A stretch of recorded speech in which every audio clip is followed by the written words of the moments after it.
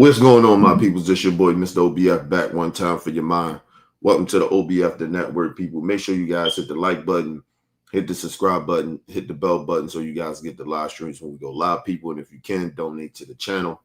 Go to OBF, the real Cash App, and donate to the channel, people. We highly appreciate anything you guys, that can donate to the channel. We highly appreciate anything you guys to donate to the channel. Need more information, subscribe and donate to the channel. It's down there strolling below the screen, people. I got the hiccups. My stomach is upset a little bit. I woke up to go to fucking work this morning, people. While somebody fucking bust my damn window. Well, shattered my fucking front window with a fucking pumpkin. That's what it looked like. And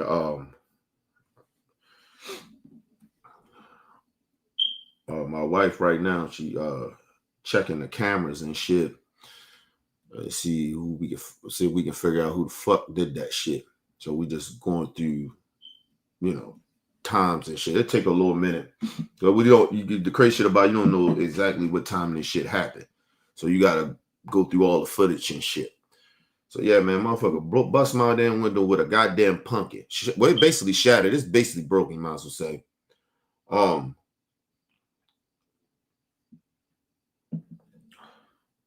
Fuck is this?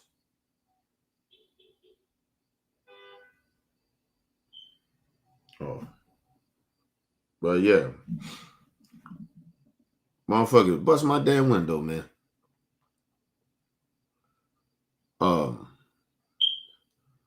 Crazy. Shout out to my brother Bell in the building. What up, brother Bell? I was mad as shit, man.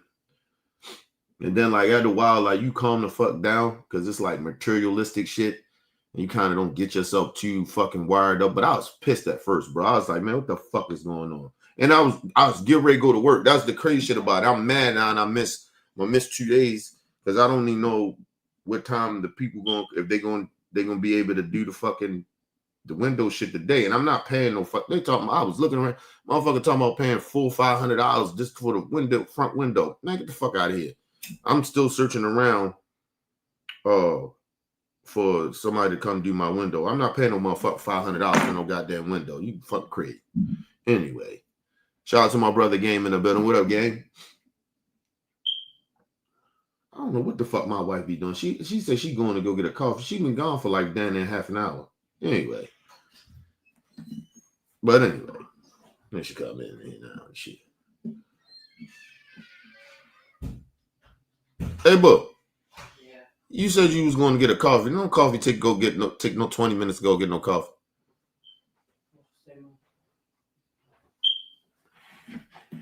Huh?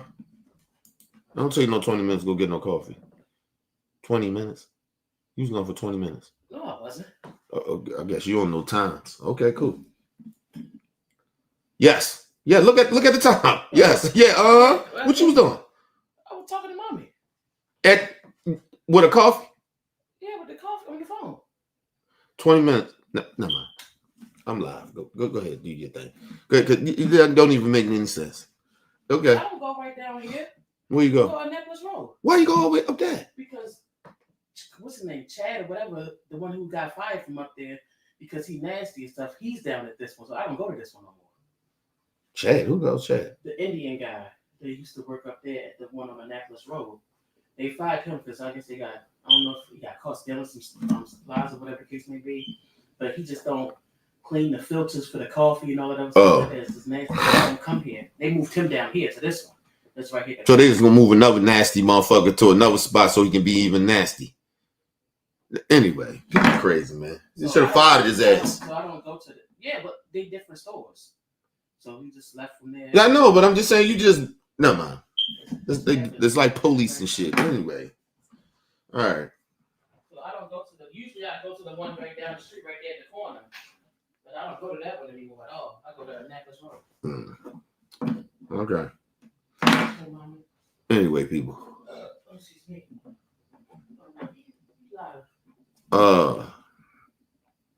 So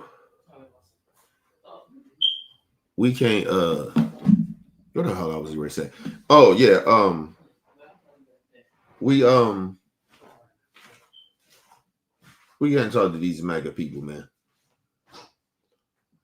We can't talk to these people, man. These people that lost their damn mind. Listen, if y'all want to hear the most ridiculous shit ever, listen, mind you, this dude, his name Brian, he got his own podcast. I forgot what it's called. Let me see here. I think it's called Pushing the Limit. I think that's the name of his podcast. Go watch him, check him out. He good.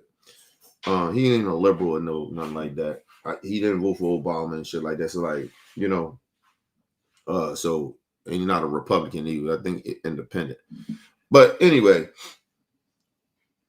no, mind you, this is the reason why we say we can't talk to MAGA people. But this like having conversations with them and just speaking truth. Like we're speaking truth, and they're speaking in fake realities that they have created for themselves in their brain. Like real reality and truth doesn't matter anymore. So you're talking to people that like it's like you talking to a crazy person, right? Like you talking to somebody that ain't all right in the head, right?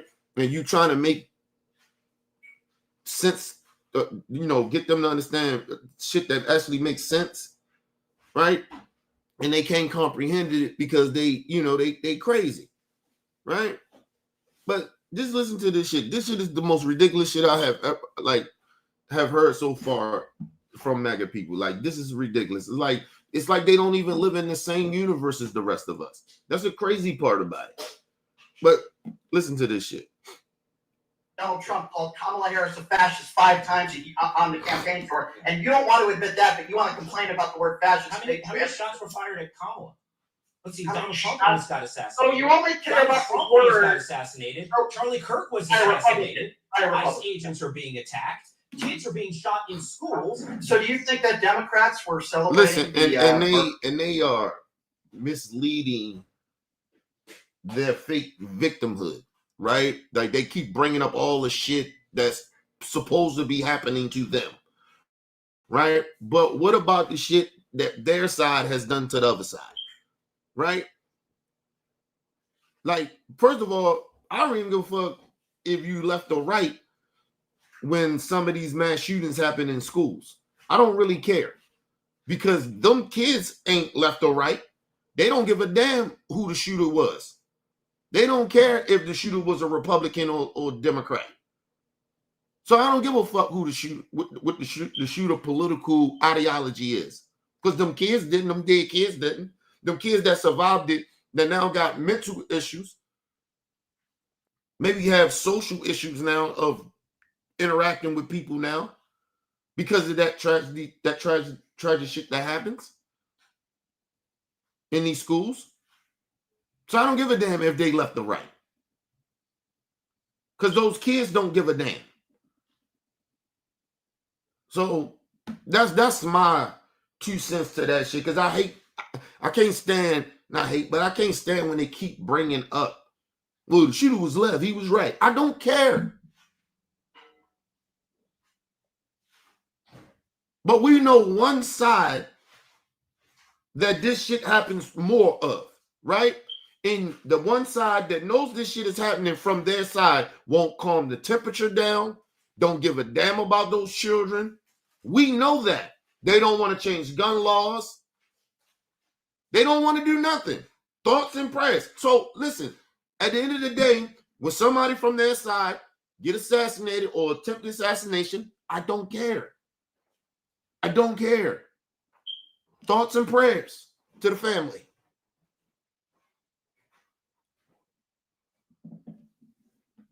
That's how you gotta treat MAGA at this point. We don't care. Thoughts and prayers. So the thoughts and prayers really is just being phony. I'm actually being phony. I really don't even mean that. Because I said I don't care. And I don't. But anyway, let's move on. Kids got assassinated. Charlie Kirk was assassinated. ICE agents are being attacked. Kids are being shot in schools. So do you think that Democrats were celebrating the murder of Charlie Kirk? Do you think Some elected were, officials? absolutely some were. Can you name me one elected official that was celebrating the death of Charlie Kirk? AOC was out there saying, what did she say? AOC specifically said that, nobody deserves to die, but the things he said were really divisive. So there's a difference. That's not celebrating. See, they don't listen. They don't even listen. They live in a different reality than the rest of us live in. Listen, people. This is the most irresponsible shit. But this shit is weird because this is how all MAGA think. They make up shit, make up feelings about what shit actually means. Because somebody says, mind you, this is what he's calling celebrating someone's death. This is what he said. This is celebration to him. They asked the person, AOC, prime example, right? That he brought up. She said nobody should die or something in that realm of, that's horrible what happened to him. But some of the shit that he has said, and then she went on and on with it, right? He calls that because she says, but on the other hand of who he was when he was here, the shit that he was saying, it was horrible. It was racist. It was bigoted or whatever, however she said, as I remember her talking about it. And a lot of Democrats said this. That does not mean that, in his mind, that means celebrating the man's death. Because you can criticize when he was here on earth. So you have different emotions about his death. You don't necessarily believe that he should have got killed, but at the same time, do you really care that much? In their mind, we should care. Those times are over because y'all created that. Those kids, and we kept telling y'all, hey, we need stricter gun laws, gun policies, thoughts and prayers.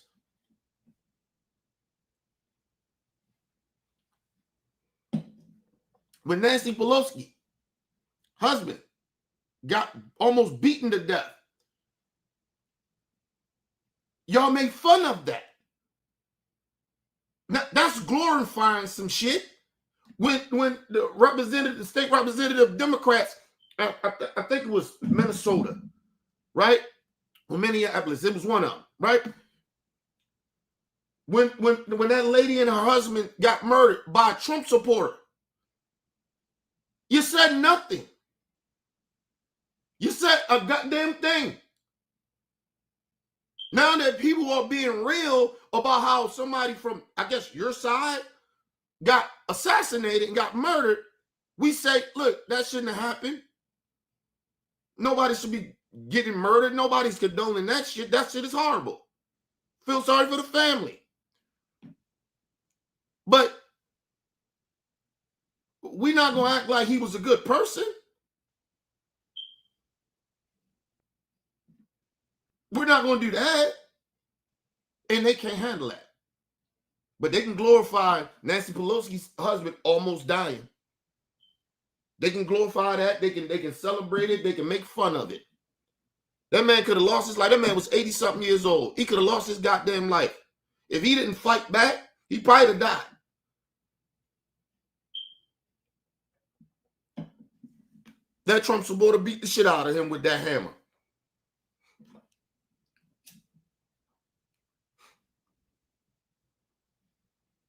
Now, listen, and we're not talking about Democrat voters or people that didn't like Charlie Kirk, that probably made fun of him. Now, me, myself, I probably wouldn't do some of the shit that people would do, but I ain't mad at them because of who he was. And then what makes it worse, they sat out here for weeks glorifying this dude as he was some type of fucking hero when he was a racist, a bigoted, that hated other people because they was different. I'm not celebrating that shit. I'm not celebrating this death, but I'm damn sure not grieving it.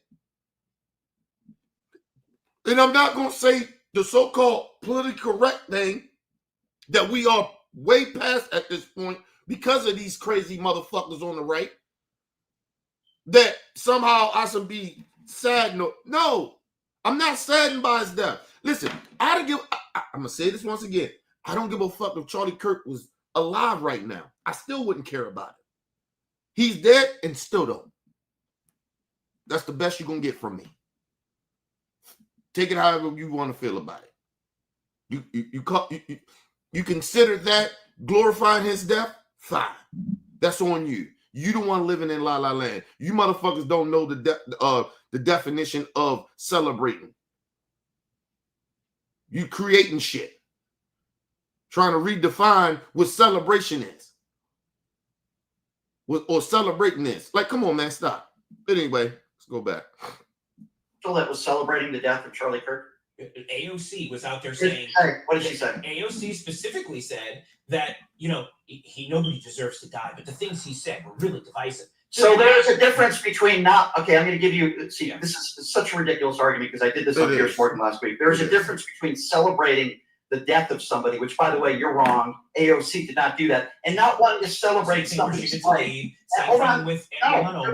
You're wrong. Tell me what AOC said that, quote, celebrated the murder of Charlie Kirk. What you just quoted, she didn't throw a birthday party with balloons and confetti. What did she say to celebrate the death? Tell me.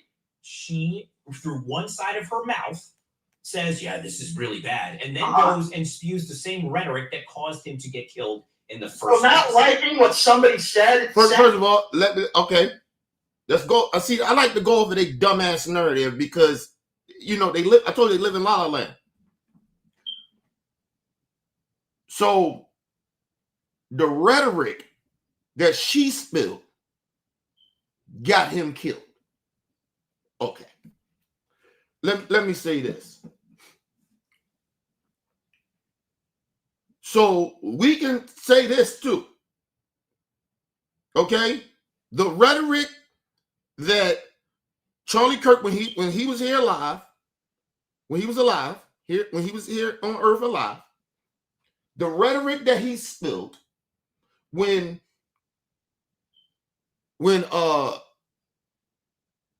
any transgender, any black person, any a minority group that he despised and said lies and mistruths about, the rhetoric that he spilled, those children that got killed in them schools, that Trump supporter that went and murdered those Democrats just a couple of months ago. I think it was in June. It wasn't that long ago, people. Okay. The rhetoric he spilled about the left, the lies, the misleading, the shit that came out of his mouth. That's what got them killed and hurt. We can, if that's the narrative we're going off of, if that's celebrating someone's life, someone's death, then we can do the same shit Charlie Kirk did it. If we're going off his dumbass narrative, Charlie Kirk do it. He probably has done it. So come on now. If we're going off your dumbass narrative, then you at fault as well for a lot of people's death.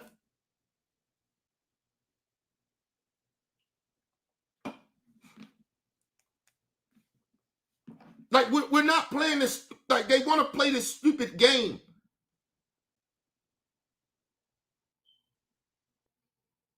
And that's not celebrating someone's life because they talked about who they felt how the person was.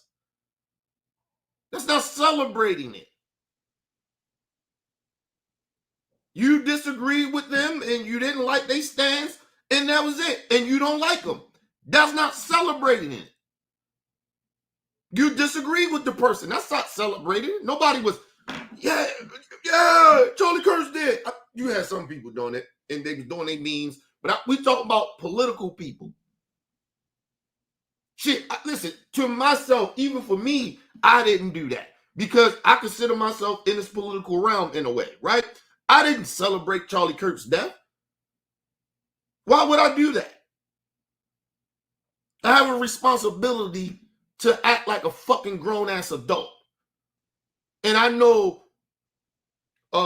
when you die, you don't come back from that. So I wouldn't celebrate anybody's death. Regardless if I liked them or they didn't like me or they I wouldn't do that. I'm not cruel like that. I'll put it that way. But this whole notion that you can't criticize somebody's life when they was here because they died is bullshit. It's bullshit. Especially if you're backing it up with facts. Now, if you're just making up shit about somebody that died, then that's a whole nother different conversation. Like they always do. Was Trump glorifying the death of John McCain?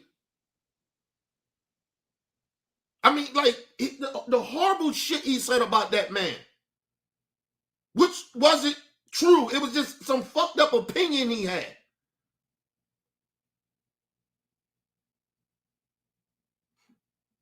How you gonna get mad at a man that served the country talking about, oh, we don't like people that get captured. You're not a real patriot or American hero when you ain't never served. How the nerve of somebody saying that to somebody in the military? I wouldn't even say no shit like that about John McCain. And I didn't agree with John McCain's ideology. I believe John McCain most likely probably was a bigot. But I wouldn't do that. But Trump did that.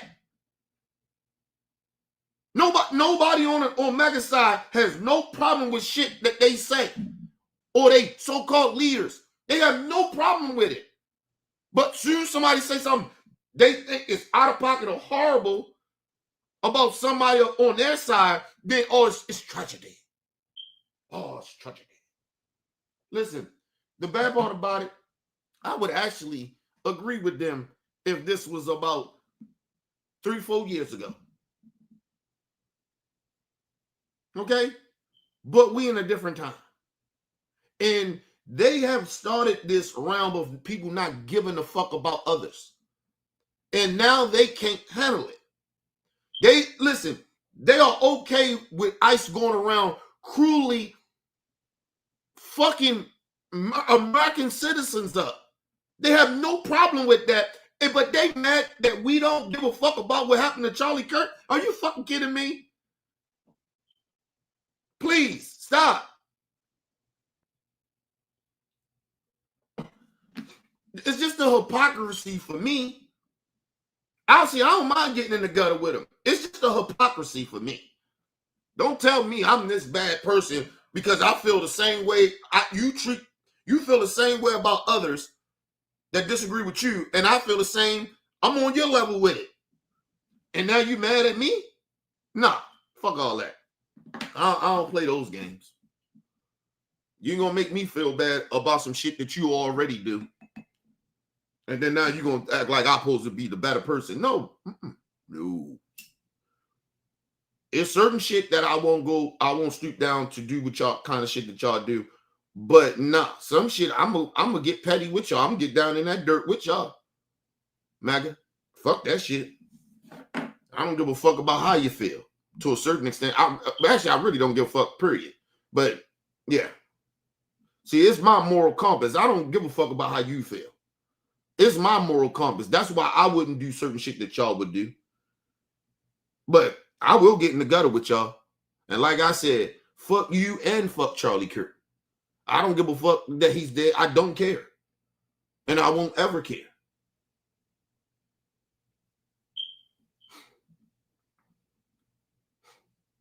You got to celebrate the death. Tell me.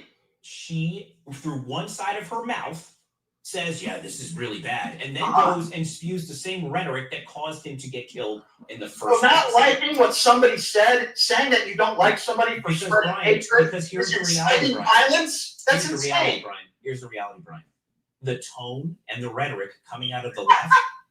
These gloves can withstand 1,340-degree flames, broken glass, and razor-sharp blades because they're built from milk. That's Here's insane. The reality, Brian. Here's the reality, Brian.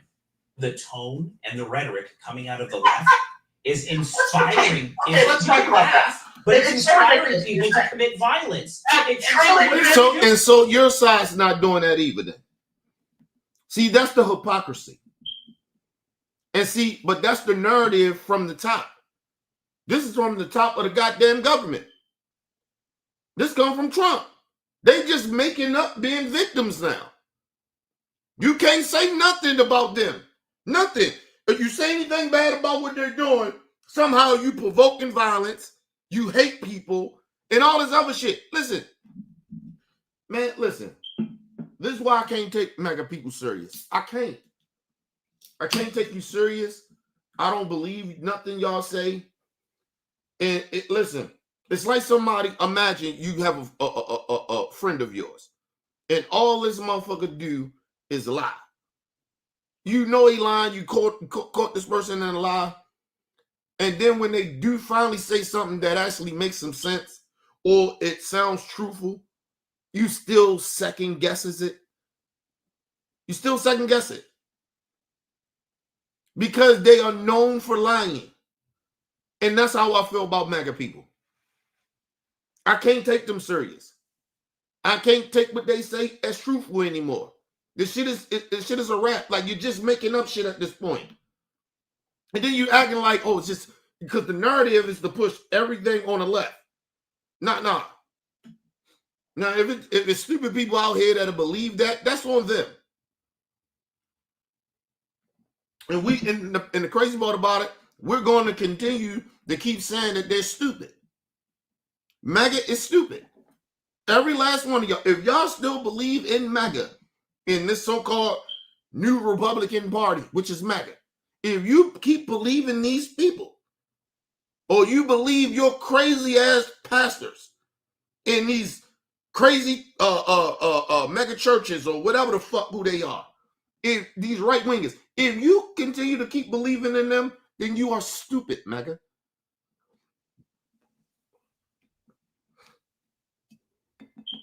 The bad part about it is they've been telling MAGA for years they're going to go get the elite. The elite is them. They are a part of the elite. That's the crazy part about it. They're stealing from the American people right now. Trump is stealing from us. And y'all motherfuckers don't care. Y'all listen, y'all like, oh, we just hate black people. We hate the immigrants. We hate Mexicans. We hate them all. We hate the transgender. We hate the whole gay community. Y'all are rather hate than to pay attention. Okay, fine. That's why you got them white racist ass farmers losing their farms. Because they care about the lie. They care about the hate. They care about the racism. So I don't give a fuck that they're losing their farms. All those white racist farmers that voted for Trump and y'all losing y'all shit and y'all out here crying, oh, we made a mistake. I don't give a fuck about you or your farm or your family legacy. I don't care. Because you didn't give a fuck about others' legacy. You didn't care. You did not give a flying fuck. So why would I care? See, they so used to us on the other side of them, not as a Democrat, not just a Democrat, but people like me, independent. They so used to us giving a fuck about everybody, regardless if it was bad or horrible to us and say fucked up shit. We usually take the high road. Nah, fuck that. I don't give a fuck what happened to y'all. I don't. You motherfuckers can fall off a roof or something. I don't care. You motherfuckers can lose your farms. I don't care. Somebody can jack you, take your shit. I don't care. They could take your life. I wouldn't care. I just would not care. Because you voted for this. This is what y'all wanted. This is what y'all get. I don't know why MAGA cries. All this crime, blaming everybody else for something that they wanted to have the control. They wanted this type of shit. You got it. Listen, you are okay with seeing shit happen to people that you disagree with, but then when it happens to you, you want people to feel sorry for you. listen, the world don't work like that. Y'all trying to create a world like that, but the world don't work like that. That's why China, Russia, and North Korea said, we don't really give a fuck about the rest of y'all, what y'all really think. Especially America, we don't give a fuck about y'all. We gonna get together, we gonna do what we do. And Trump bitch ass look like a bitch ass motherfucker out there, made America look like a bitch. Trump made America look like a bitch.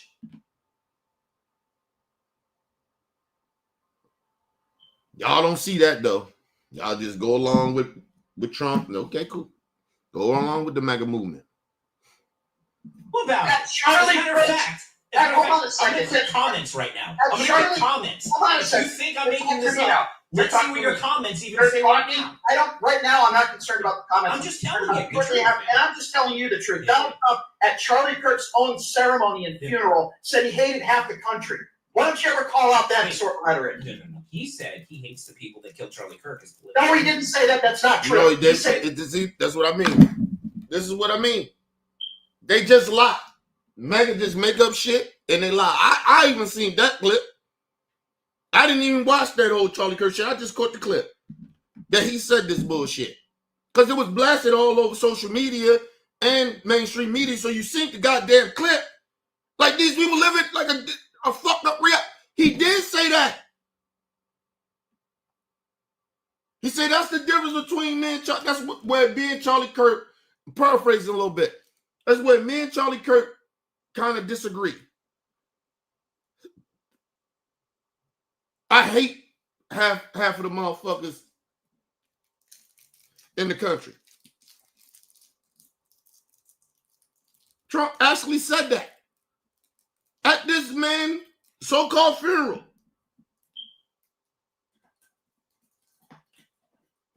And then this goofy motherfucker said, oh, he didn't say that. Yes, he did.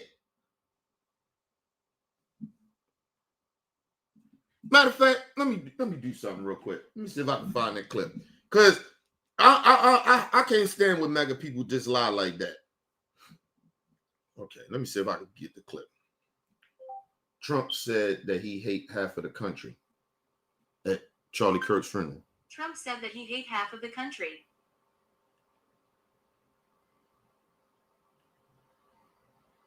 All right. I think this it right here. Hold on, y'all. Let's see if I can get it. Make sure it's the right one. Okay. Give me a second. See if I can get it. All right. Okay. There we go. Hold on. Can't make this shit up. Like I said, I was paraphrasing a little bit. But this will tell you. Listen, the crazy part about it is that's like me saying I hate all MAGA, or you know what I mean, half of the country because they MAGA, right? I wouldn't say that because of the simple fact that I don't believe in hating people, right? That's number one. That's off of me just having morals and decency, right? But the second part of that is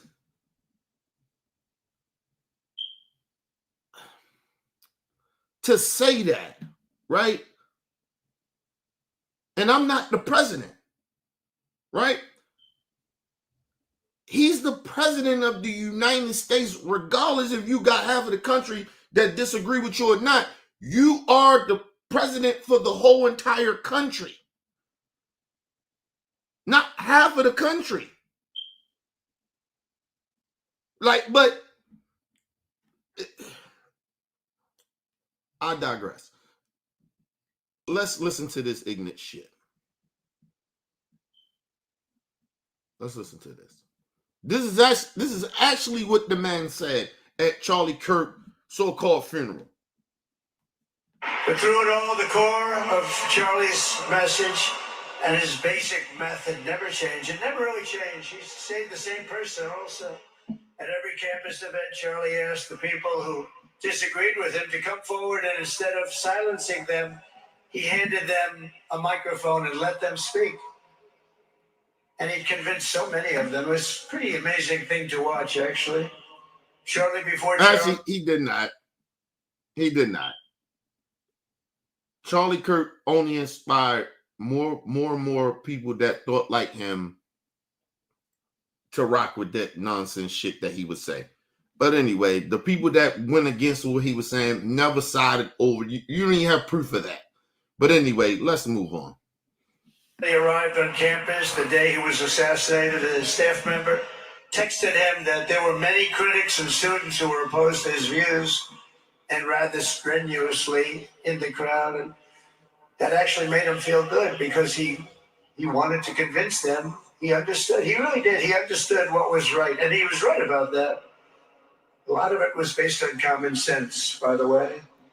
Charlie wrote back to the staff member saying, I'm not here to fight them. I want to know them and love them, and I want to reach them and try and lead them into a great way of life in our country. First of all, I don't know if Charlie Kirk said that, but if he did say that, that's a fucking lie. And the other part is, you know what's supposed to be the most beautiful thing about America is that we can disagree but still stay somehow cordial, right? Where people ain't trying to kill people over disagreements or shit like that, or hating people because they're different or they have a different opinion, right? But I always say this, I can have a different opinions with MAGA people, right? Just over policies, right?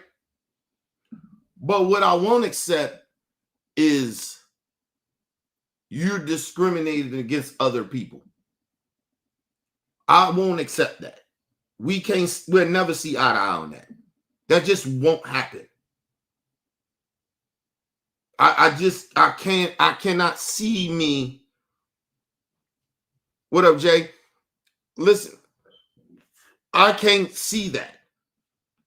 I can't see me on just off of a moral principle.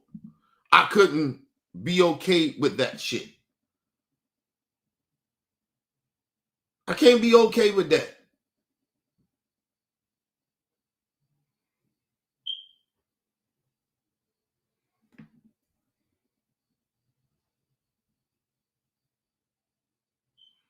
I don't know. You probably got send me the clip. Send me the clip. I probably didn't.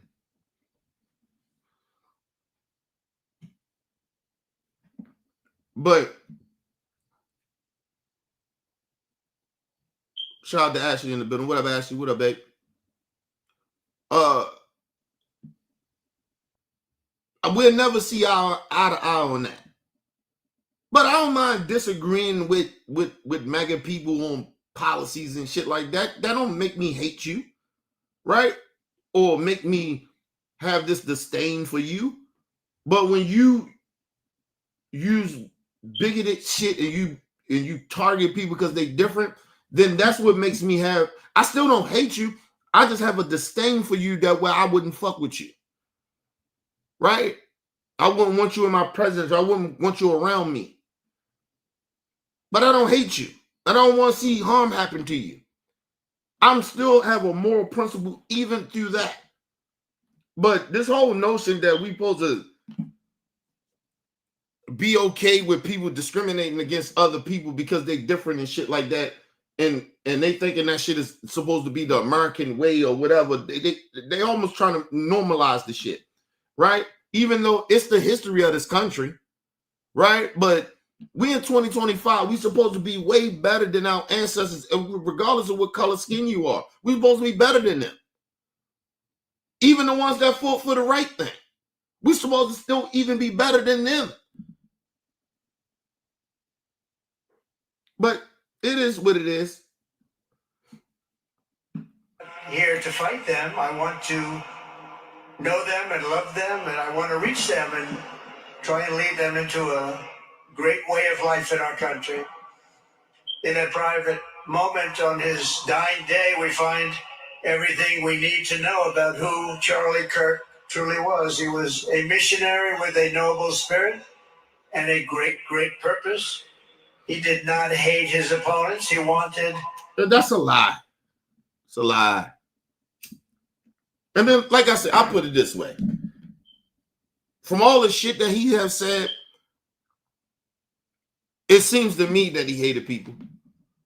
But I don't, not 100% sure how he felt as a person. Was it what was in his heart, or what he truly thought? Did he hate people? But from what he has spilled and put out when he was alive to the world, it seemed like he hate people. So I can just go over that. Because I don't know what he was thinking or what was in his heart, because it's impossible to know that unless your action shows that or you speak it. From what he spoke, he hated people. So, you get what I mean? Like, for me, people can misinterpret some of the shit that I say as hate, but I don't hate nobody. If I hated you, I would wish death on you. That's how you know if I hate you. Or I wouldn't care if you died. Well, no, I can't say that. Because I don't really care if certain people die. I don't. Right? But even still, my empathy and sympathy, even in that realm of that, right? I still care about Charlie Kirk kids. They growing up without a father, even though he wasn't shit. But that was their father. But I felt sorry for his kids before he even died. Because I was like, he's raising these kids to be racist and ignorant and hateful. So I always feel sorry for racist people kids and hateful people kids. I don't give a fuck what side you on. If you're teaching your kids to hate other people, then I feel sorry for them kids.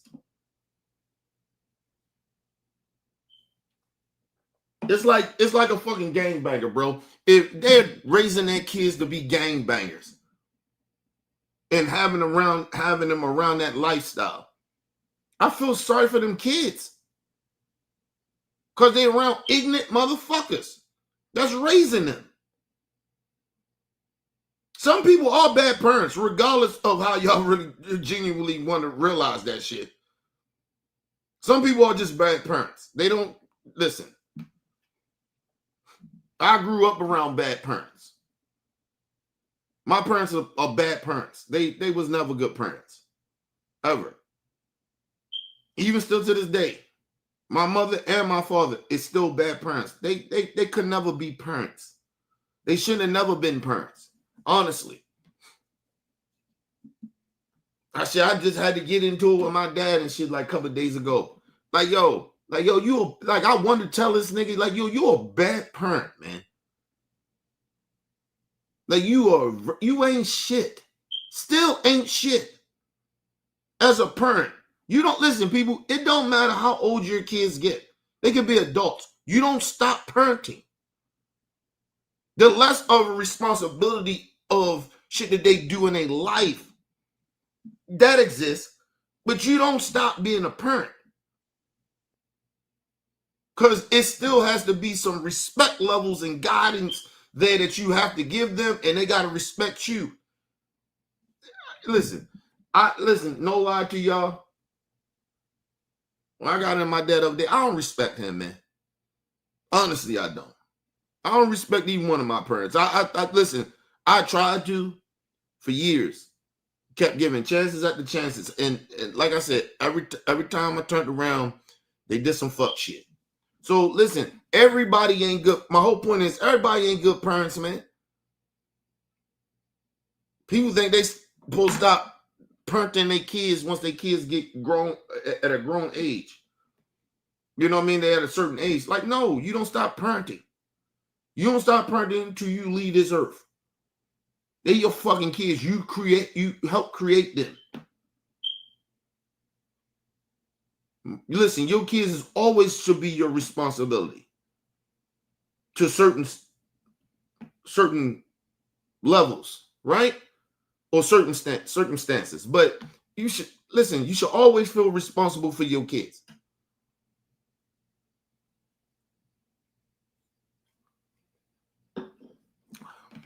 I just I thought about this shit. I'm thinking about it for what's the date? Couple days now. And I talked to my dad like Saturday or some shit. Like, yo, I just thought about this shit. Like, yo, he's just a bad parent, bro. He can't be a parent, man. I don't even want to talk to him no more. Like you're a bad parent. I don't even know if the bad part about it. I don't even know if he a good human being or not. Like that's how bad that is. Like I don't know. Like I ain't been around him like that. Now you would think like if a motherfucker like me, like we had our differences back in the day and I forgave you, let's move on clean slate, you would be there more. But he just won't do it. It just is what it is, man. You just gotta sometimes you just gotta let people, sometimes you can't, excuse me, I always try to have solutions and try to fix things. Sometimes you can't fix shit. And that's a part of like a bad part about me. It's a good part about me, but it's a bad part because I always keep trying to figure out how to fix shit. Because my heart is pure, right? And I always try to even the bad shit you see about people, you always try to see if there's something good in them. I don't even know how good my dad is as a person. I genuinely don't. Like, I couldn't tell you that. Because I don't know what's in his mind. I don't know what's in his heart.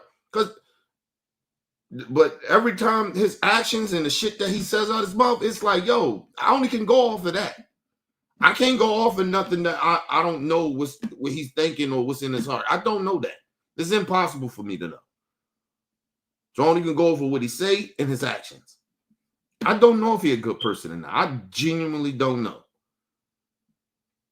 But from off the actions I see, I could probably say he ain't shit. He ain't a good person. Like for me. Now other people might say he this blah blah blah, but I don't know that. I don't know nothing about the man. Like I'm just being honest. I really I really thought about this shit the last couple days. I really don't know who the fuck my dad really is. Like honestly, just on a personal level. I don't know who he is. I genuinely don't. Other people that might be close to him, be around him, they might think whatever. But I don't know him as his seed, as his son, his firstborn. I don't know nothing about the man.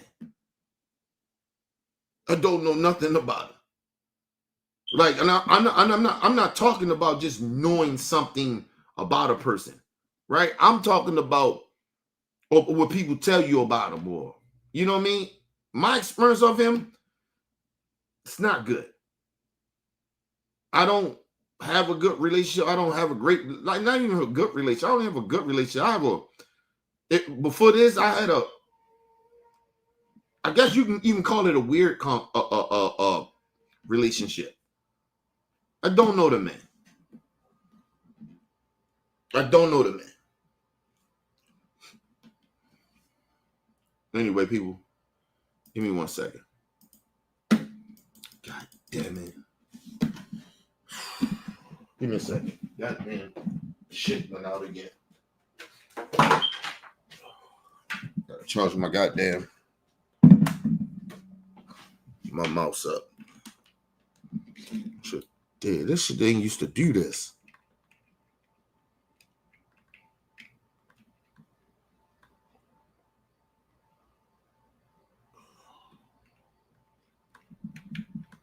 I hate trying to get this shit in there because this shit be hard to get it. There you go. Oh shit.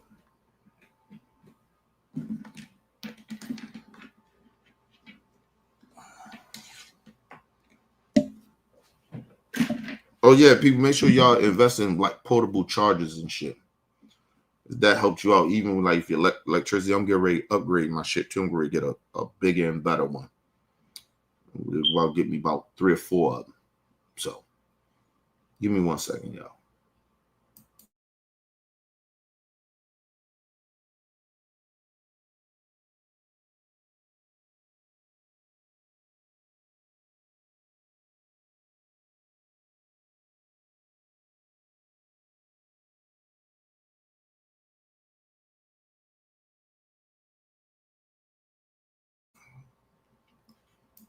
All right, people, I'm back.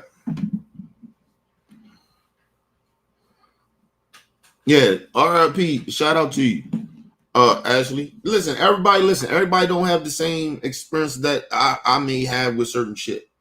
That's why, like, a part of me be jealous about a little bit envy. I didn't say jealous, a little envy that I don't have that relationship. And my dad is alive. Like, yo, that shit is even worse to me. Right? Like, you got somebody here and you just don't, like, it ain't even a connection, because I don't think, it's not that we don't connect. It's just that I just don't think he's a good person. I genuinely don't think that. Like, he does so much shit. Like, his behavior bothers me.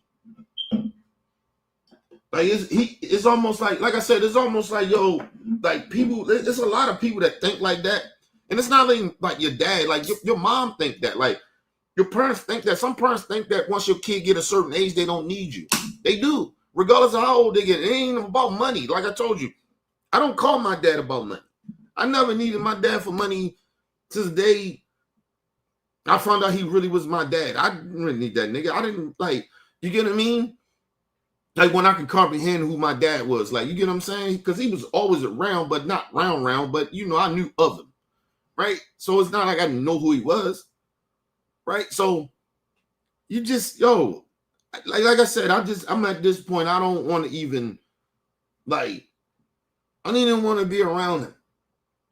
Like, I don't even want the relationship no more. That shit is just, it's like, it's over. Like, I don't even need that shit.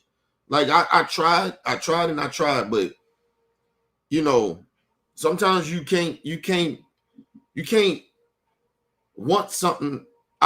You know how you want something so bad, but it just won't happen. So you have to just realize that maybe this ain't for you.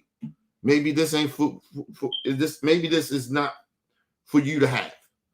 And that's how I look at it. At this point, I ain't even mad at it. Right? I'm just looking at it like, for me, myself. Because I move off of these type of things, how I move in life. Maybe it ain't meant for me to have. Even like when I think about a lot of shit, like, maybe it ain't meant for me to have that car. Or maybe it ain't meant for me to have all these friends or whatever. It, like, some shit is not meant for you to have. Right? And I look at it like that. Maybe it ain't meant for me to have a dad. I mean, I have a dad, but maybe the relationship, maybe it's not meant for me to have it. And it's not okay with me, but it's like, kind of like, all right, I got to move on.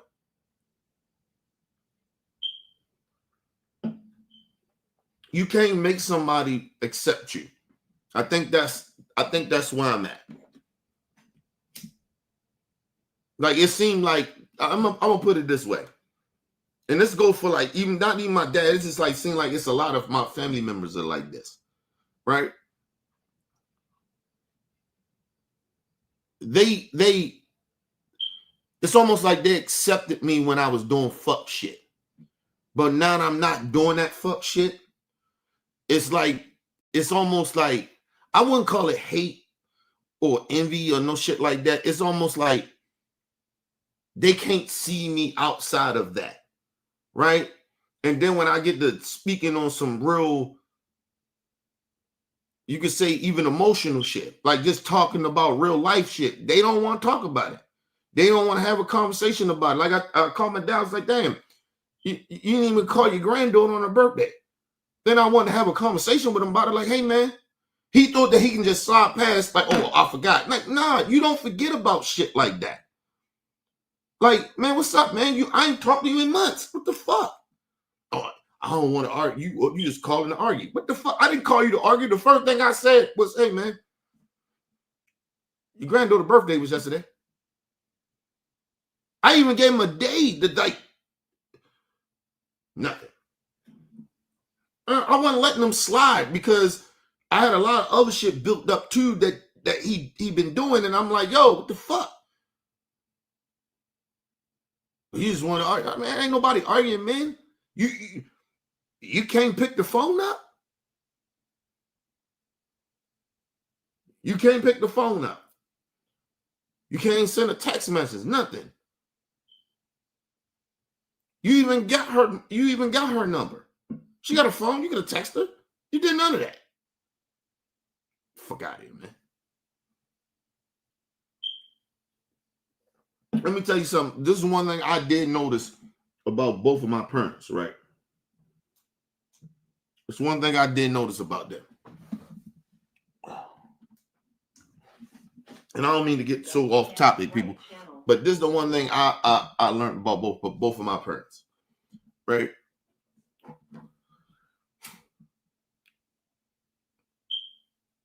And I think this is what really bothered me.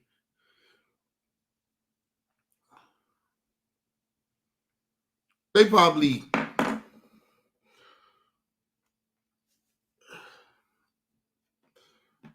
because I know who my grandparents was, right? They had better opportunities that I had when they was young than I did. Because I grew up around chaos. I grew up in an environment that, that they helped create for me.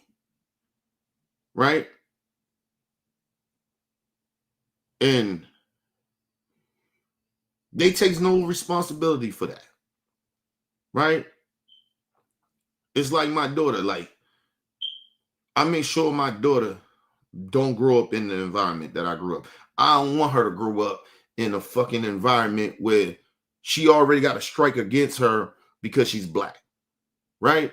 But then she got another strike against her because of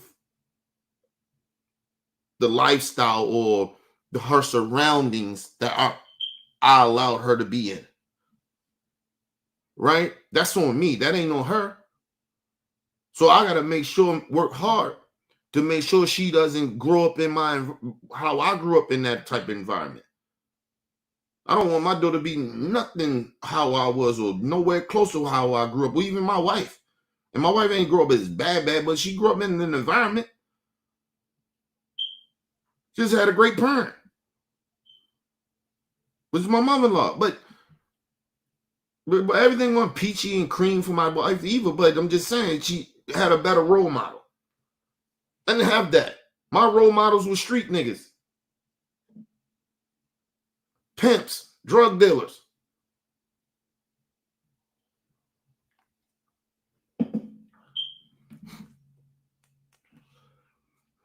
I told motherfucker this, right? I told the little young nigga I was trying to get from out the streets and shit. I told that nigga, I said, I relate to y'all more than y'all think. I said, yo, I asked, there was a whole bunch of them niggas, right? And I was talking to them. I said, how many of y'all seen y'all parents actually snort dope in front of you? Either one, if it's your mother or your father, how many? You know, damn near 95% of them raised their hand. 95. And I told them little young niggas, I said, well, we got that in common. So don't ever say I don't understand y'all. And I asked them how painful that shit was for you from 1 to 10, 10 being the highest. And you know, when I said mine, at the end I asked them, they said it was some said it was a 9, some said it was an 8, some of them said it was a 7. And the reason the motherfuckers that said it was like a 7 is because it wasn't that they seen their mom the first time they seen their mom doing drugs. It was normalized to them. So they was like, it was kind of normal, but it still hurt. I said my shit was a 10. That shit broke my heart. And the crazy part about that was the first time I seen somebody do drugs. I knew drugs was bad, but that was the first time I actually seen somebody do drugs in front of me. My own mother. So I always tell people, listen, man. That's why like a lot of shit people be like they be like people be worried about stupid shit in life. Like pain, real pain is pain. Right? That's why I try not to judge people as much as I do, right? Because you don't know what the fuck somebody going through mentally or what fucks them up. You don't know. I told people I've been fucked up since then. I ain't been right since I seen my mom do drugs in front of me. I ain't never been right since then. Ever. I think that's the first shit that fucking broke my heart and tormented me for years. Still to this day. And I'm a grown-ass man at 44 years old. That shit still affects me.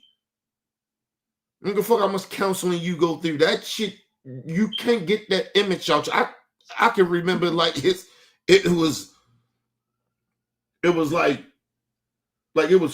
happened today.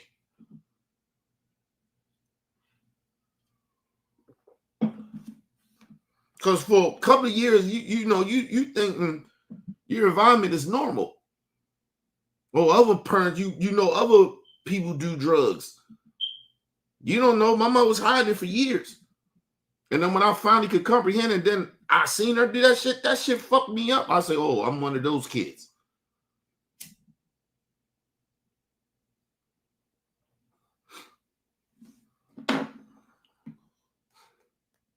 And then the bad part about it, then when you get older and the family start to talk, the truth really start coming out about shit, then you really start to feel like you understand. Now you find out I'm a crack baby. She was doing drugs when she was pregnant with me. Like, think about that. So that should even make it even worse. Telling you, man. That's why I say don't ever judge people. I try not to judge people, man. You don't know what the fuck people going through, man. You see niggas on the street, they doing shit. You be like, yo, come on, man. Fuck you doing that for? To you like, yeah, that shit fucked up. But take a step back and think about why niggas do shit. You don't know why that motherfucker doing stupid shit. You don't have a fucking clue. You can just get in your judgment, your judgment type shit and just start judging people. This shit is weird. But anyway, let's get back to this, people.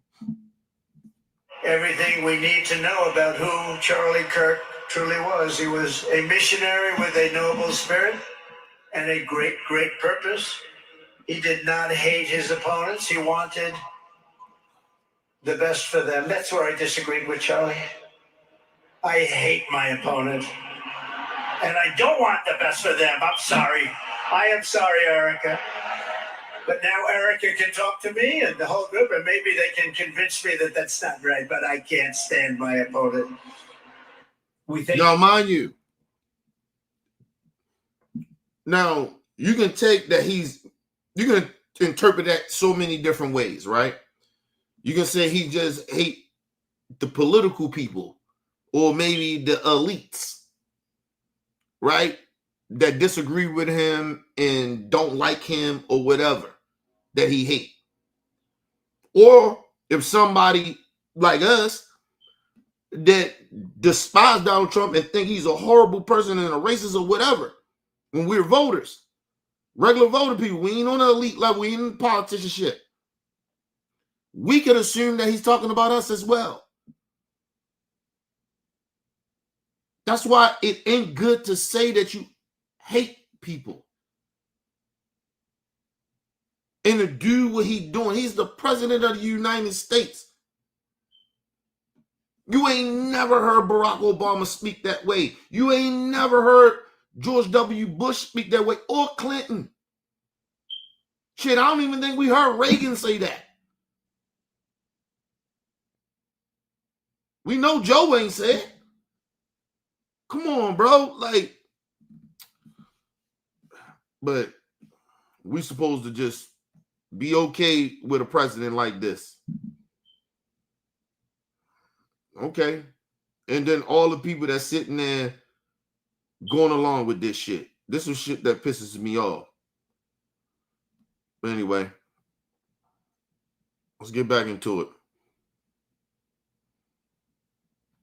Own ceremony and funeral said he hated half the country. Why don't you ever call out that sort of rhetoric? No. He said he hates the people that killed Charlie Kirk as political. No, he didn't say that. That's not true. He said he hated his political opponents. His enemies. He said he hated his political opponents. Okay. Yes, and that was another thing. And I do not want to get into this because I'm still too annoyed to even debate about it. But the that funeral was. First of all, you too annoyed to get on some shit that you created. You don't want to talk about it. You too annoyed. What are you annoyed about? You help push this narrative. But I won't want to talk about it. Okay. This is what we living in Maga. This is Maga country at this point. This is their reality. They live in a weird ass reality right now, and they want the rest of us to go along with this fake ass reality. And if you push back against it, then you hate them. You wish death on them. You celebrating their death if something happened to them. You hate them. Like, it's the most weirdest shit I ever seen in my life. And I've seen some fucked up weird shit before. Listen, this shit is weird.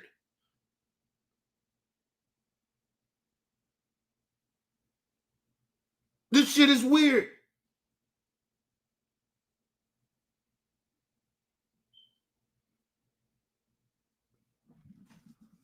I don't understand. I don't understand how, excuse me, how these people can sit out here and be this two-faced and then act like everybody else tripping. Like y'all lying to people, or you're lying to yourself, or you knowing better that you know that you're lying and you're okay with it. Either way, however way you want to look at it, it's weird. It's weird. It's the most weirdest shit I've ever seen in my life, people. They said it was going to be 80 degrees today. It don't look like no fucking 80 degrees. It's windy as shit outside. Well, not windy, but it's starting to feel a little like fall. Alexa, what's the weather for today? Currently, in Baltimore, it's 78 degrees Fahrenheit with partly sunny skies.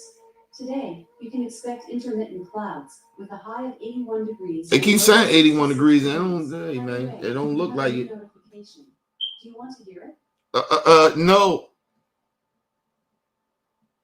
Yeah, man. Don't look that way, man. It's a little windy out there, bitch. And you know what? I'm looking out my backyard. I got mad trees and shit out there, so that could be part of it. That could be part of it. There's always a little bit more windier out back than it is out front, because I ain't got no trees in the front. I mean, there's trees in other places, but we cut down the trees that was on our property. Cut that shit down. And then the next door from us don't have none. And the end house doesn't either. I think Custer Street doesn't have one. Yeah, like the last 6 houses on, my side, they side, we don't have trees in the front. So it is what it is.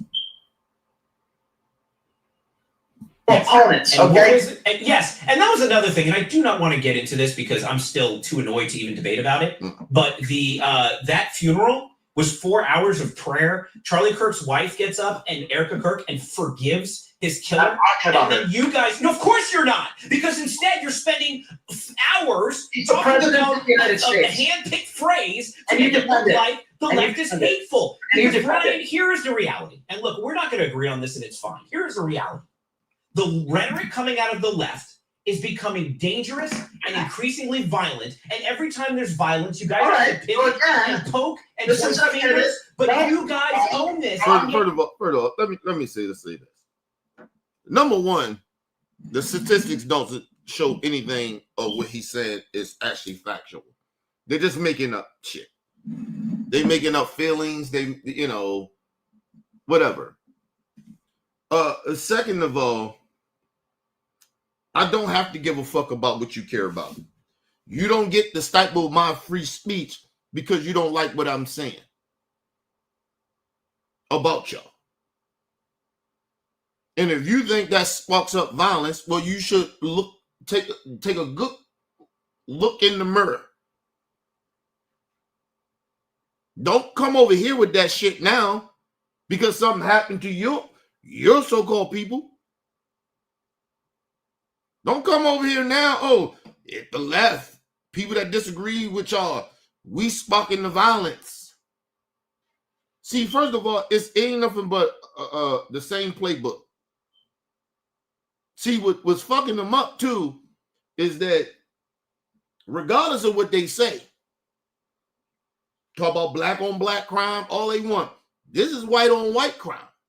So now they're switching the narrative because they can't do black on black crime no more. So they switch the narrative up. It's the left creating it.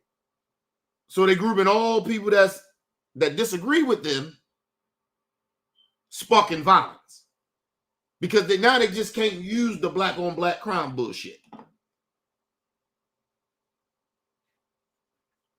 Because first of all, like I told you, none of that shit makes any. First of all, a lot of these right-wing white folks, these MAGA people, they ain't around enough black people that commit violence or in that area or in the hood. They ain't around us.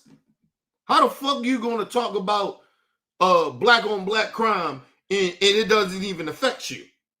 Black on black crime does not affect any other race but ours, not theirs. It does not affect them. And like I told you, it's no such thing of that. Because how is it just only black on black crime when we know white on white crime is statistics, real shit, real life, that white people, white on white crime percentage is higher than any other race. These are facts. These are facts. They can't even say more black people kill white people. They can't, the statistics don't even show that. But it does show more white people kill black folks.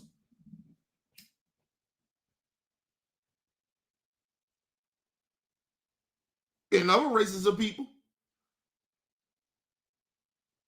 All the statistics show the whites kill more. In every statistic. Every statistic. So now they're using this bullshit of, we can't use black on black crime no more because that shit been debunked. Right? Here and there they try to do it, but we'll check them. Because we'll bring up on that we'll talk about this white on white crime. Listen, this white on white crime been happening more than the black on black crime. It's just the social structure of the country and how it was built is the demean and make it seem like the black community is the most violent. And it's been like this since the beginning of times. So they use mainstream media a lot back then. The political shit, right? People that's in political office. Now, social media here, and they can't use it like they used to. That shit is dying with that bullshit ass talking point. Oh, black on black crime. First of all, black on black crime, regardless of how anybody thinks about it, right? Which is, it doesn't exist, right? But let's go off the narrative of black on black crime, right? That shit does not affect any other race but ours. And we know genuinely, and I'm not saying all white people, but we know a high percentage of y'all in the 90 percentile. Do y'all really care about black on black crime? Because it doesn't really affect you. It's just a talking point. It's just to demonize the black community. So do it really affect you? No, it doesn't. We know that. Statistically wise, the truth. It does not affect you. Why you keep bringing it up? You ain't amongst black people like that for it to affect you. We are very segregated from white folks. We always have been. Ain't nothing changed. Y'all keep thinking that.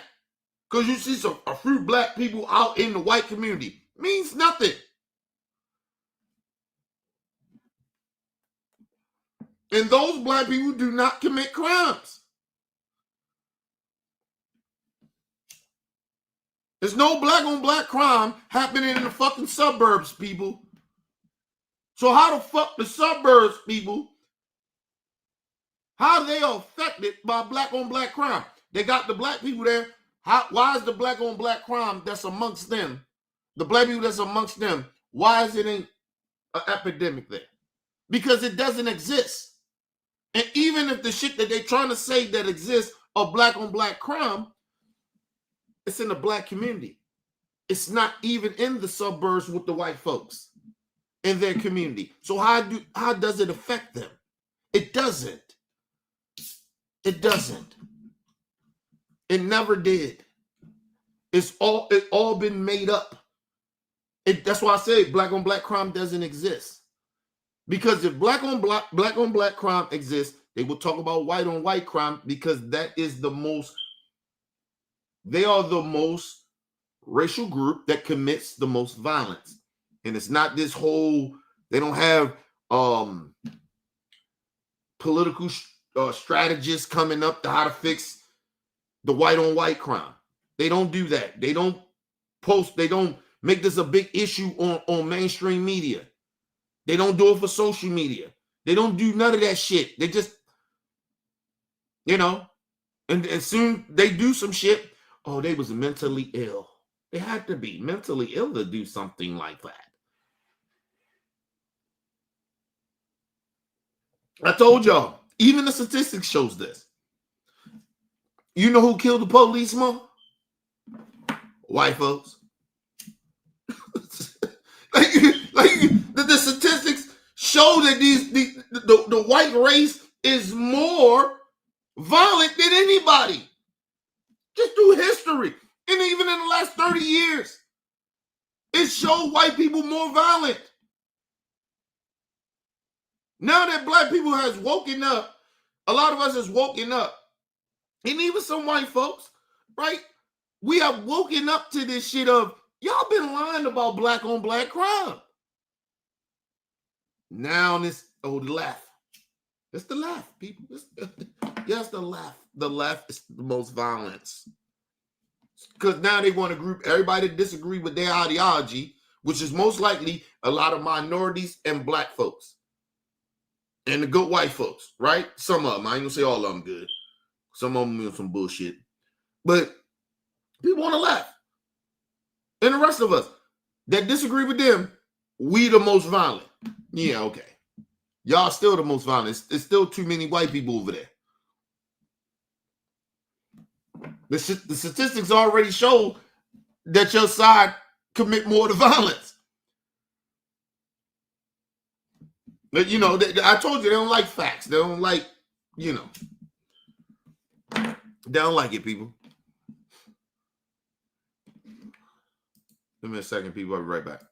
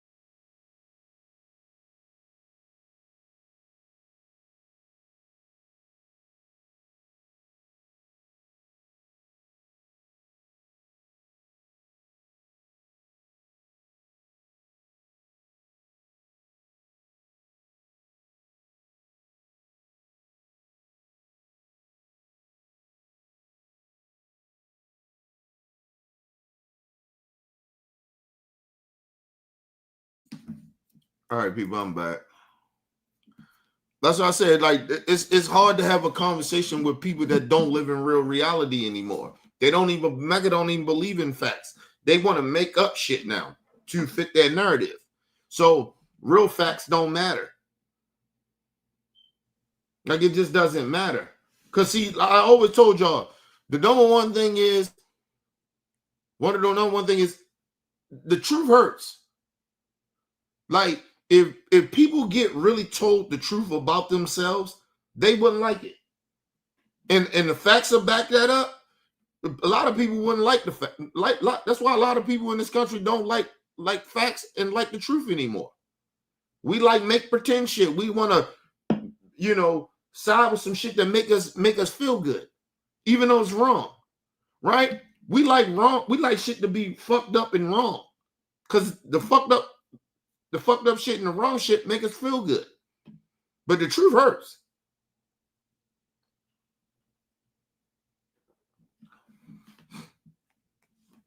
You ever notice, even yourself, right? Even myself, if somebody told me the truth about me, right? And I know it, right? Just say, partly I know it. And somebody tell me that. Like my wife hearing that shit, tell me the truth about myself. It hurt a little bit. I get a little defensive. But then I sit back and think about it like, baby, you right. You get what I mean? Because that's where your moral principles at your core, you're not going to like the truth. You know it's right, but you don't like how it feels. Sometimes the truth hurts. You listen, you like when people praise you and says the truth about you. You like that shit. But I guarantee you, you'll like it more if somebody lied to praise you. I guarantee you that. I don't give a fuck who you are. You will like the lie that somebody's praising you, trying to pretend that you're something that you're not. They add on the shit. You know how people build a story up on you, like how big some shit is? You get what I mean? Like, yeah. And you know that shit ain't true. You go along with it, like, oh, yeah, you know, yeah. The whole time, you know, part of that, 50 to 60% of that shit is a lie. And you go along with it because it makes you feel good. You'll go along with the lie. Anyway, let's move on. The rhetoric coming out of the left is becoming dangerous and increasingly violent. And every time there's violence, you guys have to pivot and poke and point fingers. But you guys own this, and yet you can't. Ron, you just said that there are elected Democrats that have celebrated the death of Charlie Kirk. You're lying. Give me an example of an elected Democrat who openly is celebrating the murder of Charlie Kirk. You're caught in a lie, David. And give me one quote. Brian, I don't want to talk about this anymore. Of course, you can't give me one quote. You're lying. Listen, and the reason he don't want to talk about it no more because he's lying. See, he already put the lie out, so he already got his base. They're going to believe it regardless. They're in the cult. They stupid. They ignorant. Whatever. The mega base. They dumb. He don't want to talk about it no more because if he let Brian break the shit down to tell the actual truth, it'll call out his lie. Cause he can't have his base. He can't have his base knowing the truth. The mega base cannot know the truth. That's why he don't want to talk about it. Because number one, he knows he's lying. And Brian already said that he's a liar. Basically called him a liar. He don't want to talk about it because he already got caught in a lie. Anyway, let's move on. Excuse me. Be an example of an elected Democrat who openly is celebrating the murder of Charlie Kirk. You're caught in a lie, David. And give me one quote. Brian, I don't want to talk about this anymore. Of course, you can't give me one quote. You're lying. No, it's because. And give me a quote. Give me a quote. Brian. Give me a quote. Brian, listen, you live in your world, I'll live in mine. It's not about living in the world. No, it is. And that's their thing. That's their thing. See, when I say, or people like me say, they live in a fantasy world. We live in real truth. Right? The difference is, what he just said, you live in your own world, and we over here. As a matter of fact, I don't want to misquote him. Let's go back. You can't give me one quote. You're lying. No, it's because. And give me a quote. Give me a quote. Brian. Give me a quote. Brian, listen, you live in your world, I'll live in mine. Right. You live in your world, I'll live in mine. They're telling you they're in a cult. They know. Listen, this dude is not this dumb. He can't be this dumb. Maybe he is, but I don't believe he is. Right? For him to say, hey, you live in your world, I live in my world. Okay, then. So what my next point would be, well, okay, then. Well, don't say that the country, that we're dividing the country. We'll help. If my side is dividing the country, so is yours, because you're living in your own world. So you're helping to divide too.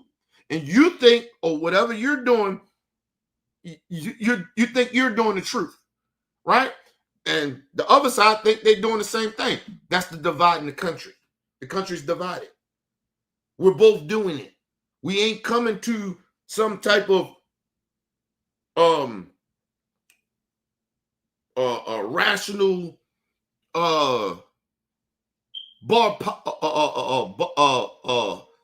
what's the word I'm looking for? We're not coming from like a rational place that where we can agree on some things. You living in your own world and you saying we living over here in our own world, then we're divided. It ain't just one side doing that. That's both sides. Because we can't even come to a conclusion that maybe we can come to conclusions on certain things. So we're both doing it. We're both dividing the country. And listen, people, and when I said I'm okay with it, I'm okay with being divided.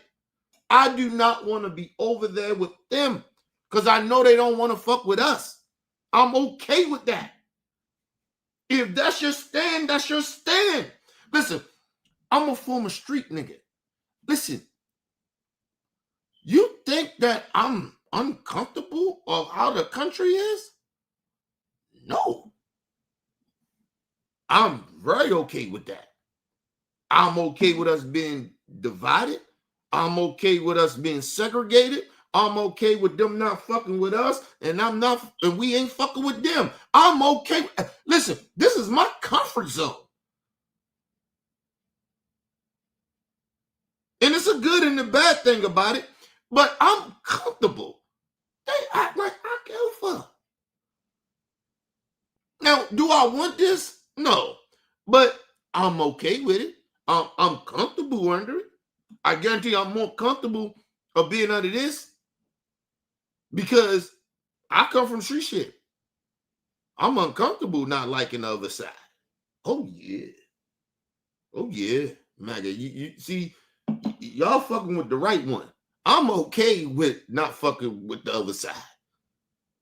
I'm very comfortable. Oh yes. I don't fuck with y'all. Y'all don't fuck with us, and I'm good with it.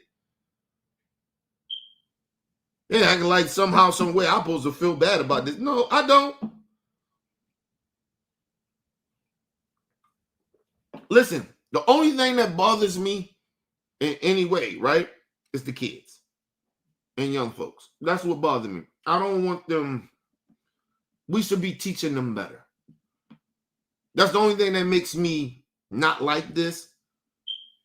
But who I am at my core, how I was raised, where I come from, oh, nigga, I'm comfortable. I'm mad comfortable. You don't make me uncomfortable. I'm okay with being separated. I'm all right. I've been separated all my life. Like, you think I give a fuck? I'm uncomfortable. No, I'm never uncomfortable. Listen, only time I'm uncomfortable is when y'all in my space. I don't want y'all in my space. That's when I'm uncomfortable. But anyway, let's move on. No, it's because. Give me a quote. Give me a quote. Brian. Give me a quote. Brian, listen, you live in your world. I'll live in mine. It's not about living in the world. No, it is. Hold on. Child to Ashley. Ashley say, let me see. She said the black people that most of the times that's in the suburbs are also conservatives, and they vote for Trump. They vote Trump for Trump. Listen, probably so, right? But I ain't say probably so, but most likely she's right. And I mean by that because everybody that live in the suburb ain't a fucking conservative. But I get what she's saying. Listen, she's not wrong about that either. But that's what I'm saying. Like, ain't no black on black crime that's happening out there. So I'm still trying to figure out how these white folks, even if you're in a poor white community, you're not around black people like that. Even your poor is different from our poor. You don't hang around us.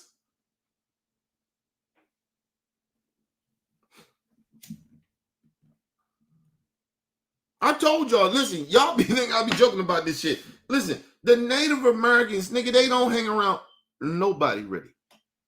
Their communities is Native Americans, nigga, and they're okay with being segregated. I'm just trying to figure out why a lot of our black folks ain't okay with it. Now, listen, and the one thing about the Native Americans, they put their resources together. And listen, you can even say that about the Mexicans in a way. Or the Latin, nigga, they will bring their resources together. You might have about 10 motherfuckers in the house, but they good, they own that bitch. Black people gotta, come on. And the bad part about we come from that. We just didn't own the house. We come from being in a house with 10, 15 motherfuckers. Like we come from that. But we got caught up in white supremacy. And mothers think, oh no, we gotta move away from our people. I don't want to move away from my people, man.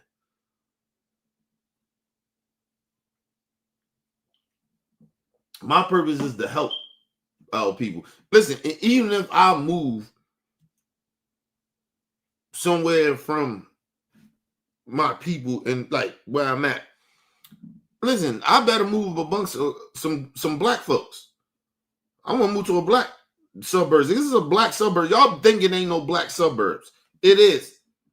The problem is that the niggas want to come out there and fuck up the black suburbs. Some of these goofy niggas. Instead of embracing the good life, they let's keep it hood. Like, nigga, you can, like, the street don't leave you, right? But the other street shit, the other part of that shit, no, nobody want to put up with that shit. Everything from the black community ain't good from the culture. Let's just be real. Everything from the black culture, the black community of the culture, lot of that bad shit or some of that shit ain't good. But that's for us to talk about. Ain't for people that ain't black or ain't from the community talking about that shit or ain't invested in it. You can't talk about something bad about our community and act like you can get away with it. Fuck you. And I don't give a fuck you black. If you ain't a part of solutions and fixing shit in the community, then fuck you. Move your ass to the suburbs and don't talk about black people. Like, that's my thing.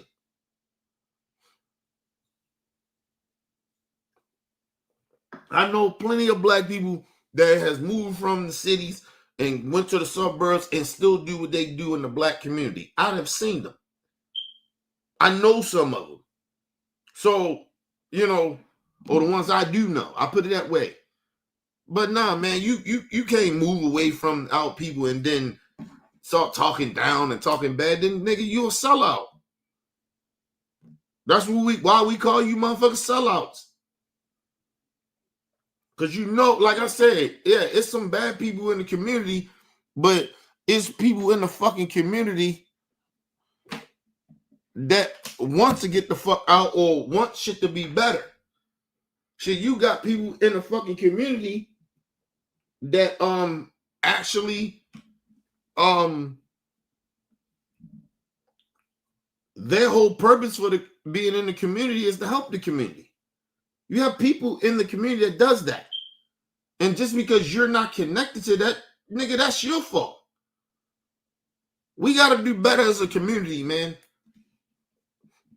I hear black people some black people a lot of times say a lot of stupid shit. Oh, we can't do this and can't do that. Listen, but nigga, that comes from us. We have to, these black motherfuckers that don't want to comply with the movement, we gotta get their ass up out of here by any means necessary. That's how I'm looking at that shit.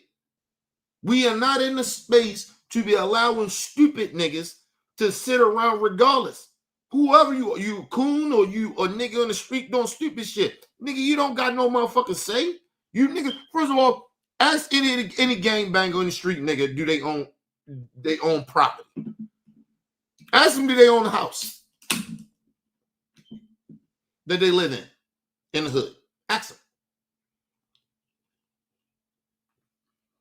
them. So when you talk to a motherfucker like me, you need to shut the fuck up. I'm being dead honest about that. But no nigga can talk to me, you don't own nothing. You don't own shit in the hood. Having these niggas driving around the car, they don't own them bitches.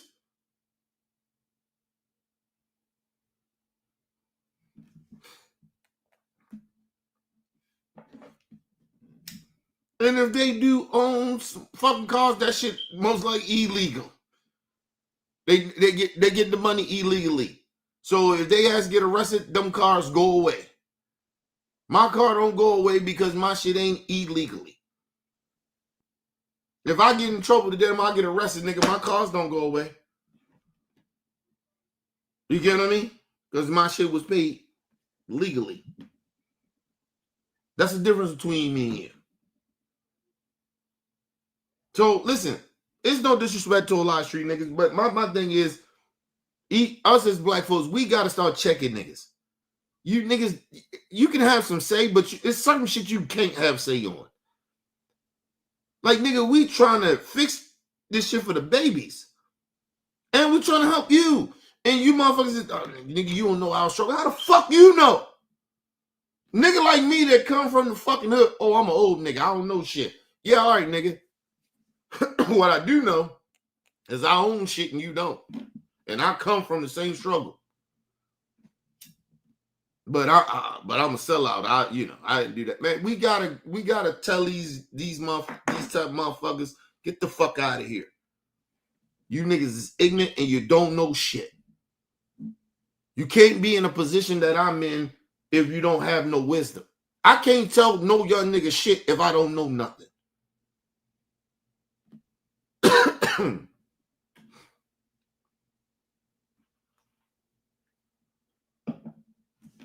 That's like a motherfucker that's a black person, right? And it's not knocking them, but they grew up in the suburbs and they try to go and talk to a nigga in the streets. They're grew up the way we grew up, and they start talking that shit. I'm like, hold on, bro, calm down. You don't know what that struggle is like. Or my dad, I don't give a fuck about your dad. You ain't him. You ain't your mom. You don't know how that go. That's like me disrespecting our elders. I can tell, don't disrespect your elders. You don't disrespect people that go through the struggle or been through the struggle because you made it or you didn't grow up with it or you made it out. Like, you can't do that. And we got to start checking out black folks like that. I mean that shit. Like, that's what's really holding us back from really kind of like coming together. Because we won't check the motherfuckers that need to be checked. You gangbanging, some of you gangbanging niggas, you niggas can't keep talking that gangster shit to me. I'm serious about it. You want shit to be fixed in the hood. You say you want it. You struggling, you hurting. But nigga, we trying to give y'all a way out that shit. But you don't want that. No, we got to still keep it real. Nigga, we can still keep it real and still live legally. Listen, shit, we can take what the street niggas know and protect the community. How about we get you niggas to be in the police department in our community? Since you want to be gangsters, you want protecting your hood, protect the whole community from racists. There's ways we can do this shit. But everybody want to be a fucking gangster. Everybody ain't a fucking gangster, man. And even if you are a fucking gangster, nigga, that shit, though, the time limit of that shit runs out too. Shout out to the OG Ron Green in the building. What up, Ron?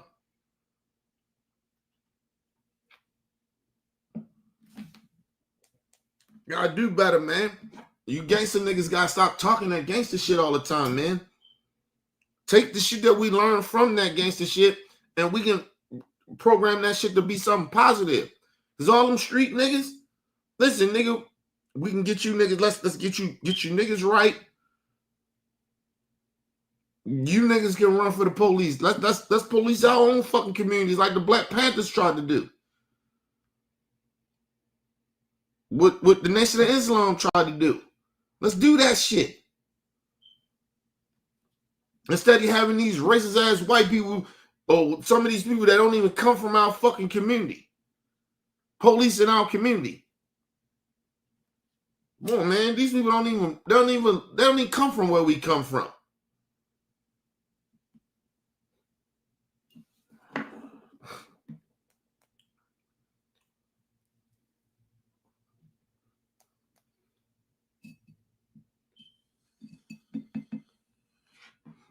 Like I told you, we in the era, this should have woke a lot of black people up in this era of Trump.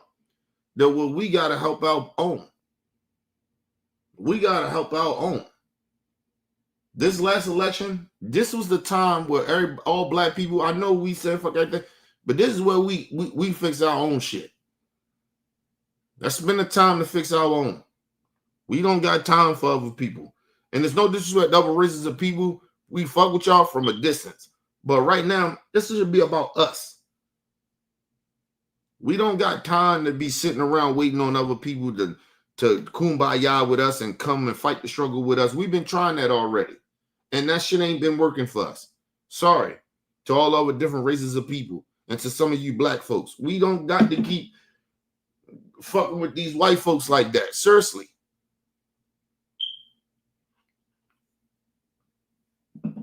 But I think we have, you know, one of the big problems is we have too many of our black people that made it that have lost themselves. A lot of them entertainers that you would think that would, you know, they don't want to seem like they racist. Like, how the fuck can we be racist with no power? We have no fucking power. Not on that elite level. Even our rich motherfuckers don't have the power. Look at Oprah. Look what happened to Bill. Look what happened to Diddy. Come on, man. Now we hearing that Trump said that Diddy asked him a while ago, and just recently now Diddy people asked him for Trump to give him a pardon. And I told y'all, I said it wouldn't shock me that Diddy would do that. Because we be real about Diddy, right? I can be real about Diddy, who he is, but he a black man. So, you know, we always try to like make excuses for Diddy, but Diddy a fucking sellout. He been a sellout. Diddy has treated black artists horrible. Like, we keep forgetting that about who Diddy, at his core, who he is. For over 30 years, who this man was. Like, it wouldn't shock me that Diddy, lawyers and shit, or him himself, is asking, because it had to happen through him. Right? I'm not gonna say it's a fact or nothing like that. Trump is a liar. I don't believe a fucking liar. I have to hear from Diddy or his lawyers, but I haven't heard anything. But listen, Diddy ain't a good person, man. At his core, who he is, he ain't a good person. Listen, I know what R. Kelly did, but Diddy's worse. Because he took advantage of our people.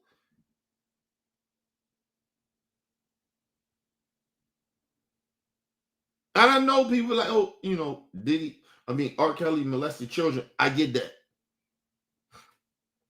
The problem was, the difference to me is, in a way, right? It's horrible what R. Kelly did. the other part of that is Diddy, like, if you look at R. Kelly, you kind of know why he did what he did. You kind of know. Psychologically, you can look at why R. Kelly did what he did. He got molested by his own sister. Usually people that get molested, I told you they got two options. They'll fight for people that got molested. They be the outspoken motherfucker, right? Or they wind up turning into the person that abused them. And R. Kelly turned into that person. But you understand in a way why R. Kelly the way he wound up being. But did he? No. No.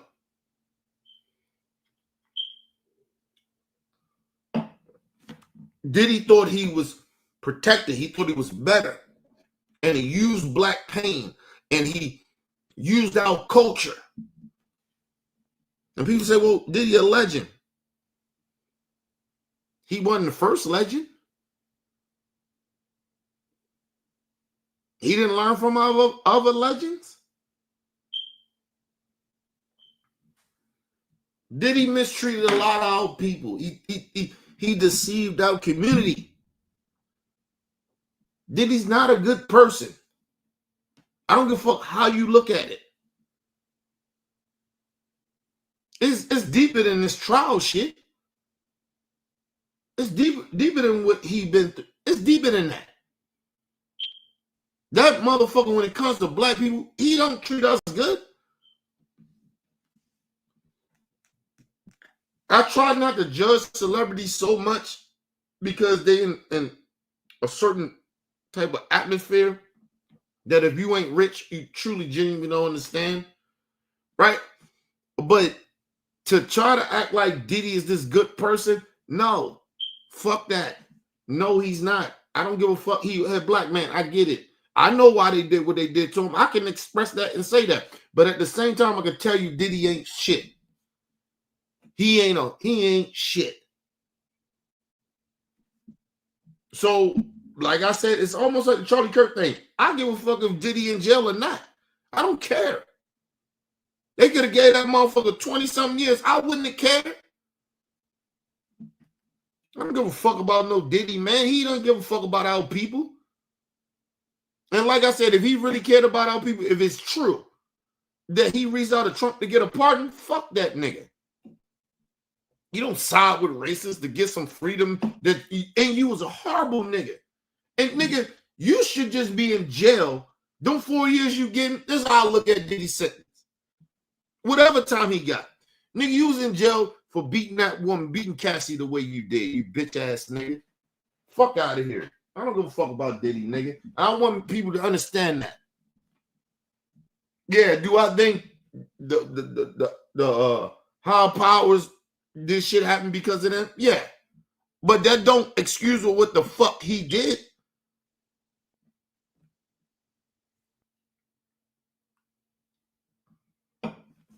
Y'all gotta get this shit. Y'all gotta stop being misconstrued about this shit. Diddy ain't shit. I don't give a fuck what happened to Diddy. I don't. Diddy ain't shit. He ain't shit. This nigga been what he did to Black Rob. Y'all forgot what he did to Black Rob? Y'all forgot what he did to Sean? Did you forget what the fuck he did to Loon?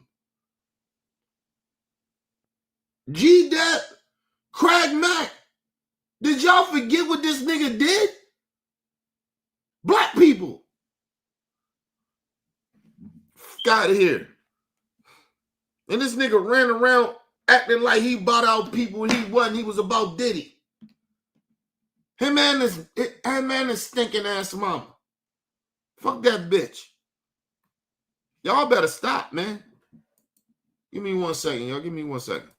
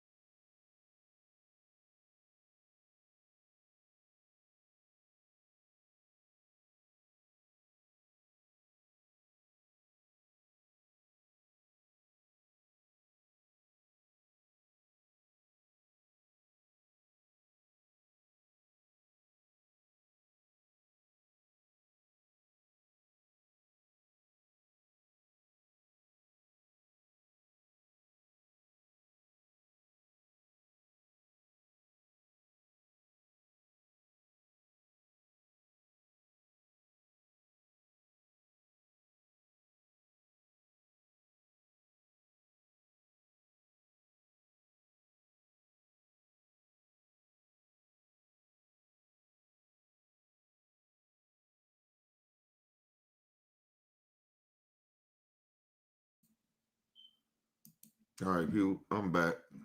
Shout out to my brother talking in the building. What up, Talk? Yeah, man, listen. Y'all keep forgetting about who Diddy mom was, yo. She was damn near basically a madam. Come on, man. Diddy mom was big behind the scenes, if y'all don't know. If y'all don't know, a lot of that shit that's in Diddy name, what y'all think is Diddy shit, it's not even in his name. Believe it or not, he did smart shit. Like, people think Diddy ain't rich no more. Diddy's still rich, nigga. Y'all stupid as a motherfucker. And you notice that his mama never went down for nothing? Listen, his mama know all the motherfucking juice. He made sure he protected it. That's what I give a lot of props to Diddy. He made sure that his mama didn't get caught up in that shit.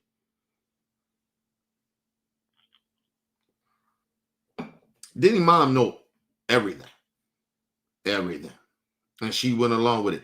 And let me explain something to you. Watch interviews. Go back and watch shit.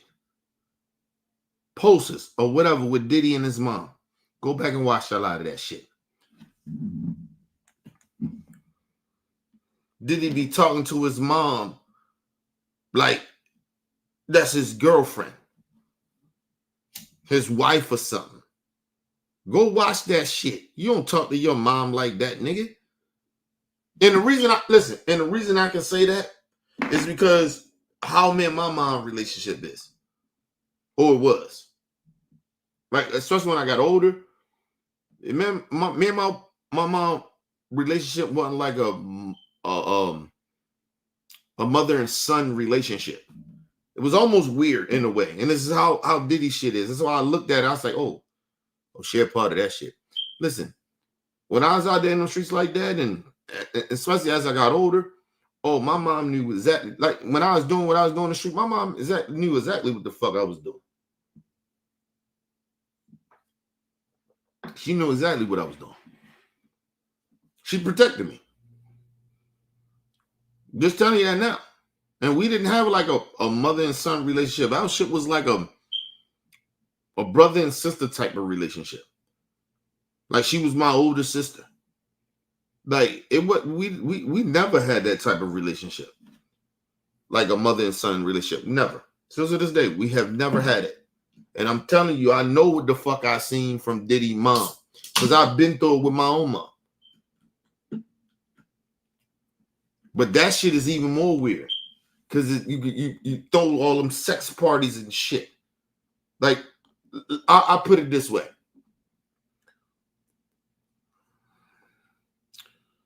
I partied with my mom one time. Right? That's the first time I ever smoked weed with my mom. Or smoked, I can't exactly remember, but I think I smoked weed with her or I smoked around her. Me and my cousin Mason and shit. And that was the first and last time. We never did that shit again. And the reason we never did it again is because I was mad uncomfortable. I was mad uncomfortable. I drunk 40s around and all this shit. I got drunk. You know what I mean? Drunk 40. I was drinking OE at that time. Nah. I probably, how the fuck old was I, man?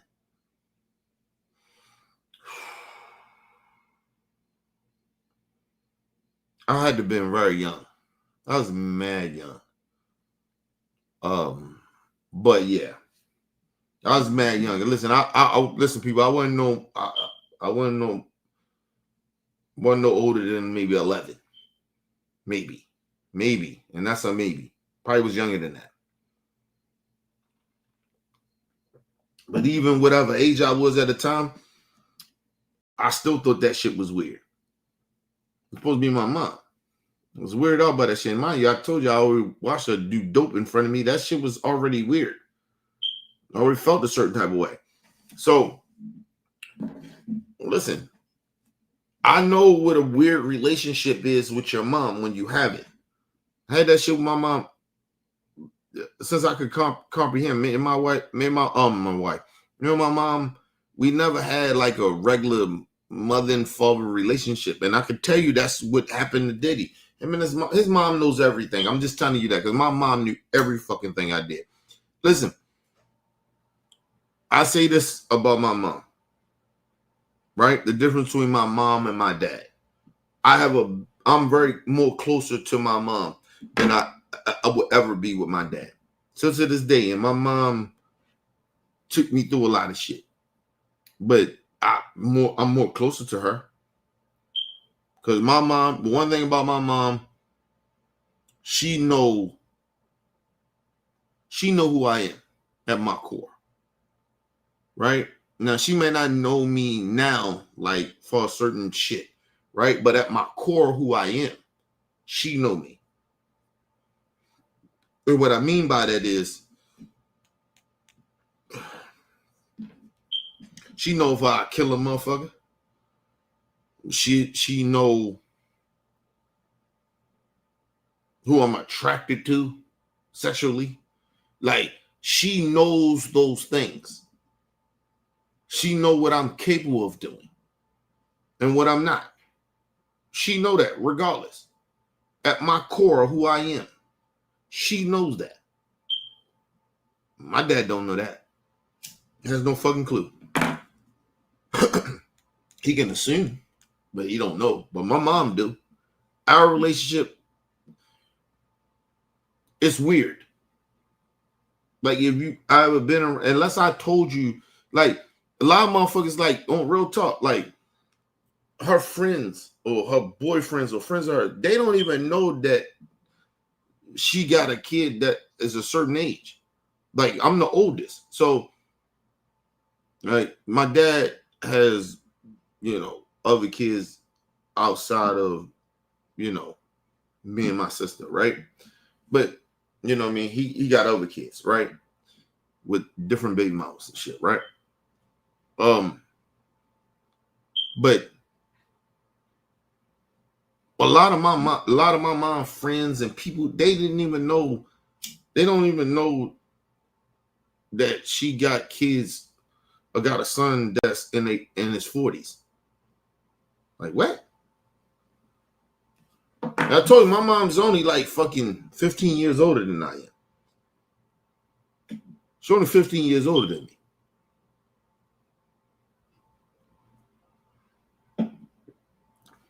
Shit, I probably can date somebody my mom's age if I wanted to, because I like older women.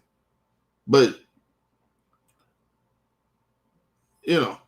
like, I wouldn't date, if I had a choice, I would date somebody older than somebody younger than me. I wouldn't date nobody younger than me.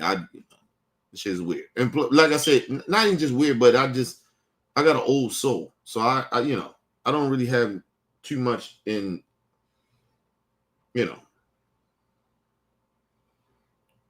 I don't think a young girl have, like, you know what I mean? Unless she got an old soul or something, maybe, right? But I couldn't date somebody younger than me. Like, it just be weird. I'm married, I'm just saying, but if I was single, I couldn't fuck with nobody that's younger than me. Like have a relationship with. Now, fucking, that's something different. But the fuck with somebody, like, have a relationship with, no. No, having a relationship with no young girl. And like I said, unless she had an old soul or something. That's something different, because I have an old soul. So I've been having an old soul since I've been young. So I get that part, but no, I couldn't fuck with no chick that's younger than me. I don't even like fucking with chicks my age. So this is real talk. But yeah, my mom, like, that shit was weird though. A lot of people didn't even know that she had a kid that was fucking, like, my mom was, in her 40s, right? So mom was like early 40s. I was in my 20s. They couldn't believe that shit. And I'm talking about mid 20s. Like I told you, we like only, say my mom 40. I'm 25 at that time. I'm 25 years old. A lot of motherfuckers couldn't believe that. They're like, what the fuck? A lot of friends, boyfriends, whoever she from, like, really?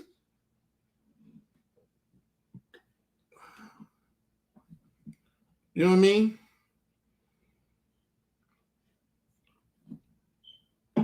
My mom was pregnant with me when she was 14.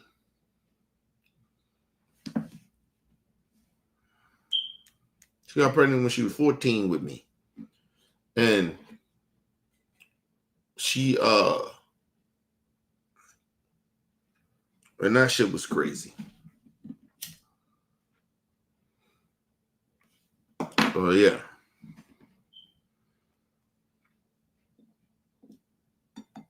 No, and you know the bad part about it is,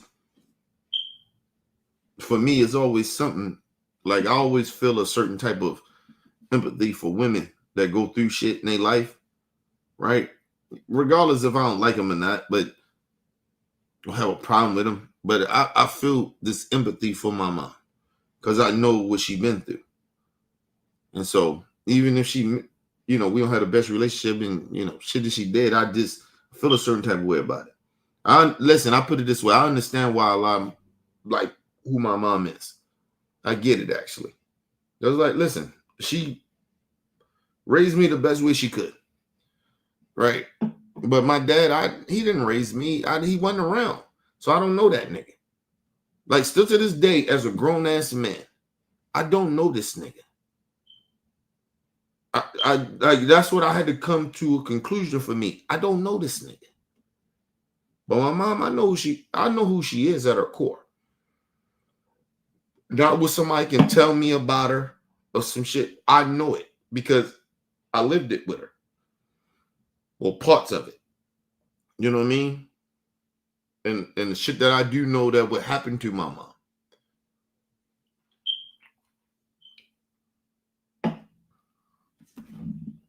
And I came to realize, right? That's why I think I don't fuck with my dad's side of the family like that no more. And it made sense to me. They didn't like my mom.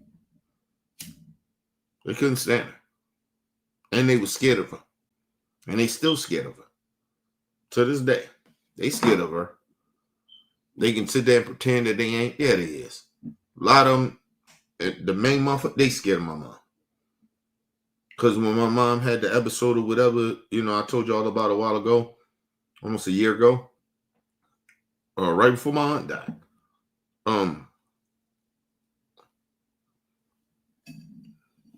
We come from, and then like I told you, one thing about both sides of my family, nigga, we don't call police.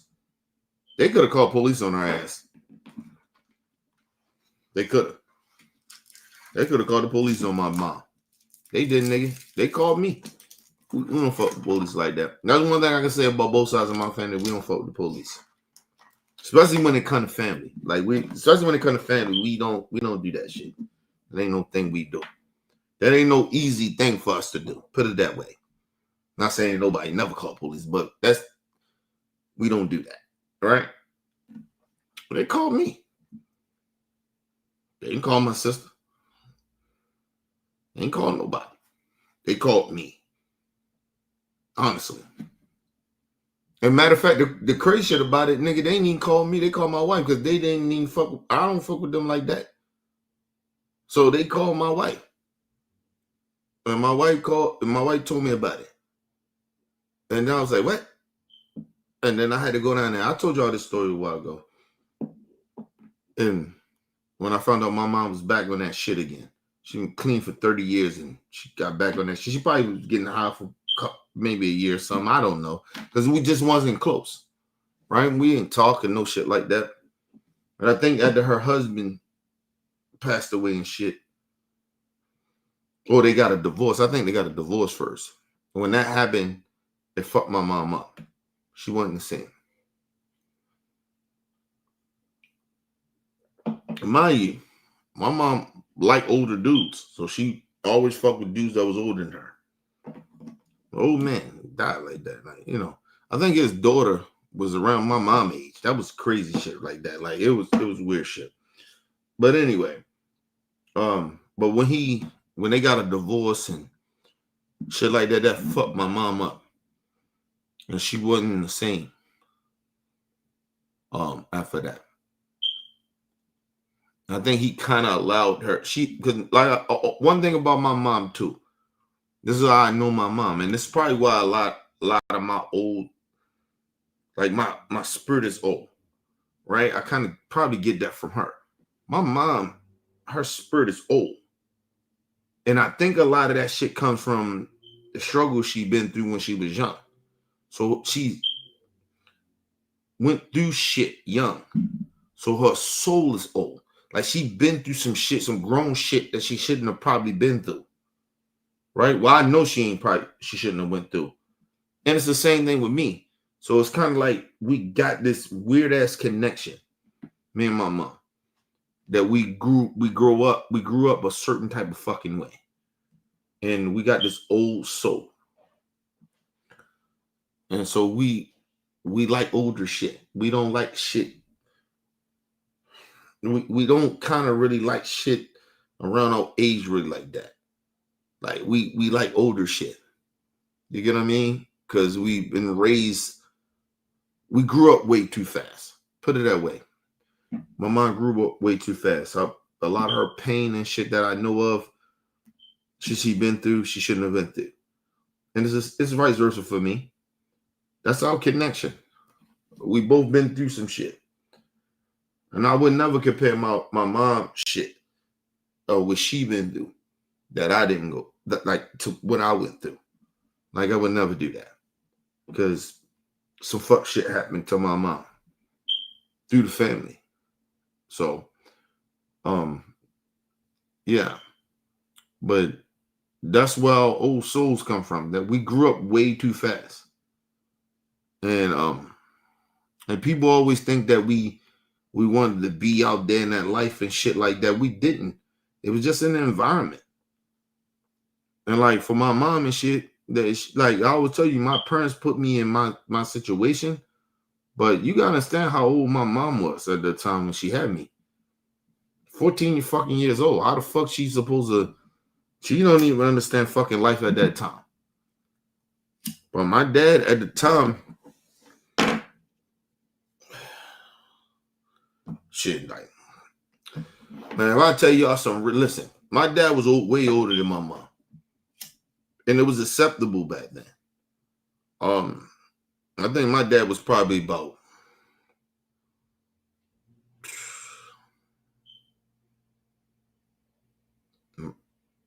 my mom was 13 when they fought. Shit, he probably, no, he crazy about he fucking my mom when she was 12.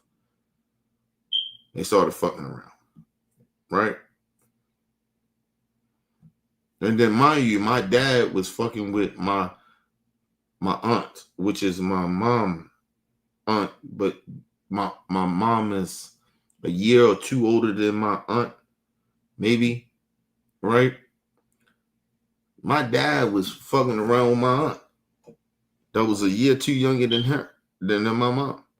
Well, I think they may be around the same age. It's like they ain't a couple of months or something like that. It's something like that, right? So my dad was like, he was, you know, he was like what? He had to be at least 18.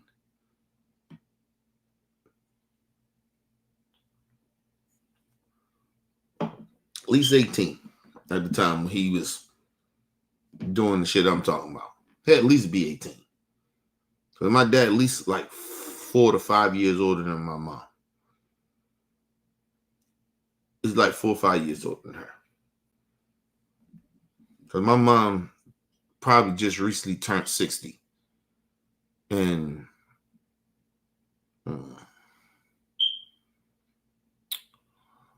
no, she's 59 actually. Actually, because like I said, we only, hold on. Yeah, my mom's like 50. My mom be 60 this year. Well, next year. So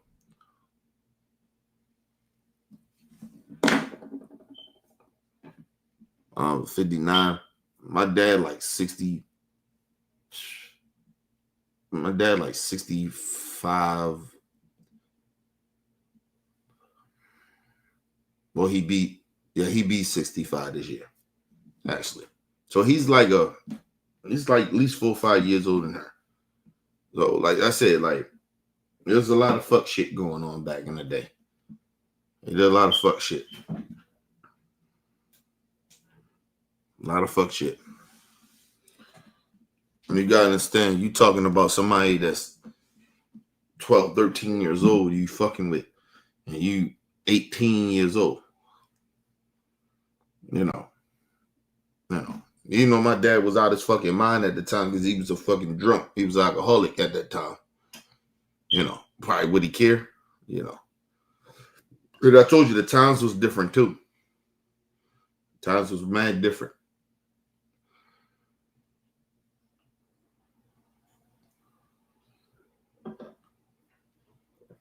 You would call my dad probably a pedophile back then. But the times was different then. Mad different then. So, you know, a lot of shit. My dad, you know, my mom and dad, they got together, whatever, but there's a lot of shit in the family and a lot of fuck shit was happening. And I'm gonna tell y'all some real shit. I believe this shit that I know that they ain't think I would never find out. And I think my dad knows that. And I think that's probably why we can't never be close.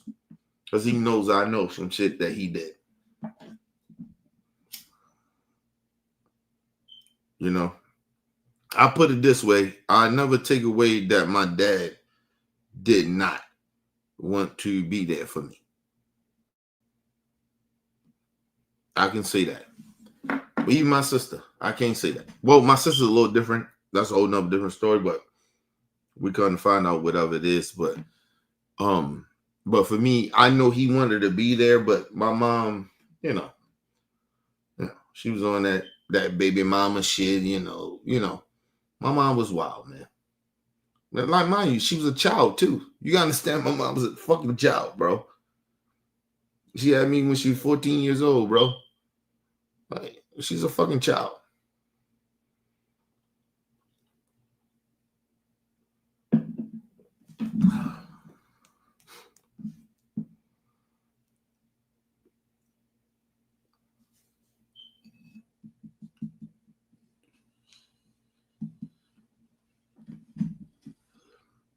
I always tell people,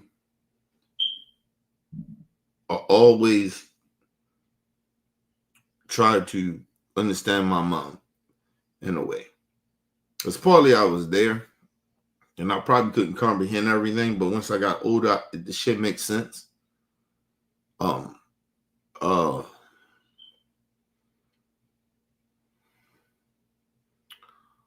mom was the black sheep of the family. And that's our connection in a way. Because I feel that way. And I hurt for her. Still to this day I do. Because I get it. And I think she never got past the pain of being abandoned from her mother and father and grandparents and family, you know, family members and shit. My mom never got past that. I'm still dealing with it, but at least I can acknowledge it. I don't think my mom ever got past that. I think that's why she is the way she is. That pain, and one thing about me and my mom, this is what we got in common. We're very emotional in a way, right? Like when it comes to pain, we very emotional. And we don't like to be hurt. And then you think about hurt, it makes you even more emotional. We're real gangster in that shit, but pain hurts us deeply. It hurts us to our core. That's my connection to my mom. In that way. I know how my mom feels. Like people be like, I'm thinking I'm angry that my mom back on that shit. Right? I'm not angry about that. I actually hurt for her. I have sympathy, empathy for her. Like it's not even anger. Because I know what she's been through. And, you know, I think what angers me is that she don't want my help. But she can't want my help because she on that shit. Why? You ever seen somebody on that shit like that? You know they don't really want your help. They don't think they need your help. And that's what hurts. But I actually feel bad for my mom.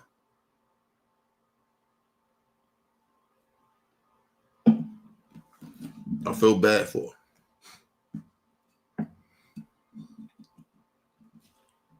It's like my dad. I love him, but you know, you can't.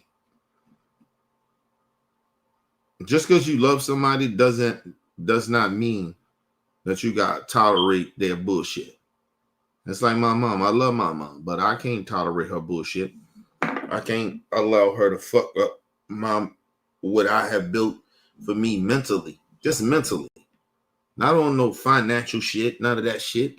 That shit is irrelevant. Mentally, I can't allow my parents to fuck up my emotional, the mental thing that I've been through in my life to try to fix. I can't allow them to do that.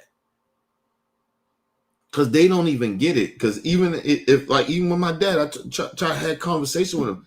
It's too emotional for them. They don't want to talk about it. Well, okay then, motherfucker. Well, then you won't know me. You won't know me because you don't know how the fuck I feel.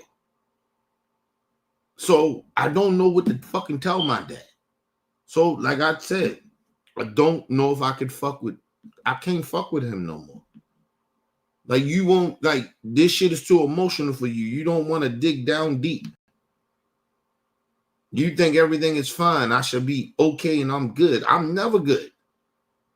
People, I might sit on here a lot of times, so y'all, I know some shit, I do some shit, and I move the way I do, I try to help people. Yeah, but that don't mean I don't go through shit. That don't mean shit still bothering me. But my own fucking dad, he won't even sit down, want to talk about it's too emotional for him. Because see, what happens is when you got to talk about what's real, you come to find out that you ain't shit. You ain't doing the right thing. That's what I found out. That's why I try to do better, people.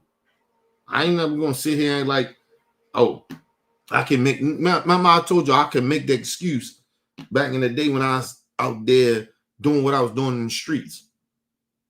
But when motherfucker, you gotta deal with your shit. You know what I found out? I wasn't shit. I hurt my people, regardless of what my excuse was or why I did what I did. I hurt my people, and I had to realize that shit. I had to accept it. I hurt people. I hurt my own. You say you care about your people, but accept that you hurt your people. My dad, he don't want to do that. So I let motherfuckers listen, and that's what I had to accept. I had to accept that my dad won't be okay with that. He won't be okay with that. Because you listen, I told y'all the one thing about people, they can't accept when they fuck up. They can't accept. What up, V2? Did I shout out my brother LT in the middle? What up, L? My bad, L. Did I shout you out?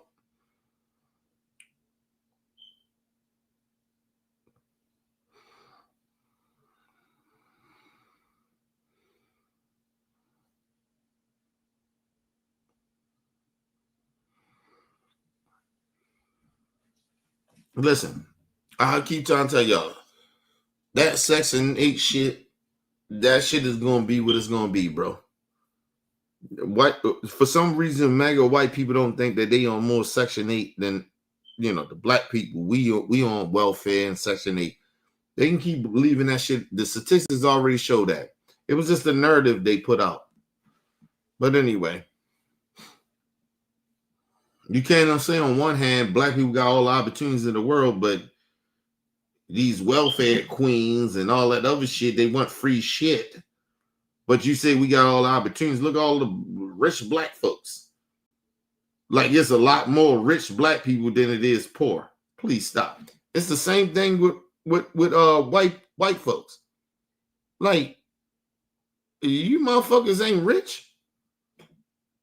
You ain't got nothing on the motherfucking rich white folks. You need to stop. But anyway, shout out to my brother Mel P in the building. What up, Mel P?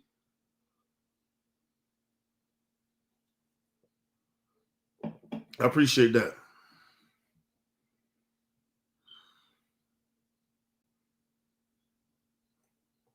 What you mean by that, VP? I mean V2. My bad.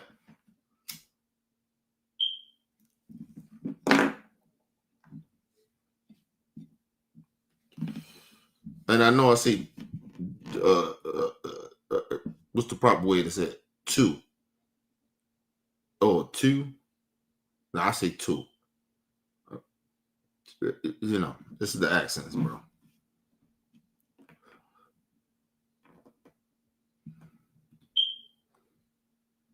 But what you mean by that? V2. But yeah, man. People gotta understand that, man. Like, yo, I had to realize that shit from my dad. Like, yo, we good, man. Like, I think I tried for like over a decade, almost 14, close to 15 years, been trying to like fix a relationship that's broken, bro. Like we can't like, and I don't know if it's that he's just too old or whatever it may be, but I can't vibe with that shit no more. That shit, being around him or even talking to him, or even we not arguing, that shit seem fake to me. Like, you know what I mean? We faking to be around each other. And that goes to a lot of my family members. I don't even like being around them because that shit seems like it's fake. Like, I don't want to be around fake shit. That shit don't make me feel good. Like, you know what I mean? It's feel like I got to pretend to be something that I'm not to make you motherfuckers feel good about yourselves. Like, no. But you never make, like, what always hurt me is that I see these motherfuckers on Facebook, they going on vacations and shit like that where we don't exist. I don't exist. Or my family don't exist. I grew up with you motherfuckers. And all of a sudden you don't know a nigga? I don't call them and be like, oh, yo, I need your money. I need y'all to do some shit. Come over here and spend your money. You get what I mean? The crazy shit about it, like when my grandmother's birthday came, it was years ago, right? And it was like, they asked me, and it was like, you got the house. You got the space. Right? Here at my house. I say, yeah, we can do it. I got y'all. Hell yeah. Blah, blah, blah. Tell me everything I need to do. Set it up. Listen, people, I did majority of that shit. I did, put it like this, I did 75% of that shit. The food and all that shit. Like, shit, just the food shit, we did 75% of that. We did 75%. Nobody really had to bring nothing. Nobody had to do nothing. I think it was my grandmother, it was her 79th or her 80th birthday. It was something like that. Right? It was around her 70s. It was around that time. I did that shit. It was nothing to me. I didn't say no, nothing. No, that can't happen. Nothing. I got y'all. Didn't need nobody. Listen, if they would say, yo, Kay, Kenny, we need you to do this. We need you to pay. We ain't got it. I'd have did it. But everybody brought what they brought, and that's cool. Had no problem with it. Nigga, I did it. Me and my wife, we did that shit. It's grand, nigga. Like, that's an elder. You take care of that. You know what I mean? I blew money. Nigga. Like, I was blowing money like it wasn't nothing. Me and my wife, we blew money like it wasn't nothing. Mother-in-law, same shit. It wasn't nothing. Money, it's not that. It's the experience. Have everybody together. That's how we look at that shit. They look at that shit on money shit. And that's what I noticed. I see all my family members, they do shit off of money. Right? The materialistic shit means more. motherfuckers talk a good game. Listen, whenever time I see any of my family members on Facebook, right? I rarely be on it. I don't even be on that shit no more. I ain't say rarely. I don't even be on that shit like that. Right? I just recently looked at it because my wife posted some shit about my daughter. It was her birthday. And I wanted to see how many people was going to respond to it. You know, when I first looked at it after like a day or two, ain't none of my family members ever respond to it. On my side. On both sides of my family. Didn't even respond. That's how I got. That's what I want to tell you. Listen, give me 1 second. Yeah.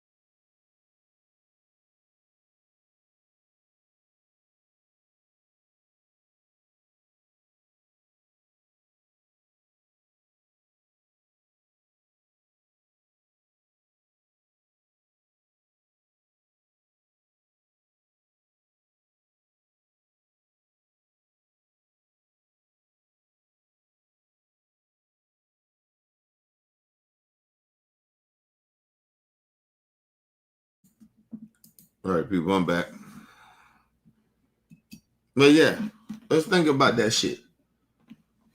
Like motherfuckers in the family. Nobody from my side of the family even respond to the Facebook shit. That's the first time I've been on Facebook probably in maybe a year or two. I don't go on Facebook like that. And I just wanted to see some shit. But bad fact, it probably was around, this is a year ago, because I probably looked at it again around my daughter's birthday last year. Nobody on my side of the family respond. Y'all can say if people if you see go to my Facebook page, it's still up, but I just don't be on it. I don't respond to shit. I don't put shit out. I don't do shit on Facebook. But go look at it. Listen, man, ain't none of listen. But y'all don't know that side of the film, so y'all probably like, oh, you listen. That was all my wife people, her friends. I need my friends. None of my friends or nothing. It might be different now, but because I haven't looked at it again. But I'm telling you, I didn't even recognize half of them people, and that was my wife friends and her family. What? I don't know why.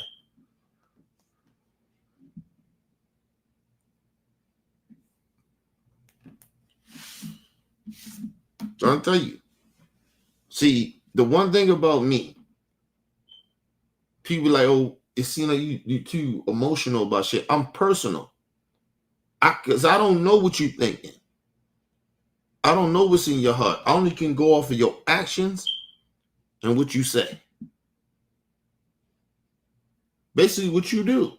I don't know nothing outside of that. I can't read minds, nigga. I'm not, first of all, I'm not a psychologist and I'm not a what you would call it, like a motherfucker that's like some type of psychic. I'm not a psychic. I don't know what the fuck going on with you. I don't even go off of your actions. Nobody respond on either side of my family. And I know they on Facebook, bro.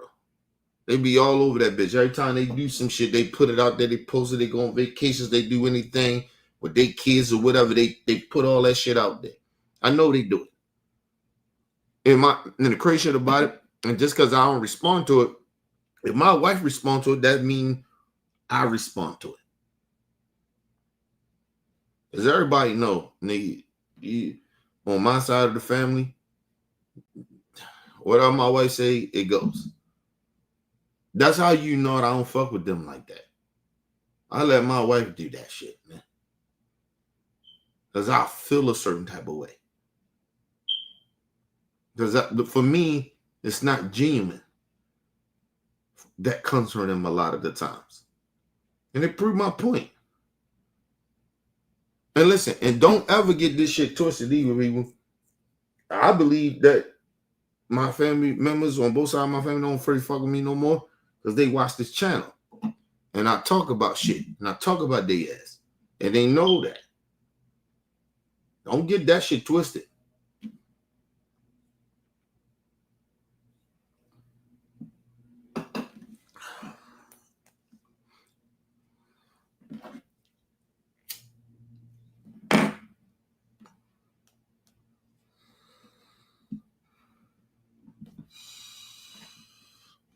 I had a cousin a while ago, right? And he said, "You ain't coming to my dad's funeral." I said, "Did anybody? How many motherfuckers came to that funeral?" You know why?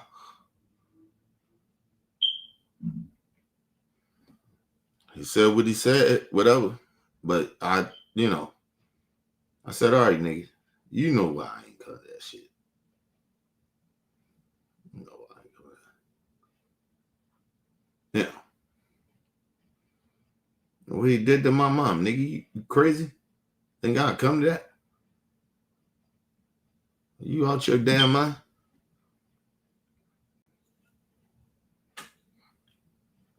And look, and just because people in the family try to ignore what he did to my mom, doesn't mean y'all make y'all mind up what y'all think what happened, but whatever y'all, the horrible shit that you can think of, that's what he did. Fucking going to your dad's funeral, nigga. You stupid, you crazy. Yeah, that's your thing, man. Believe whatever you want to believe, nigga. And since that day, me and him ain't been close. Right? Because the truth comes out. The truth comes out. Motherfuckers don't want to deal with the truth.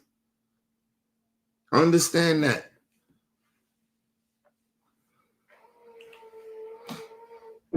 I don't have to acknowledge some shit that you want to pretend that didn't happen. I don't never have to do that. Especially when I know better. Like, we young, we don't know better. Now, listen, mind you, that's my uncle. Nigga, I didn't know no better back then. He was one of my favorite uncles. When you find out what the motherfucker did to your own mama, nah. Mm-mm.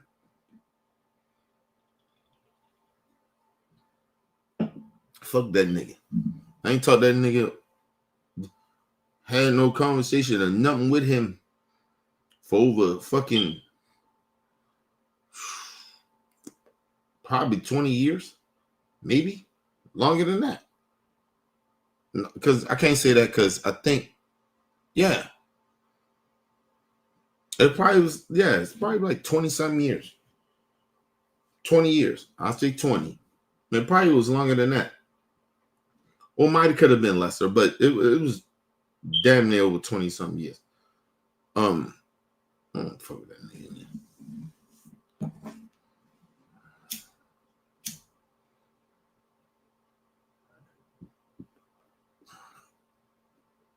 Even my aunt that I love, excuse me, she covered that up. Covered a lot of shit up. Everybody in the family, they cover shit up. That's what they do. Fucked up shit happening in the family. That's what they do. They always do it. Yeah, that was the times back then. And then after a while, if you cover shit up like that, then it just moves on. Nobody thinks nothing of it. Nobody. Everybody just let it go. Got family members still to this day, nigga, I don't fuck with because of that. Because they, that's their daddy or they close to that nigga or whatever. But I don't fuck with that. Yeah. Nah. You still defending that nigga, whatever, man. Can't fuck with you. I stopped talking to people, man. You can't defend people that do shit like that. You can't, not even, like, for me, you defend people like that and think it's okay to get away with that shit.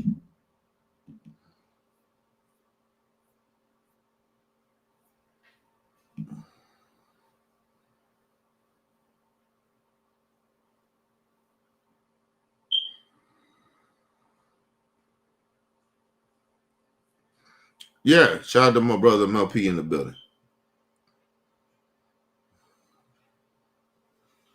Yeah, it's always like that, man. I told you, like, I got more motherfuckers that ain't blood of mine that's more blood than me. That I know that nigga they'll die for me. I call these niggas any day. I need their help. They'll do it. And they ain't blood to me. Told you, my street niggas is like niggas I grew up in the streets with. Nigga, they'll kill for me. I call them, I need some money, I need anything from nigga. I call them niggas if I wanted to. I choose not to. Nigga, I had to be dead and out for me to call them and get some money from them, nigga. You know what I mean? Or I need their help in that way, nigga. First of all, I'm in no disrespect to them, but a lot of time I'm in a better position than a lot of them are. So I don't need their money. So it ain't no financial shit. And nigga, I'm very proudful. Nigga, I had to be down and out to ask any of my fucking friends for money. Crazy. Now, don't get that shit twisted because I don't want my friends or people I fuck with, I love with, not to call me if they need me. Nah. Call me if you need me. Now, I got to be real down and out. Like, no resources, but I do have it. So, if I'm so close to down and out, nigga, I'm good. Shit, nigga, I'm getting ready. Look like I'm getting ready to pay about $400 or $500 for a fucking window that got smashed. You know what I mean? You know.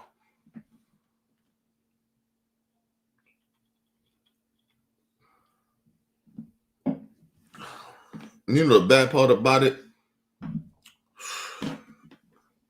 I'm supposed to be taking my daughter out.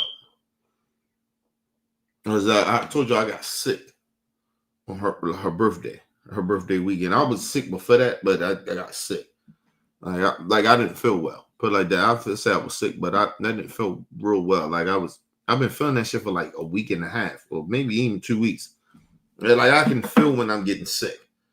And finally, when my daughter's birthday came in, I had worked so many days, right? As I told you, I only work 3 days a week. But I worked like 5 days a week because I want to have some extra money to do some shit with her. Nigga, by the time my daughter's birthday came, nigga, I was sick as a dog.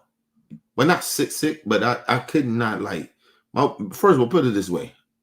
My wife do not want me around them when I get sick. Cause when I get sick, I'm sick. Right? You know when I'm sick. I move different, I sound different, and shit like that. Because my wife knows, she know me. And she's like, nah, nigga, you can't go with us, nigga. And first of all, nigga, I don't want you in the car spreading that bullshit. Like, you know what I'm saying? Listen, I love this shit about my wife. My wife be 100 with me. Now, nigga, you can't roll with us. No, nigga, you can't come with us. Oh, no. You can't come with us, nigga. You ain't go. You know what I mean? Like, I couldn't even go. And then my daughter's birthday came. I felt a little better. I think was it that Friday? Yeah, I tried to do some food and shit. Grill some shit, and she wanted some cheeseburgers and shit. And I still wasn't like 100. Like I wouldn't even say 100. I wasn't even 90%. I still was kind of like what it was. I want to still do some shit. But I didn't do what I wanted to do. Right? So, like I said, I think I have a clue on how this check gonna look. So, if the check is the way I think it's gonna look, I'm not gonna work Saturday. Even though I miss some, I'm gonna probably miss because I'm supposed to work today, and I'm most likely gonna work tomorrow. I'm supposed to work tomorrow, but if I can get in Thursday and Friday, I'll be fine. I'm gonna try to get that. But yeah, man, I want to do a daddy-daughter day. I was gonna take pictures, put it out there, y'all see it or whatever. But yeah, man, I want to do that with my daughter. I wanted just to be her, me and her. You know what I mean? We was gonna go out and I was gonna buy some sneakers and because my daughter ain't really into materialistic shit, but that's something I wanted to do for her.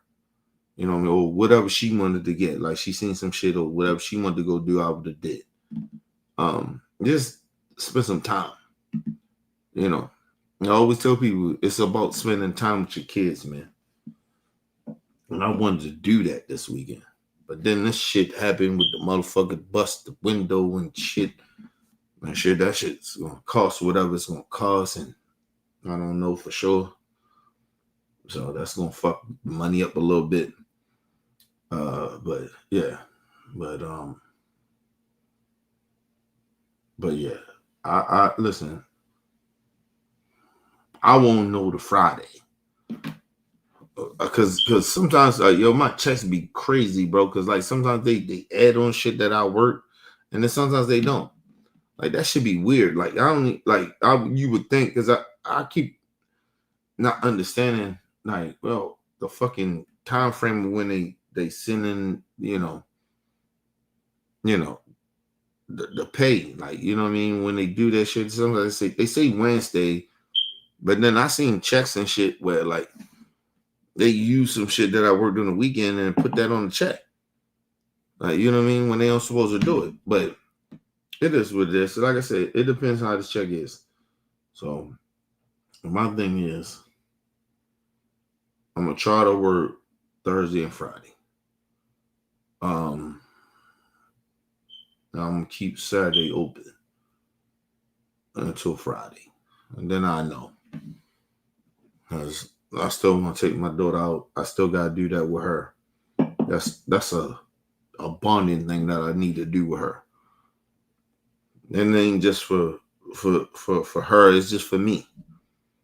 I need that with her. Honestly, it's a more of a selfish thing. I ain't gonna lie to you. My daughter, one thing about my daughter, she don't give a fuck about a lot of shit that y'all think she care about or I care about, but she don't care about that. But I think the time she cares about. I told you my daughter's the blackest white girl you'll ever see in your life. You know what I mean? But that's what we raised her good, man. Nicest person in the world, man. I ain't never been around somebody other than my mother-in-law. My daughter's, and she pick up from who my mother-in-law is, been raised that way, right? The nicest person in the world. My daughter's the nicest person in the world, man. I ain't never seen nobody that damn nice. She 10 now, so I kind of say she a person, like, you know what I mean? Like fully, you know what I mean? She been here 10 years, bro. A little girl is different, man. You know what I mean? I told you, even though she autistic and shit like that, but her IQ is very high. Of course, like intelligence, like far as like, people would say like school shit and all that shit. Nah, her shit is outstanding. But her personality, is still kind of, it lacks a little bit of, she 10, but you probably would think she probably fucking 6, right? But that's because of the autism shit. But the nicest person in the world, though, I look at how nice she is. I take pride in that. Like you take pride in your kid being a good person. That's why I look at it. listen. She could be a mean autistic kid. I think a lot of that shit come from too. No, a part of not science is a certain thing, but the other part is how your kid grew up a little bit. My daughter is nice because we don't, we don't. When she be mean, we check her. We don't do that. She'll cry and shit. She'll be like, "Oh, you being mean," and no, you being mean. Don't say that shit. We check her ass. You don't get to do that. You don't get to be mean to people and shit like that. You get to say shit out your mouth. We check her. You know what I mean? Even though she autistic, nigga, that makes her who she is a little bit as a person.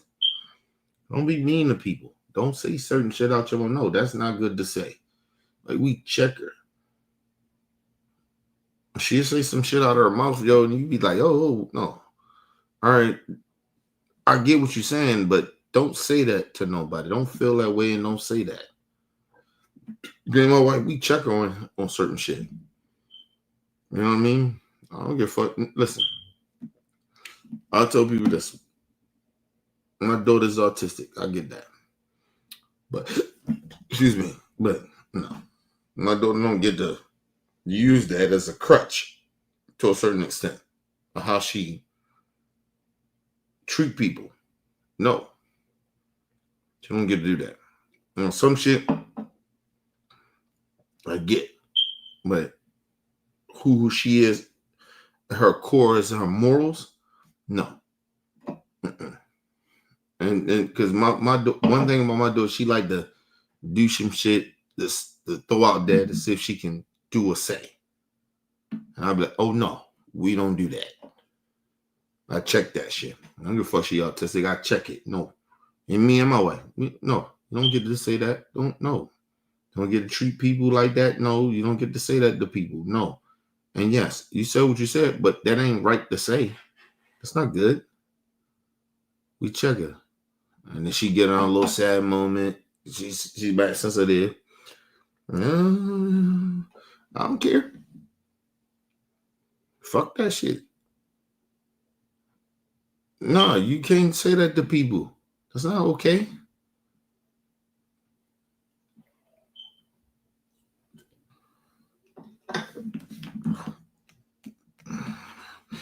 I always tell people, my daughter is very highly fucking intelligent. She's very highly intelligent. Listen, I put it this way, my daughter's way smarter than I ever was as a kid. I can't say that about my wife because my wife graduated from high school when she was 16. But for me, yes, my wife, my daughter's way highly intelligent than I am. I mean that I ever was when I was her age or young. Like, I was never that intelligent, ever. I wasn't as smart as ever. And I'm dyslexic, but I still, like, you get what I mean? The feelings of shit. But even though she can't understand fully the feelings and shit, but her intelligence is crazy. That shit is off the chart. I told you, my daughter was fucking swiping cell phones when she was like 2 or 3. She knew how to work a cell phone when she's like 2 or 3 years old. She was swiping, nigga. Knew what to go to, press it to get where she wanted to go on a fucking cell phone. And she was 2 or 3 years old. No, listen, Mike, we never taught her that. We never taught her that. She just all of a sudden just started doing it. And so I said her IQ is crazy. It's just controlling her emotions. That's it. That's all we try to do. Her intelligence is what it is.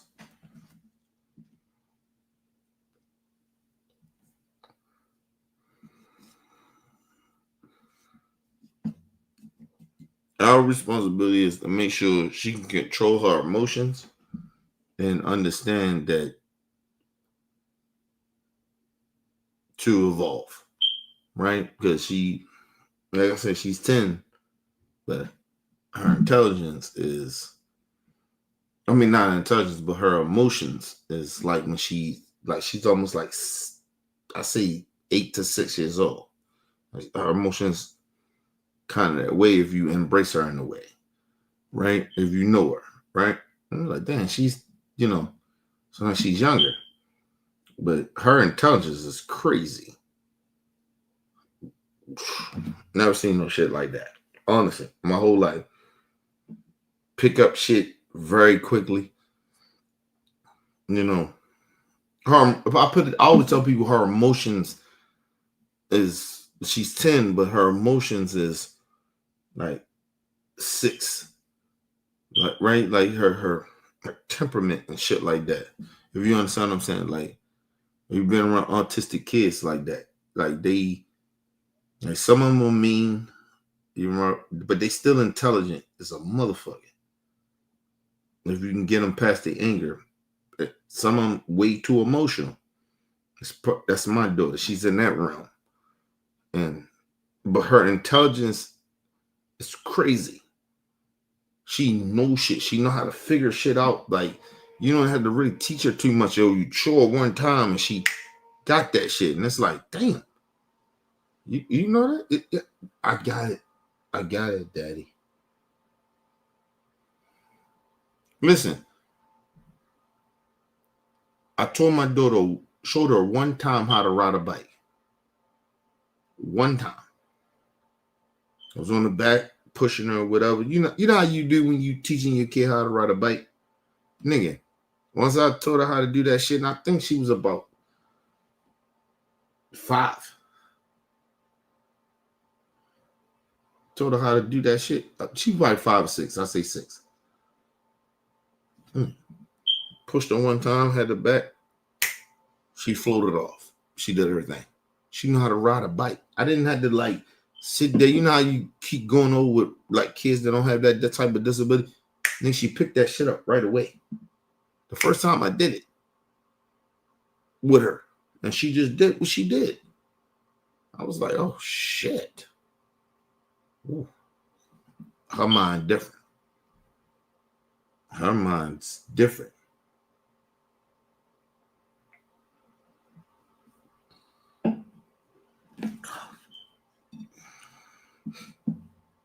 That's why I don't ever look at my daughter as special in that way of like, well, she autistic. No, nigga. If I look at her as special in a way, I look at her fucking brain work different. She does some shit that I'm amazed by, that she gravitate to and she can figure out very quickly. It's like, God damn. One time, listen. When we took them damn training wheels off, one time she figured that out. One time. And she ain't never fall. Ever. Never crash, never fall. Know how to ride a bike. Yo, like that shit is crazy, bro. Listen, I don't think I knew how to ride a bike at her age. I probably learned how to ride a fucking bike when I was about 10. I was her age now. Not at fucking, I think she was about what? 6, 7 years old? Maybe? She know how to ride a fucking bike? I didn't know how to ride a bike when I was 6, 7 years old. I didn't.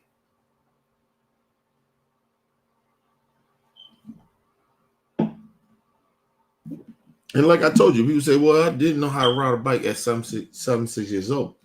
But how many people that was 7, 6 years old, it took them one time to learn how to ride? Usually they kept falling off the motherfucker. We kept falling off it or whatever. No, not one time. Had my hand there, whatever, boom, boom, boom. Keep pushing.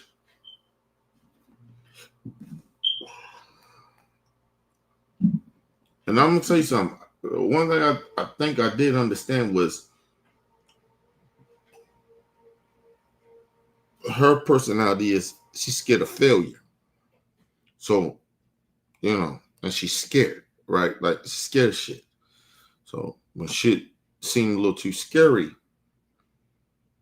this is this thing that autistic kids kick into, that they're like, okay, I got to do this. So when I did this shit with the bike, and I let her go.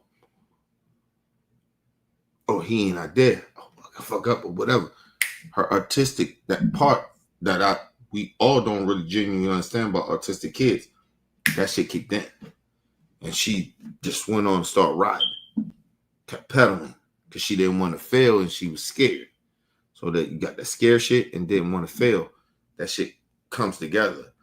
And that's what made her do what she was doing. And that's some shit that we don't have as regular people. That's not even autistic.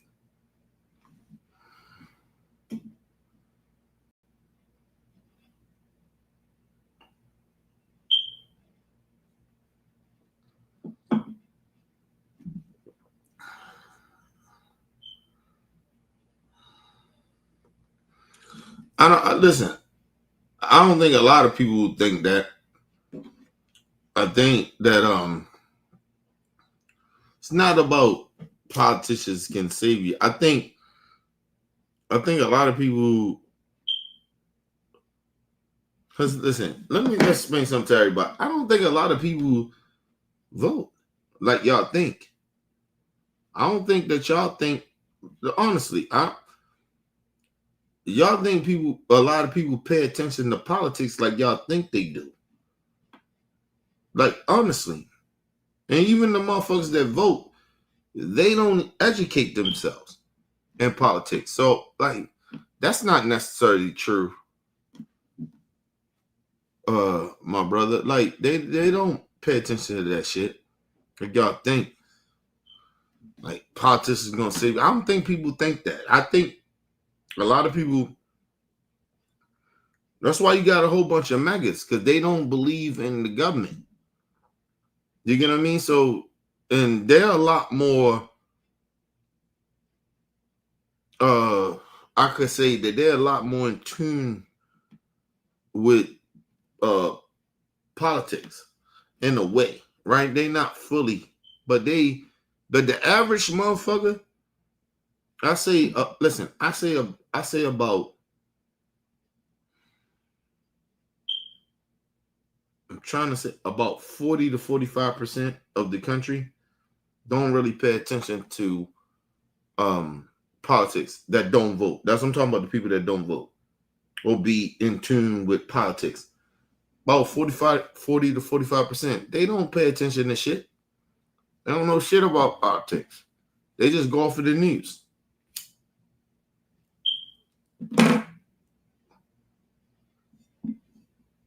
And they go off of that shit to not to vote.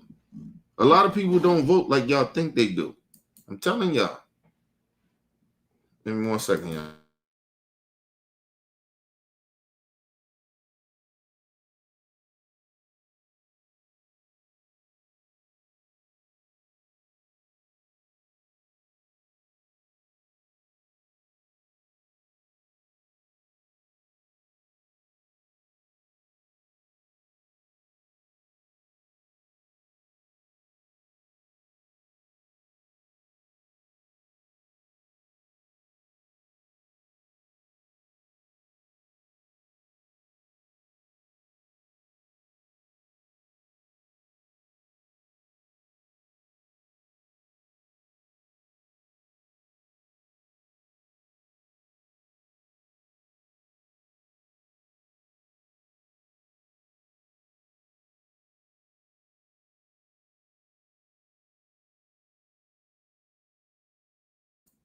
All right, people, I'm back. Yeah, but a lot of people don't pay attention to politics like that. They don't. They don't pay attention to that shit, man. They don't. You get a lot of people coming here all the time asking stupid ass questions. Because listen, they ask stupid questions because they don't pay attention to politics. Right? Or the politics that you just listen to, right? They come here with fucked up opinions. They don't pay attention. Nobody pays attention. They don't read policies. Listen, let me say this. Let me say this to y'all. Understand something. This is how you know people don't pay attention to politics. when they talk about a bill, right? And then they start saying some crazy shit they saying about the bill. That bill doesn't even make any sense. Right? It doesn't even match up to what they're saying. I put it that way. Right? Now, you ask me about a policy or bill. I can break that bitch down to you. I can do that because I actually pay attention to shit. The average person, and I say about 60% of people in this country do not understand. And it might be higher than that, but I'm just being nice. 60% of people in this country do not know what a bill actually really means because they don't know what the bill means. They don't educate themselves in it. It's not saying they stupid. It's almost saying, do you really pay attention? Do you actually do research on a policy or a bill? I guarantee you 60% don't know. Or even, listen, it's just about the bill affecting you and others. I guarantee you people don't know. 60%. And it might be higher than that. Because I told you, a lot of people only vote for shit or go along with shit or vote for a politician because it's all about the reactions of some shit. Like almost like, oh, well, I gotta fuck with that person because they saying some shit that makes sense, that rise with what I'm saying, in my opinion. They're not looking at the fucking policy. These are facts. I tell y'all, ask yourselves about a lot of policies. Do y'all really pay attention to the shit? Do you know what the fucking policy actually means or the effect of that policy is going to have? Listen, sometimes you can read a policy, right? Or if you know about a policy, right? And you get the details of it. Yeah, that shit might work out for you, but how can this hurt others? Because you might be in a different situation. That policy may help you because you're in a different situation. What if it hurt others? Do you think about that when you read policies? I guarantee you a lot of you don't. That's what I mean about educating yourself about a policy. Some policies can help you, right? But okay, it helps you, but how this policy can hurt others? It might be good for you, but it may hurt others. So are you going to go along with it? Ask yourselves that. See, policies is just not, or know about policies that help you, that can affect you and help you, right? Sometimes policies can hurt others. And if you ain't got a moral compass, you probably wouldn't give a fuck about that because that policy helped you more. And I don't give a fuck about other people. But that's where your moral principles come in at. There's plenty of policies that helps me. That shit ain't right or morally good for me because in fact, because the policy helps me, it hurts other people. So if a policy helped me, that don't mean it's good for others. Especially if I can survive of not having this policy. Like, come on, man. And sometimes you got to give more than you receive. That's the number one thing. All these fake ass religious people talk about, oh, they religious. Nigga, you got to give more than you receive. So you got to help people. You got to put money. You got to pay more taxes to help others. Everybody ain't had your lifestyle. Everybody don't think like you think. People been through way more shit than you ever been through. Or because you've been through it. Doesn't mean shit. People are still hurting by it. You don't know their circumstance. Just trying to tell y'all, man. You really need, listen, to read a policy or read shit. All right? Or you claim you know some shit. It's not just about that. It's about a moral thing too. Yeah, that policy, it may be good, but how many people that's gonna hurt? Yeah, you good, but how many other people that's gonna be hurting from that? Because they don't have the same skills. They're not in the same situation that you have in life. So how can this, yeah, it might benefit you, but how it's gonna hurt them or people that don't have this? You gotta think about that. I don't want to pay more. I don't want to pay more in taxes. Listen, let me just say this to everybody. Talking about, I don't want to pay for other homeless people and all that other shit. And I don't want to pay for people less fortunate. They don't do shit and do nothing. Listen, when your ass die the day of the month, bitch, do it matter?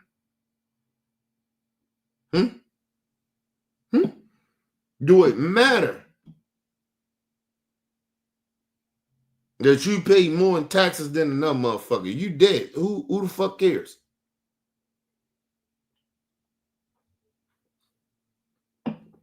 But listen, like I told y'all, that's why I don't move like these other motherfuckers or people in the world. A lot of people in the world. Listen, I don't feel no joy about receiving shit. I feel more joy about helping people and helping them. So me paying more taxes don't mean shit to me than another motherfucker. Even if they taking advantage or not. Nigga, they gotta talk to the big man. Listen, I'm not God. We always keep trying to pretend, oh, what they I'm doing more than what they do. It doesn't matter if you on principles. If you standing on principles, what the fuck do it matter? First of all, if you doing the right thing in life, right? You doing what you're supposed to do. Of course you're going to do more than somebody that do bad or taking advantage. Of course you're going to do better than them. This is we talking about principles. Of course you're going to do better. You're on a moral high ground than they are. But I told you, doing good or being morally good, it seems like it's the bad thing to do. It's harder to do that. But motherfuckers that do bad, those motherfuckers get praised, don't they? You ever notice that? They get praised. That's how you know society is fucked up. Not just in America, around the world. And you niggas sitting there, you okay? Because they doing it, I should do it too. Fuck them motherfuckers. They ain't got nothing. They taking advantage. You're supposed to be better than them. You're supposed to be better than them. Teach motherfuckers how to be better. That's your purpose in life. Do better to show people better. What's wrong with people? What's wrong with a lot of y'all? That's why I always tell people, ain't nobody on, a lot of motherfuckers ain't on my level, bro. You can't be. That's why I hold myself way up here than other motherfuckers. Because some motherfuckers still saying, well, what about what they doing and they're not doing? I don't give a fuck what they not doing or what they doing. What am I doing?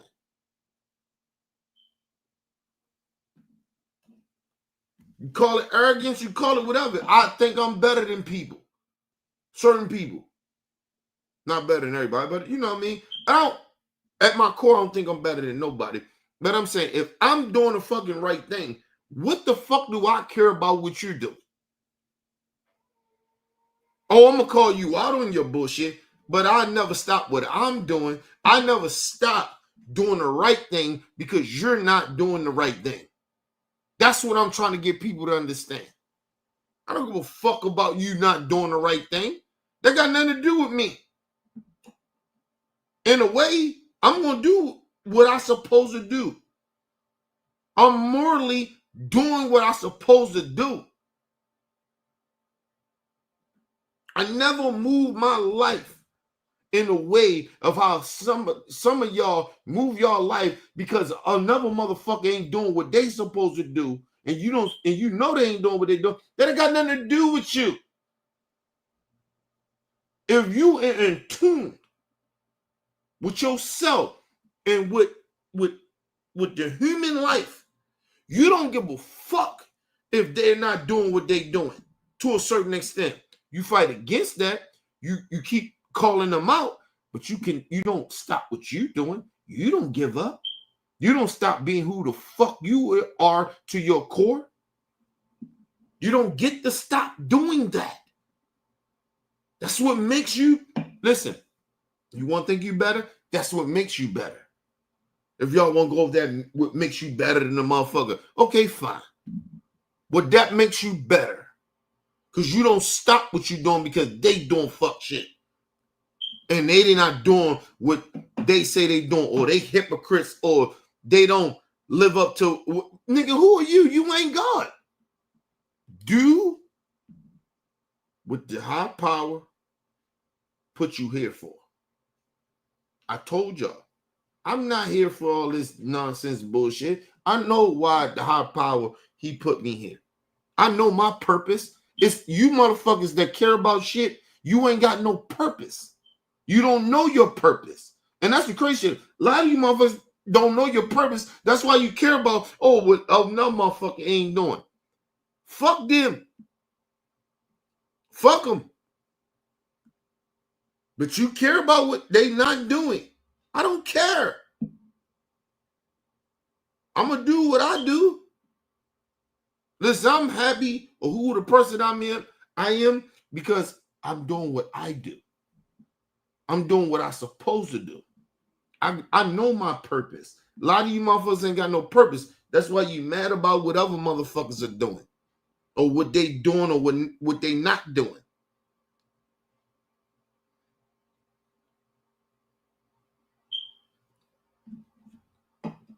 Listen, I say this from the bottom of my heart.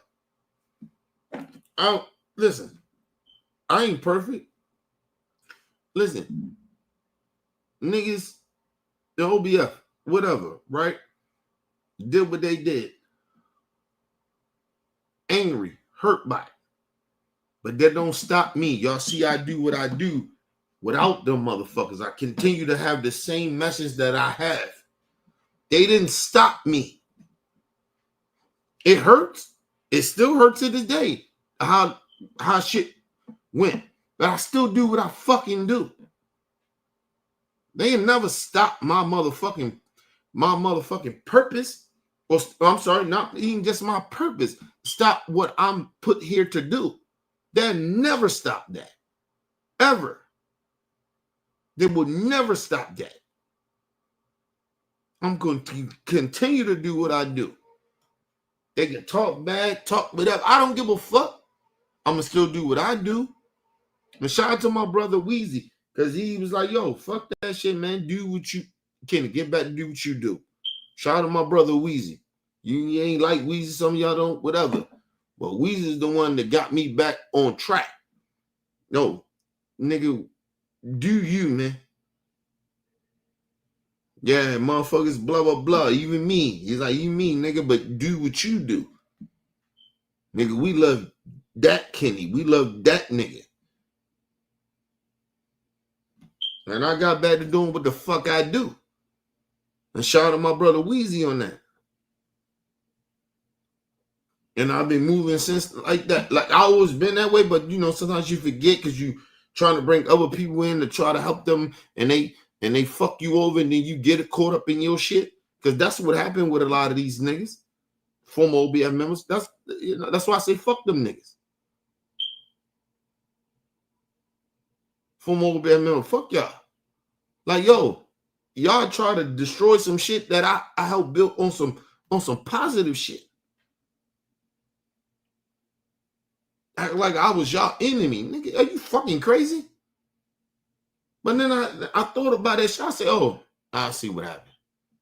Ooh, I seen it. Oh, I see it now. These motherfuckers ain't they not really real. This shit was about them, making them feel better. It wasn't about the people. It wasn't about, you know what I mean? Like I tell y'all shit about me, nigga. I put it out there. Judge it the way you want to, but at least I put it out there. Oh, they scared. Oh, they ain't really like that. And I found out that shit, and it's all good. Shout out to my brother Weezy. He like, nigga, get back to do what you do, nigga.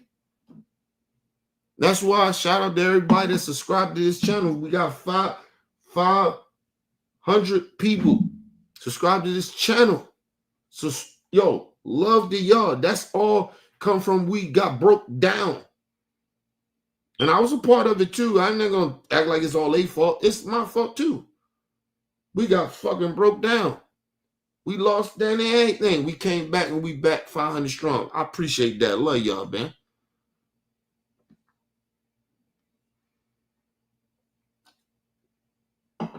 And we've been doing it the right goddamn way. We ain't giving a fuck about the likes and all that other shit. We get them. We don't. That's the movement. And that was always my movement. That's the crazy shit about it. It was always my movement. I don't give a fuck.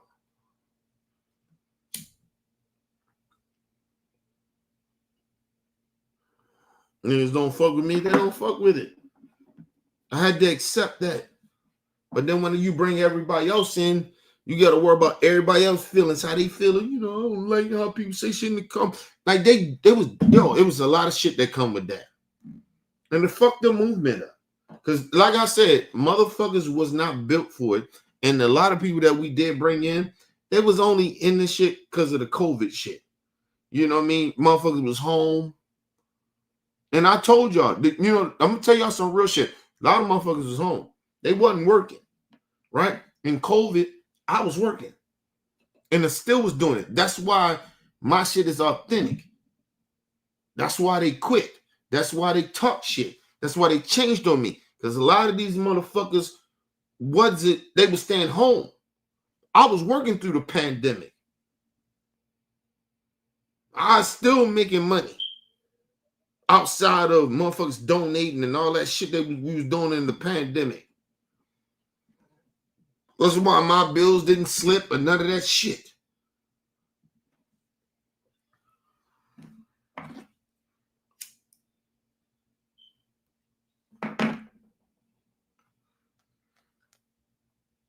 Like I said, shout out to my brother Weezy, man. He said some real shit to me and got me back on track. And I get that to him. And me and Weezy don't always agree on shit. But listen, that's my dude, man. He got me back.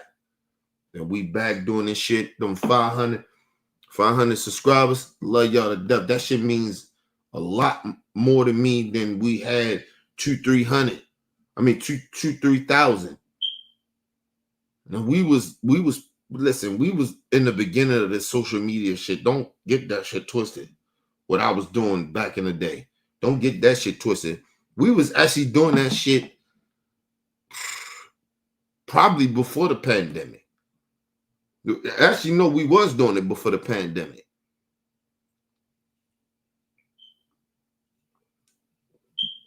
Don't get that shit twisted. So shout out to everybody. Everybody that fuck with us now, and we here, nothing but love to y'all, man, because I know this shit is genuine and is real. To even all you trolls, you come in, you say whatever you say, I know it's genuine. You really hate us. That's cool. But the one thing I never changed was blocking people because they disagree with us. I never did that. Ever. So you say whatever you want to say about me, nigga. I ain't never really changed like that. Now, some certain shit I probably did because of all other OBF members. I get that part. But my core, who I was, I never really changed who I was. But shout out to everybody, man. Shout out to my brother Mel P in the building. What up, Mel? Shout out to the investigator. Shout out to bro. say I've been fucking you from day one. Yeah, listen, man. Hey, man. Listen. I know motherfuckers that been fucking with me and ain't been fucking with me no more. You know what I mean? I get it. Sometimes life lessons happen. You have to understand that everybody. Listen, I told you it's a good and a bad thing about me, right? Of my personality, and I'll be honest about it. I'm very, very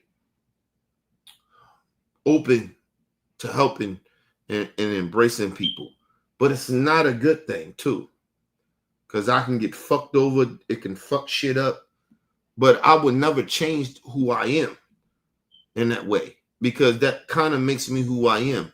But I know it's a bad part of that. I know where people want to take advantage of, people want to do fuck shit. You know, I get that. But I still wouldn't change it. I'm still that same person. I still will be open, you know what I mean? But I'm more cautious. But I'm okay. Listen, I know who the fuck I am to my core. I appreciate that. I appreciate that, Mel.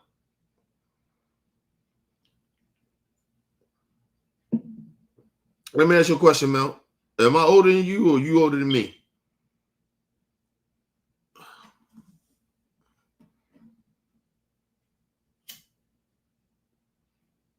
Shout out to my brother Mel P.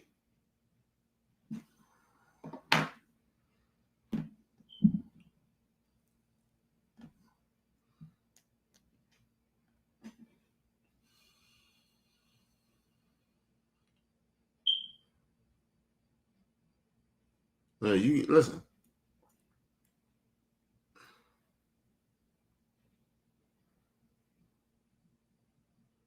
Yeah, so my brother Mel P, the OG, he OG shit, he OG status.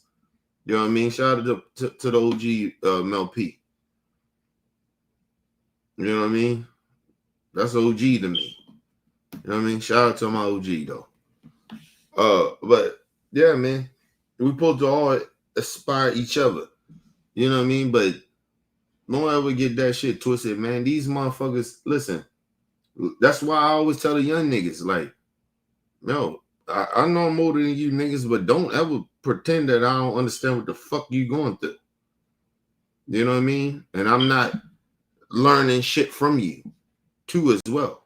You know what I mean? So I'm one of the motherfuckers, I got the wisdom because I'm older, but at the same time, I'm not ignorant to not understand what you're going through. You know what I mean?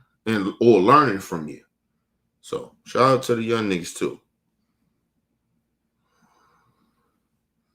Shout out to Bro Bell in the better.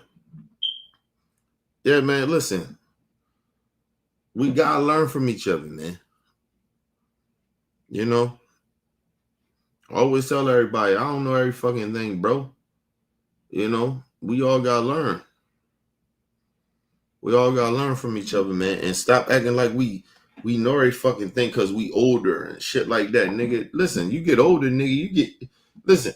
The one thing I did recognize is that the older I get, the more shit I don't know. And what I mean by that is some of this young shit, yo, a lot of this shit is real reality too. So you have to embrace that, you know? You have to do that. You can't just walk around like, oh, I'm old. I got all the wisdom in the world. I know all this shit. Nigga, you don't know shit. Not in that new world. Not in the new world. Not with them young motherfuckers. I always tell people, I always tell y'all, old niggas, if you old, nigga, you better be connected to young people. You better, nigga, listen, you get old. What the fuck? Do you think they care about them young niggas really care fuck about you? Listen, my thing is to make them young niggas care about you. Or care about where you coming from or what you talking about. You got to make them care about it. They ain't gonna give a fuck about it, nigga. We been young before. When you was young, you didn't give a fuck about what no old niggas was talking about. Please stop.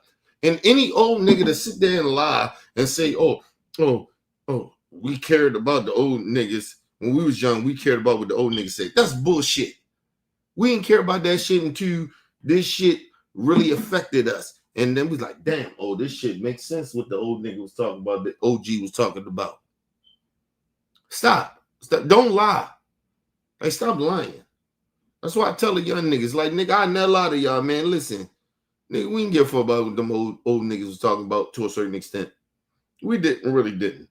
Until we got older when this shit started really affecting us. And that's why I give y'all the leeway I give y'all. Because, nigga, you ain't gonna understand what I'm fully saying until this shit really start affecting you. That's how life works. You ain't gonna understand shit when I'm talking about fully. You not. You don't have the experience to understand what the fuck I'm talking about. I don't give a fuck how old your soul is. I don't give a fuck how much you've been through in your life. You ain't gonna fully understand what the fuck I'm talking about. I guarantee you that. You gotta get older, nigga. You gotta experience some shit. That's what wisdom is. You young niggas don't get this shit twisted. You don't know what the fuck I'm talking about to a certain extent. You really don't. You motherfuckers, you just don't get it. And you won't get it.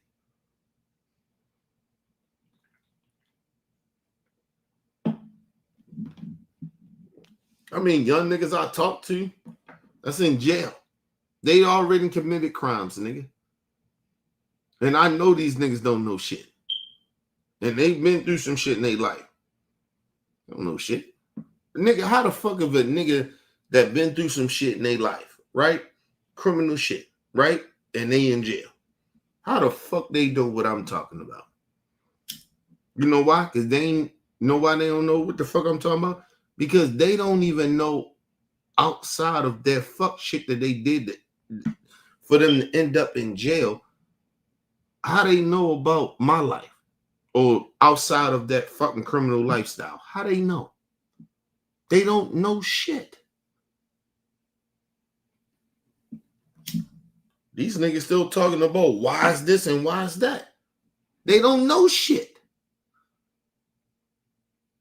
Ain't no wisdom there. I don't give a fuck how you, what them young niggas or what y'all been through.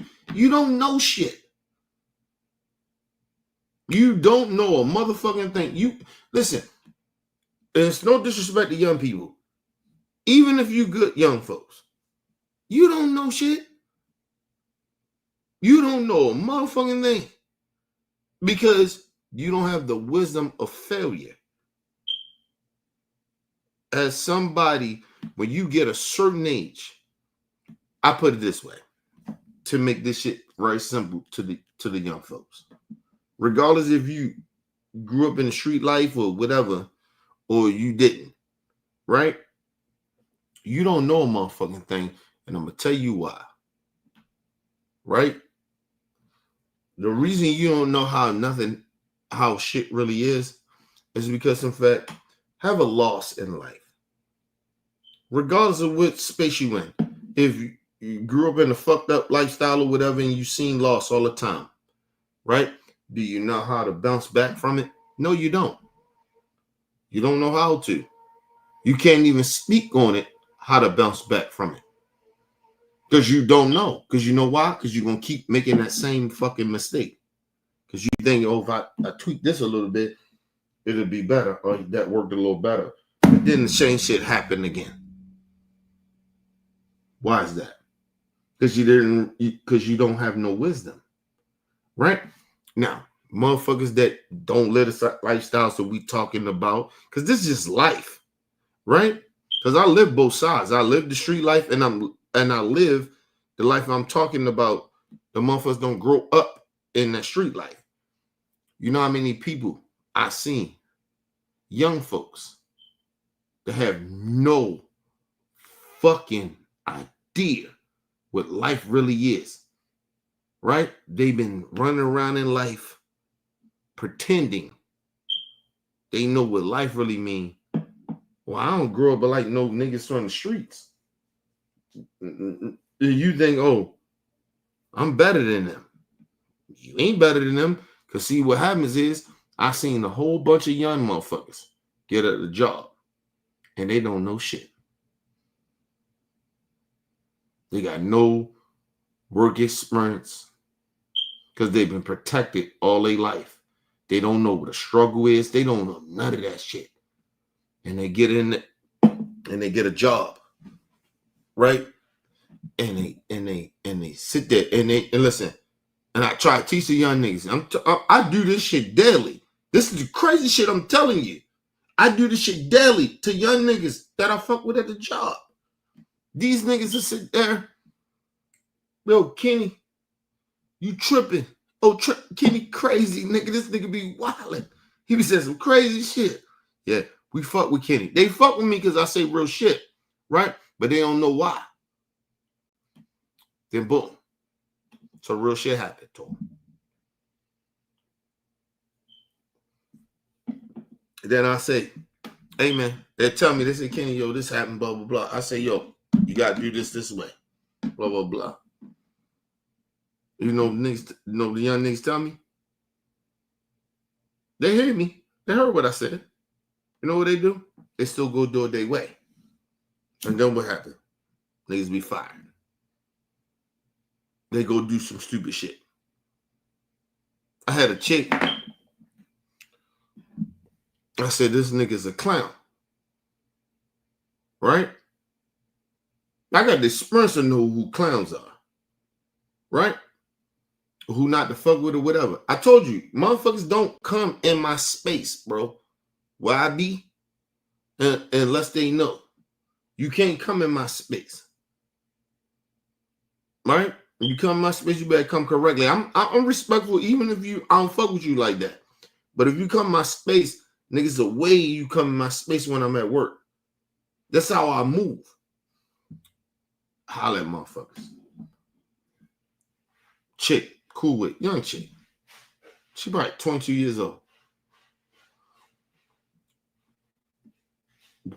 She goes, we talk about this shit. About how the job is and how people are. There's rumors, everything going around. I know this shit. Right? And maybe, let me say this, and maybe I'm gonna give her a little pass.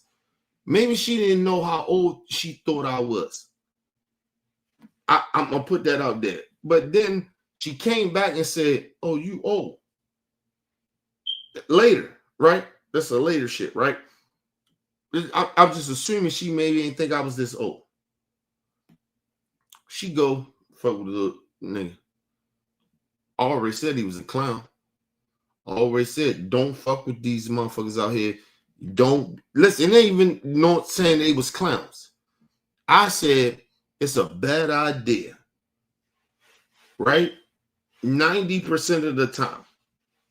Listen, I go a little less than that. 80% of the time, it is bad to fuck with anybody that work, like have a relationship or have a sexual relationship or just fuck with somebody at your job. 80% it's a bad idea.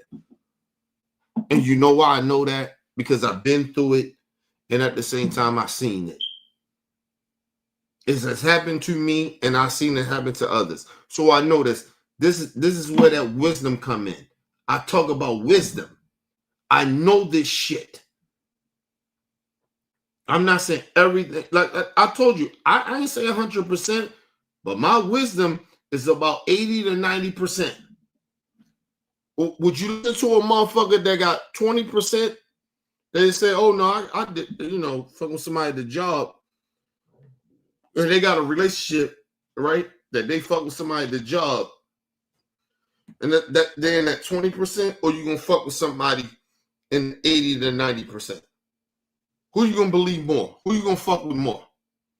The motherfucker that's in the 80 or 90%.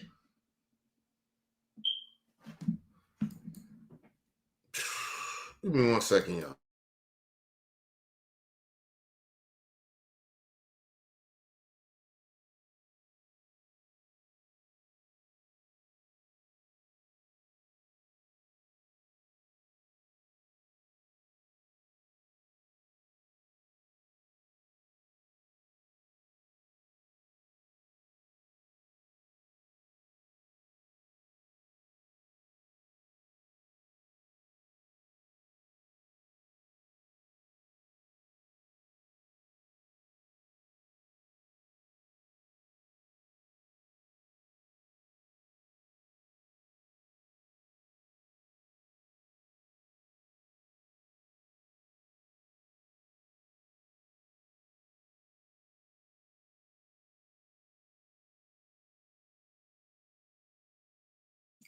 All right, people, I'm back.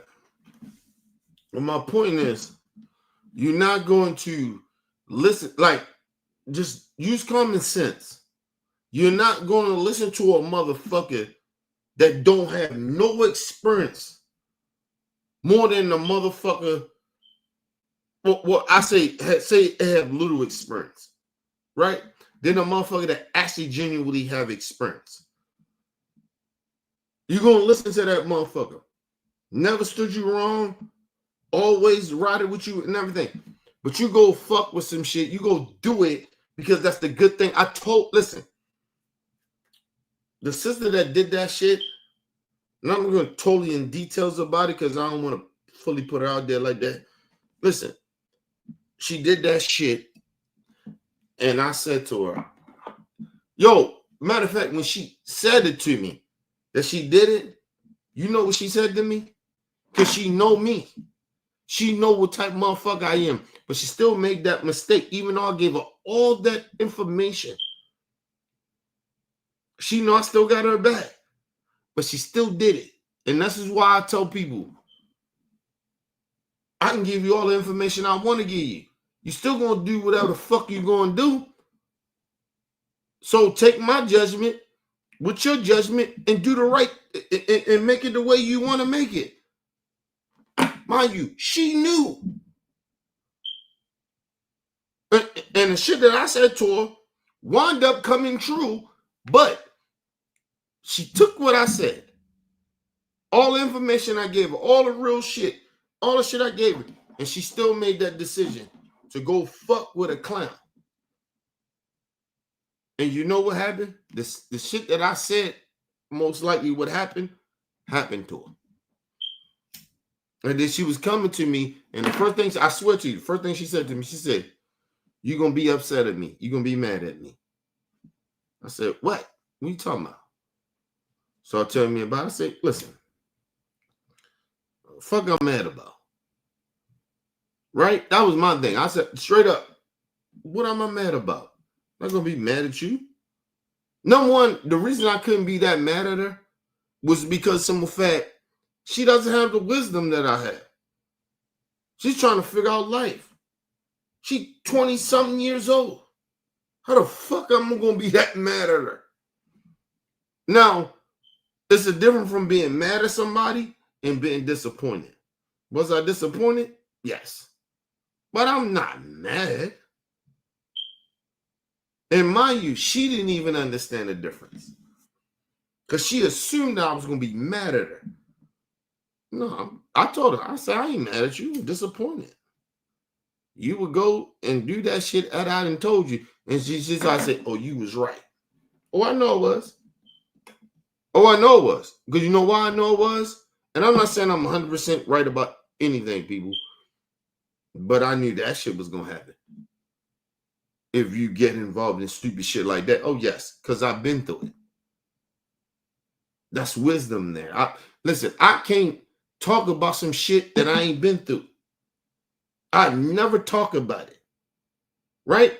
Or if I knew somebody that been through it, it's a lesser percentage that I can say, I can give you advice and say, that's going to happen to you. If I ain't never been through it. Now, if I knew somebody that been through it, don't mean shit. I mean, not mean shit, but it's not going to be a high percentage if I never been through it. Right? I've been through it. I knew I knew she did. Because I did that. I did the same shit she did. As a man, I did that. No, I knew that shit was going to go left. I knew it. I knew it, people.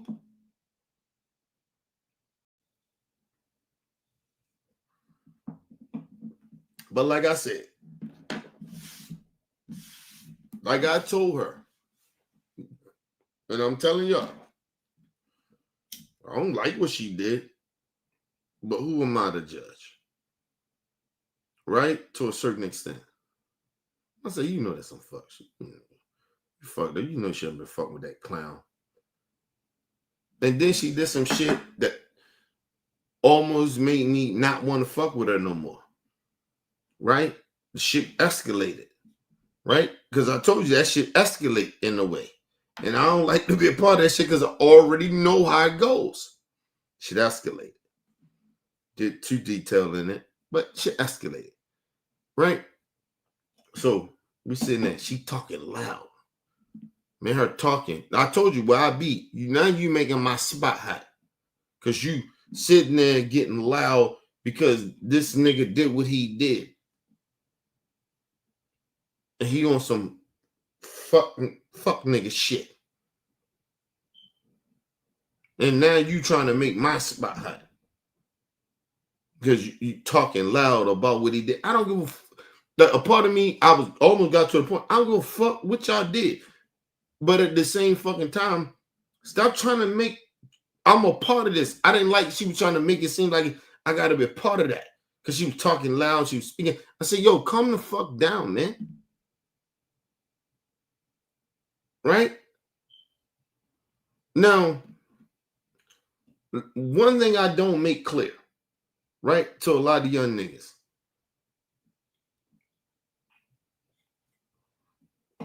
And I had to, and now I know I got to start making clear.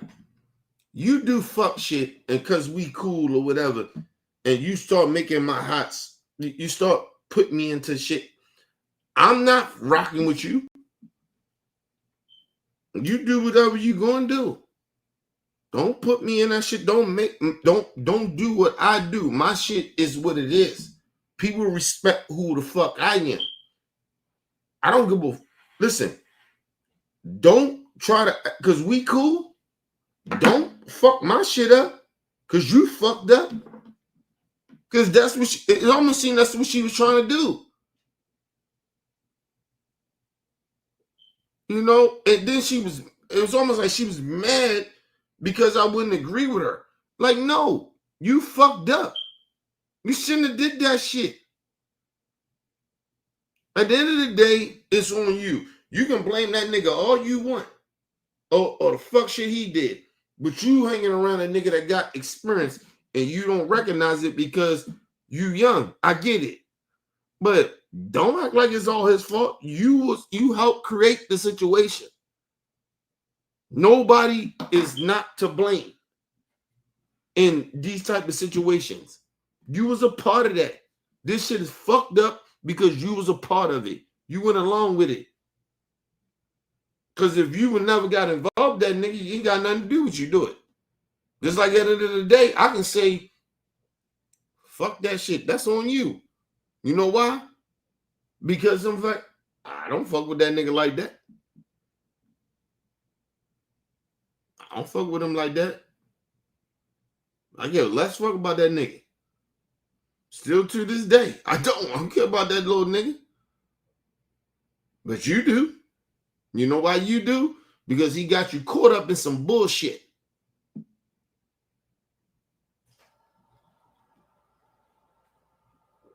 Listen, people, I'm going to tell you how real I am.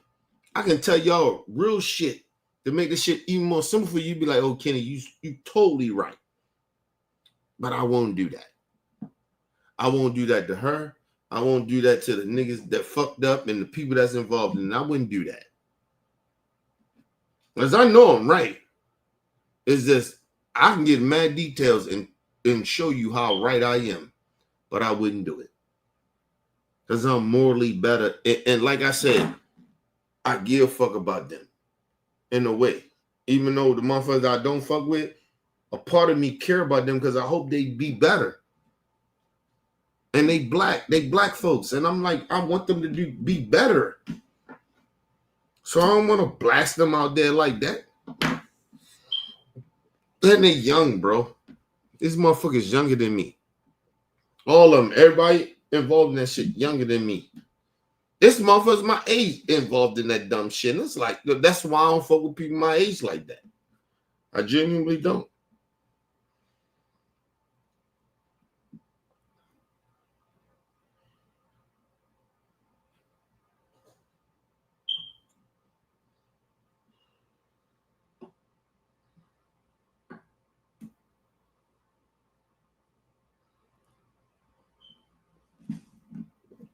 Listen, let me say this to racist ass and sellout ass people. I don't know if you're a black conservative or you're a racist ass white people, but y'all the same to me in a way. Listen, I want to put out what you said, right? It's all in the chat. Listen, I'm not mad at y'all like that, bro. I feel bad for black conservatives. Wait, you good? What's wrong? Okay, what they got to do with me?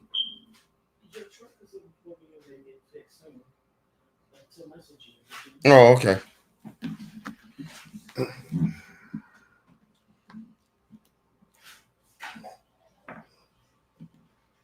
They said exactly what time? Hold on, let me see.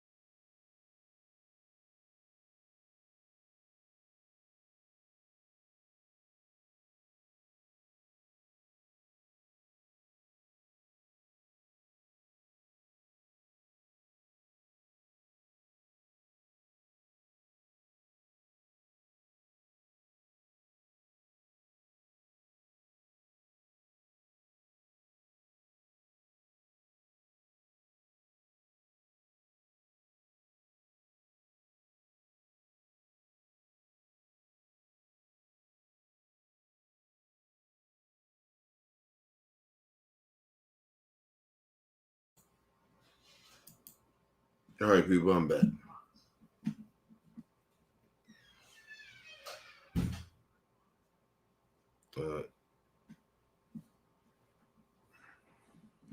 He said, what? Listen. Oh, another thing. It said, oh, you can't, you don't like black conservatives. Listen, let me say this about you so-called black conservatives.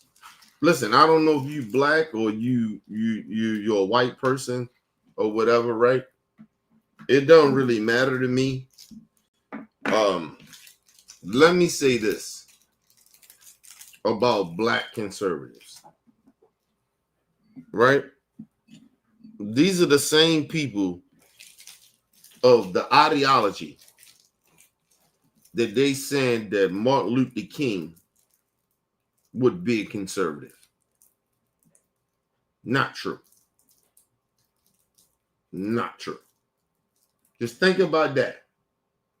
Think about these are the same people, these so-called black conservatives, that say that, oh, Martin Luther King would have been okay with what the fuck is going on right now.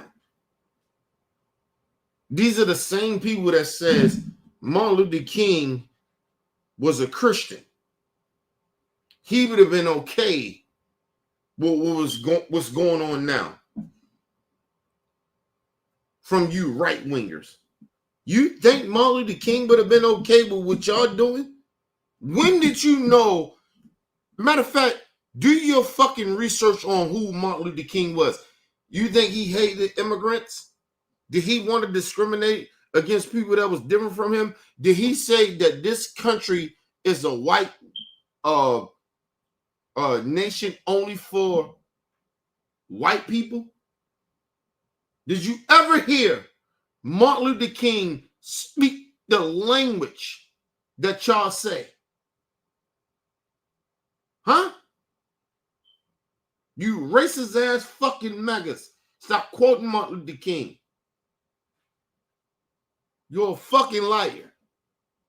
Martin Luther King would never agree with you.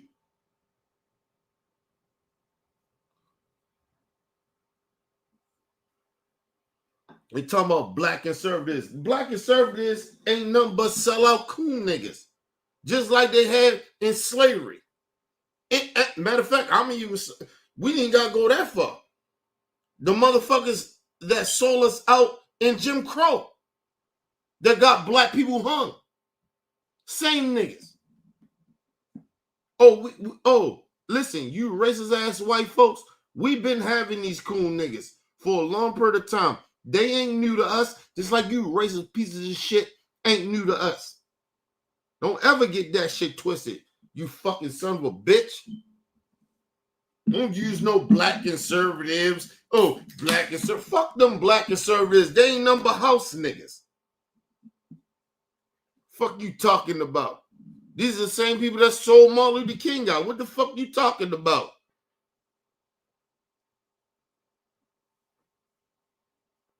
These are the same black people that got Martin Luther King assassinated and motherfucking Malcolm X. What are you talking about? Same type of sellout ass niggas. Fuck you talking about? Bitch ass motherfuckers. Don't use no black conservatives. They don't mean shit to us. And that's what black people in the black community need to understand. Black conservatives is trash. They ain't shit. Ain't no such thing of no black conservative. You're a sellout. You're a sellout. Bitch, and let me say this to all the motherfucking so-called conservatives. Listen, I have my issues with gay people, but nigga, it doesn't even matter about that. How I was raised or no shit like that, or my background. It doesn't matter. They're human beings. I don't give a fuck. Listen, I look at it this way. Is gay people hurting my life? Is gay people making me gay?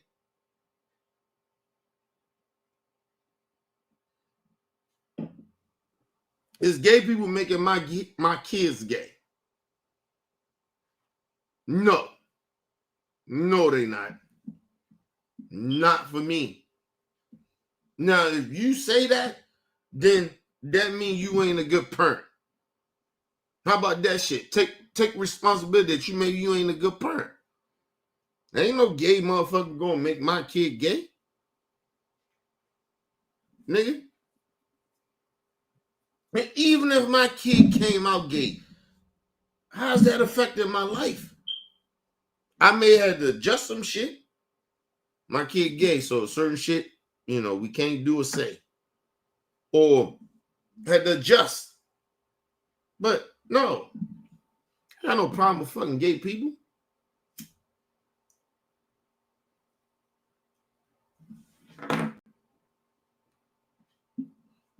The problem with religious people or people that got a problem with gay people, they're pretending they ain't never had gay people in their life. So they're the frauds. They're the frauds. They're the motherfuckers sitting there pretending that gay people this issue for them. Because they've been pretending that these people have never existed. They always has existed. In my lifetime, I can tell you this, and I'm 44 years old. Gay people always been here. The transgender community, listen, they always been here. They always been. Everybody talking about, just because the technology they transition over. No, transgender, we call them, what's the thing we call them? We call them cross-dresser. Transgenders always been here. They was called cross-dressers.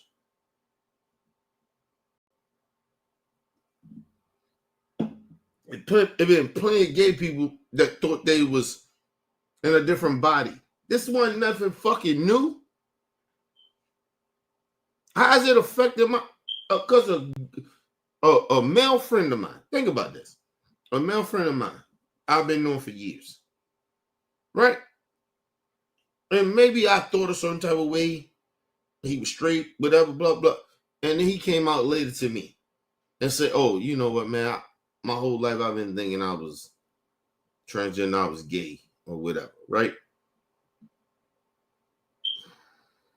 If he was a good friend of mine, always had my back, I don't give a fuck about him being gay, bro. I don't really care. He's a good friend of mine. And motherfucker, you know what I would ask him? All right, you transition over. Would you stop being a good friend to me for that? Like you wouldn't have my back? And that motherfucker say no. Kenny, you know I always hate you, but nigga, what the fuck I got a problem with him transitioning over or being gay? What the fuck I give a fuck about that? Nothing changed between me and them. Other than, you know what? Hey, maybe I gotta call him a little different name or whatever. What the fuck? I still love him.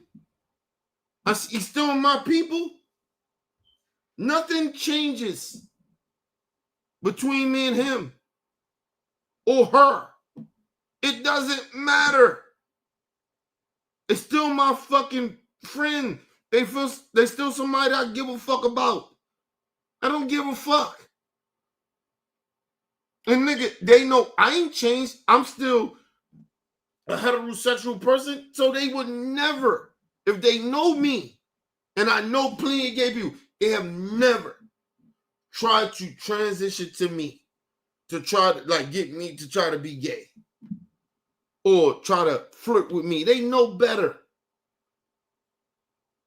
I got good. Listen, there's some gay people that do some fuck shit, but nigga, my experiences with gay folks ain't like that.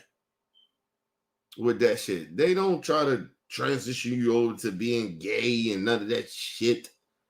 They just want you to accept them, and I don't have no problem with that because, like I said, I already accept you before I even knew you was gay. I had a friend of mine that was a gay. He had a doctor. He actually helped me understand my dyslexic. I was dyslexic. You know, everybody know I'm dyslexic. He helped me figure out how I'm dyslexic. He helped me.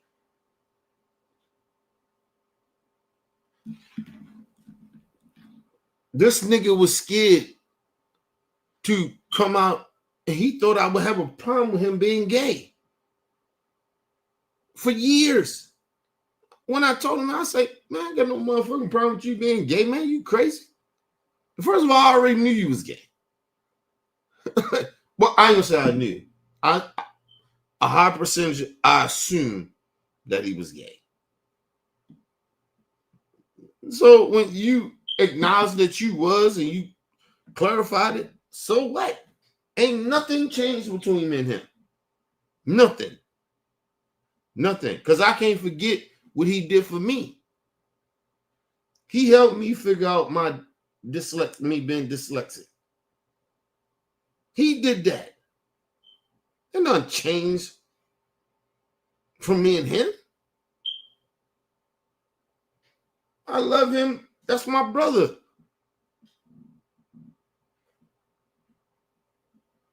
Fuck out of here, man.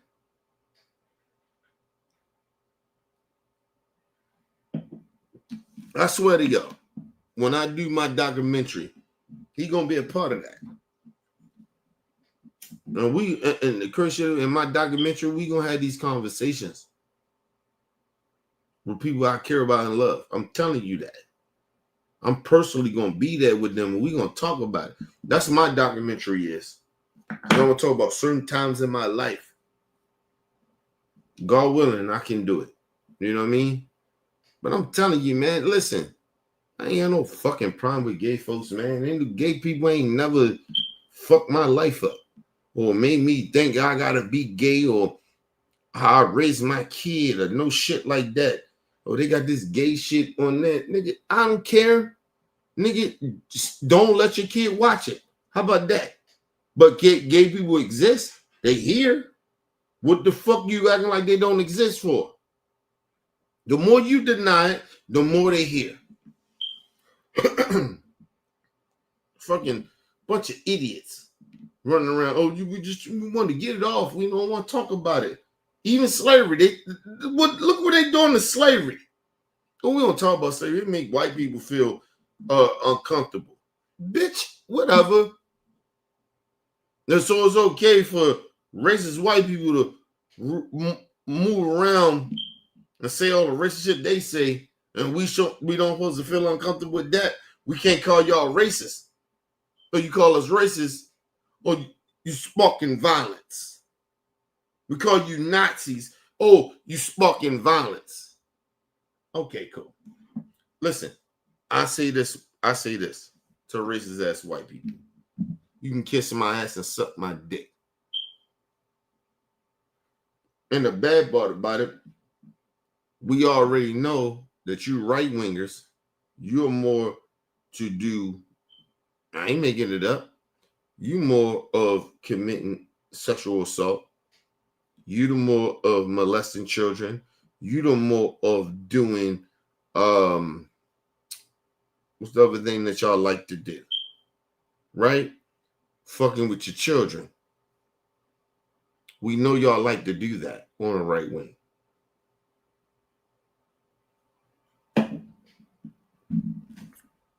Y'all fake ass religion. Think about that shit. They like to do fake ass religion. Like they ain't morally better than everybody. But these same people that sit there be molesting children. These are facts. The facts back that up. I wish you would try to see me, bitch. The facts back it up. You're a bunch of fucking pedophiles on that side. A lot of y'all a bunch of pedophiles on the right. And then you try to sit down and act like you morally better. Bitch, please. Bitch, please. You fucking pedophiles. A lot of y'all. Bunch of fucking pedophiles. Y'all fake ass religion.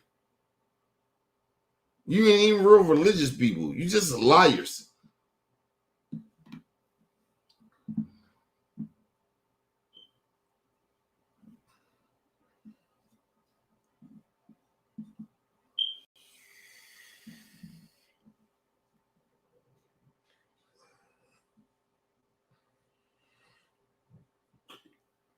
People, look at the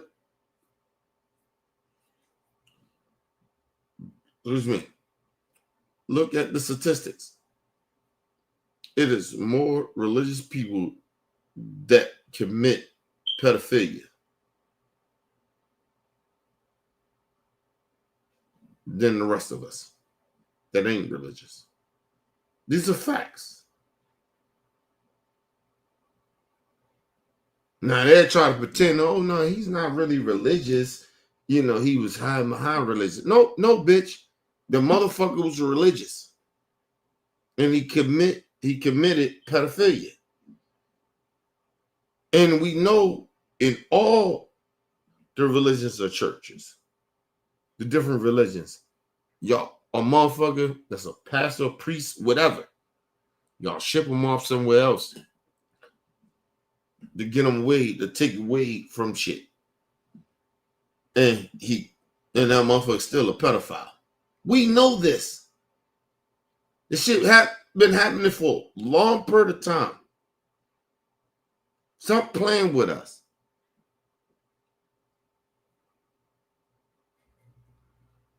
The religious people in this country is they're the most pedophile.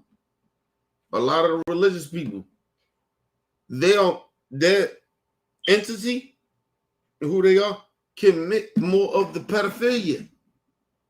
These are facts. And they try to sit there, oh, no. Because you ain't like that don't mean that statistically wise that it doesn't mean that y'all commit more pedophilia. What the fuck universe y'all want to live in? They've been doing this shit for over hundreds of years. The religious community. And y'all need to realize this shit. And stop pretending that it's everybody else. Oh, it's rap music and all that other shit. Bitch, the most fucking cult of shit or movement, the religious movement has committed more pedophilia than rap music.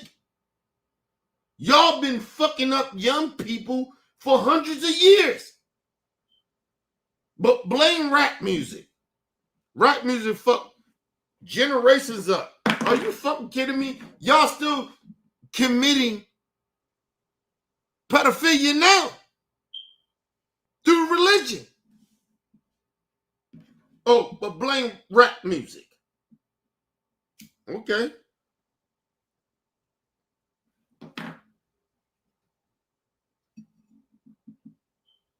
Imagine people in this world right now in 2025, these fake, a lot of these fake ass religious people telling you that rap music is fucking up society when they've been hundreds of years and ain't fixed shit in the fucking pedophile shit that they have been doing. It's a cult of that shit. How many priests? How many people they gave passes to are these fucking so-called priests and pastors? Shipped them off to different countries. Go look at Israel. A dude was here, got caught in the ring in here in America, and they let it go over there in fucking Israel. But Israel, we supposed to sit there and act like Israel. Supposed to be respected of they caring about children and pedophilia. When you got a pedophile, you motherfuckers embrace pedophiles to come over in your country. Facts. I ain't making it up. And tell me I'm lying. Sue me, bitch, and see what happened. Tell me I'm lying. You motherfuckers ain't shit. You fake ass religious people. Like I told you, the most pedophilia happens in the world is from religious cults. All you religious people. I'm not saying all of y'all. My bad. I take that back. I'm not saying all religious people. But it comes from the religious cult. It comes from religion. They assault young children and they on that pedophile shit more in religion. It's not nothing else. They want to blame the gays and all that shit. That shit comes from them. Where you think a lot of these gay, where the fuck you think R. Kelly came from?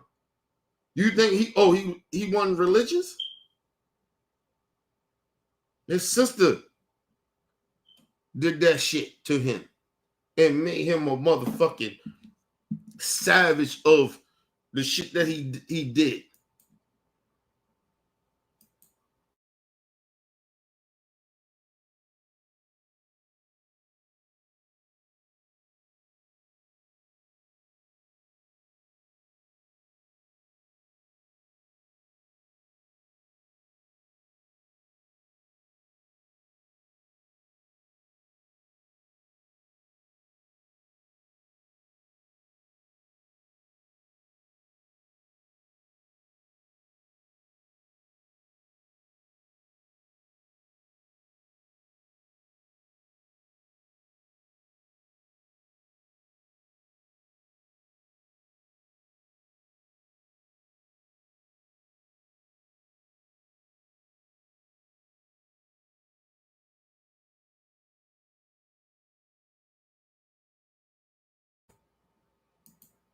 Yeah, I know it's a long show, people. I get it. But shit need to be spoken the truth about. These motherfuckers sit here all the time. You see it on social media. They all lie. They sit there and pretend, make up facts about some shit to fit their narrative. Listen, all the fucking pedophiles come from people that's religious. It's a fact. And I'm not saying that all religious people are pedophiles. I'm not saying that. But a lot of pedophilia comes from religion. It comes from religion. And these people, they try to sit there and deny that shit.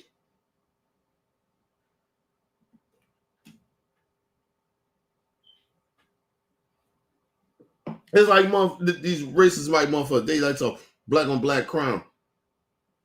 I'm not saying it don't exist in a way that we need to fix some shit without people, but you're not going to exploit us to try to act like, oh, that's, it's just only black on black crime.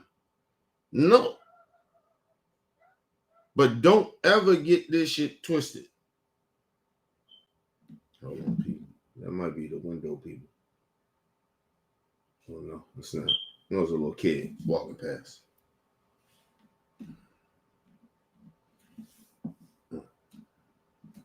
Oh, I'm watching all my cameras now since my fucking window got broken.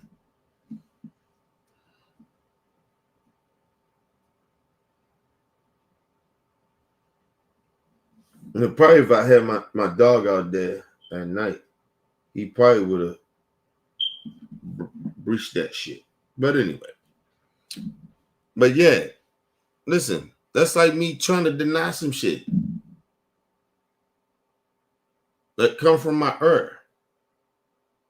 That's why I never deny that shit. I always tell y'all, yo, these niggas, these young niggas, what they do with the guns, that shit come from my earth. Gunplay. That come from us. We started that. They're not proud of it. It comes from us. So I take responsibility of that. It's like these religious people. They don't want to take no responsibility. It's a lot of pedophilia happening in the fucking religious shit. And they don't take no responsibility. We good. No, all of y'all ain't good. Sorry. You not. And stop pretending that. Like this some highly moral principle shit. It's not. It's a lot of fuck shit. And they don't want to talk about it, people.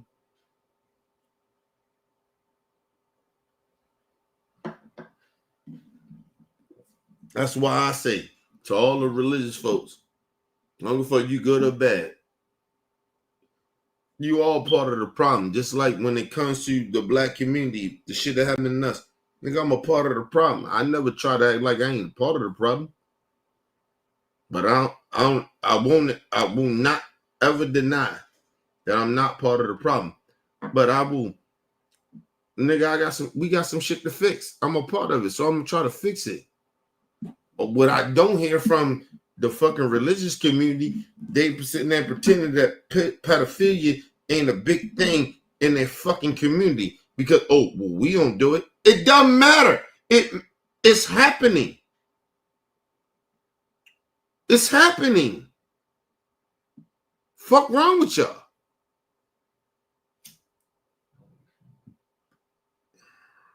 You don't want that stigma on you. But listen, you think I want the stigma on black people? The gunplay, the violence, all that shit, you think I like that? How they talk about our people? I don't know. But I take responsibility in it because I'm a part of why they feel that way. I'm going to defend certain shit, but I know I can't defend everything. I help do this to my people. I help put our people in this position. I take self-responsibility. I'm a part of it. I'm part of why my people are looked a certain type of fucking way. I'm supposed to ignore that? What? Because, what? Oh, I'm not those black folks. I'm not doing that no more. Get the fuck out of here. I'm a part of that. I'm the reason that they look back. They look at our people a certain type of way because of me. You don't get to just jump out of that shit because you doing better and you ain't doing it no more. Get the fuck out of here. If you was a part of why this shit is the way it is, you're a part of the problem. So help fix it. Fucking goofy niggas. I can't stand this shit. with these motherfucking niggas that want to be sellouts and shit. And let these white supremacists sit there and act like, oh, you so much better. You ain't better, you fucking coons. You ain't better.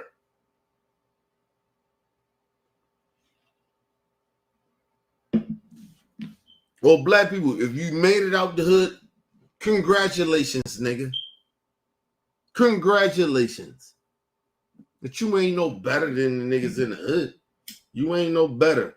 Because like I said, when you leave the hood and you do whatever you do, what you do to come back to help shit. You don't do shit. You just roll the fuck out. So you ain't no better than them. You think you better than them, you rolled out. I'm not going to be them niggas. How that make you better than them? Because you ain't do nothing to help it. You just say you getting out.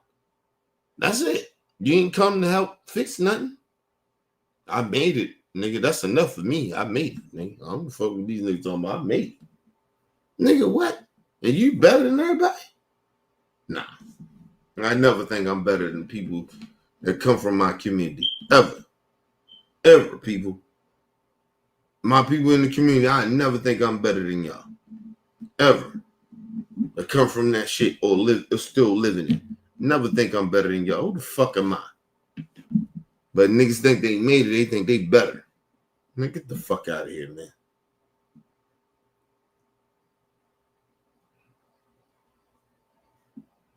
Think about that shit.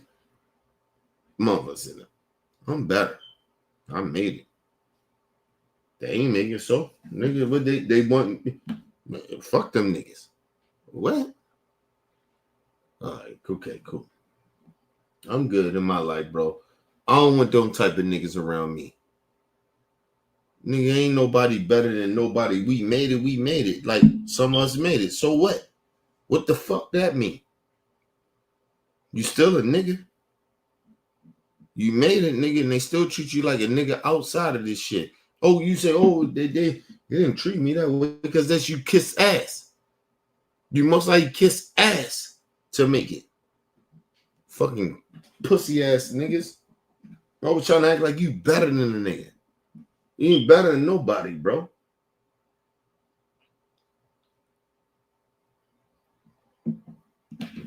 Imagine, people. Imagine you black. You made it. You got it, right? And you think you better than every fucking body. Because you made it. You made it from them black niggas. So them white people tell you, oh, they better. You better. You a good, you one of them good white, you one of them good black niggas. Imagine how that makes you feel, bro. Come on, bro.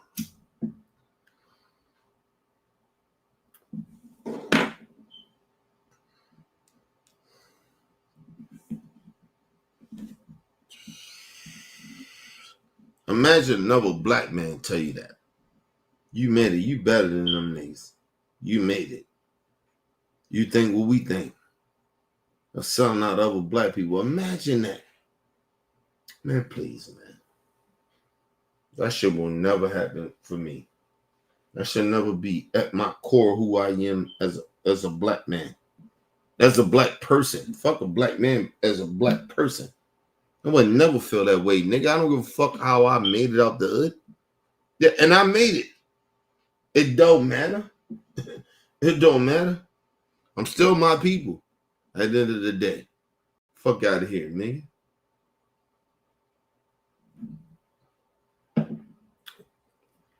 I feel more love in the hood than I ever feel outside of my hood. Amongst my people. I feel more love. Listen, imagine somebody tell you they got love for you because you made it out the hood. A white person. You're a good black person. And they make you feel that way. But them motherfuckers, then the whole time, they say that, right? And then you yourself made it out the hood. You know this, right? You know the struggle that you've been through. And they're trying to get you to make you feel a certain way. Please. I just want to be real about that shit, man. Ain't nobody gonna do that to you, bro.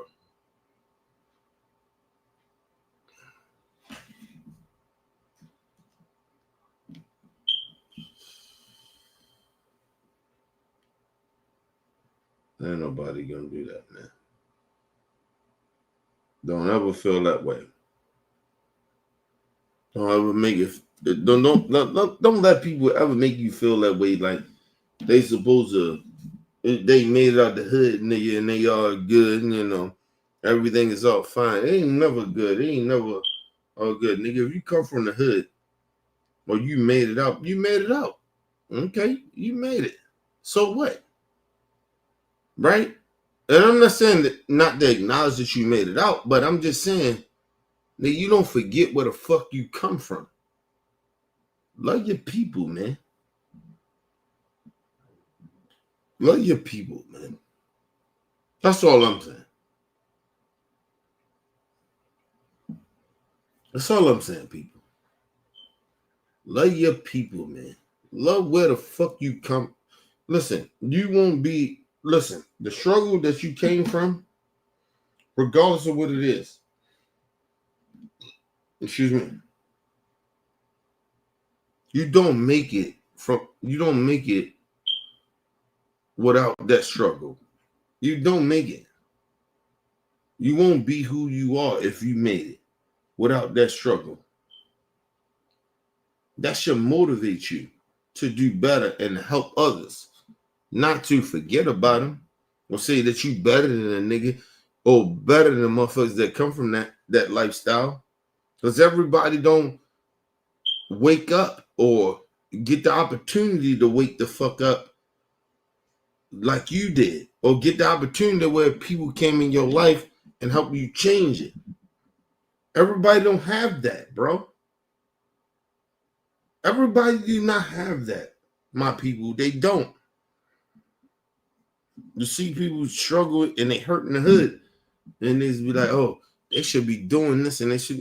No, you don't know those niggas. You don't know their lifestyle, bro. Listen, I grew up in it. I was born in this shit. But that does not mean, listen, I'll put it this way. Let me make it simple to y'all. I grew up in this lifestyle, right? But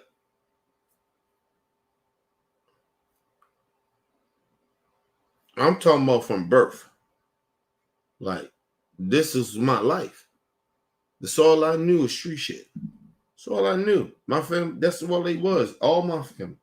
I grew around, I told you, I grew around killers, murderers, drug dealers.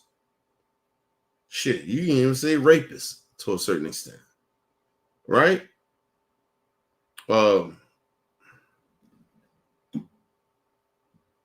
I grew around it all my life since the day I was born.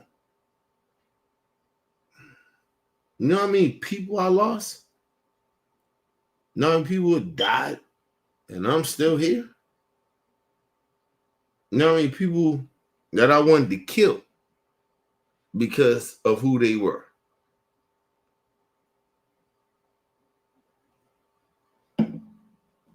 Y'all understand that, man? Imagine a motherfucker kill your family or kill somebody in your family, somebody you close to, and you older now. I know better, right? I know the motherfucker that killed the motherfucker, right? And I seen the motherfucker, right? Imagine that. And I make a decision as a grown-ass adult, but at the same time, a motherfucker that understands this shit ain't about you. This shit deeper than you. So you let it go.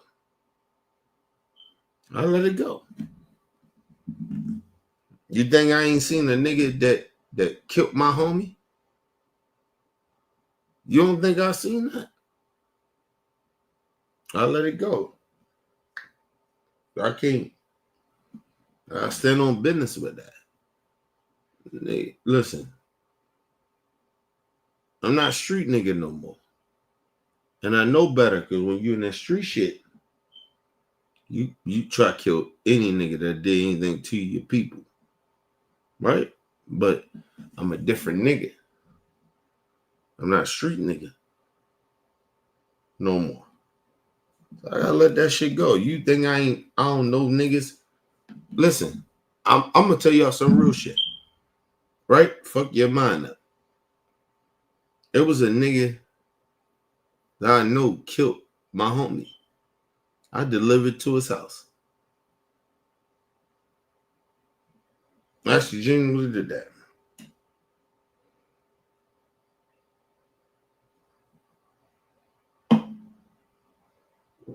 But it's all good.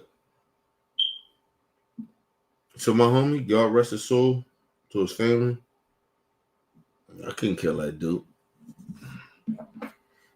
Now, if I was back in the day or some shit like that, yeah, I probably would, but I'm better off. I'm better. Like, I know better. I wouldn't kill that nigga. That's street shit. I can't do that. I'm not a street nigga no more. So you can't do that. Even though it's still, and listen, I ain't gonna lie to you, it hurt that I ain't do nothing to him. Because I really wanted to do something to him. Caught this nigga. You know, I could have plotted on this nigga to do something to him. But I'm like, nah. It's all good. It's all good. Because,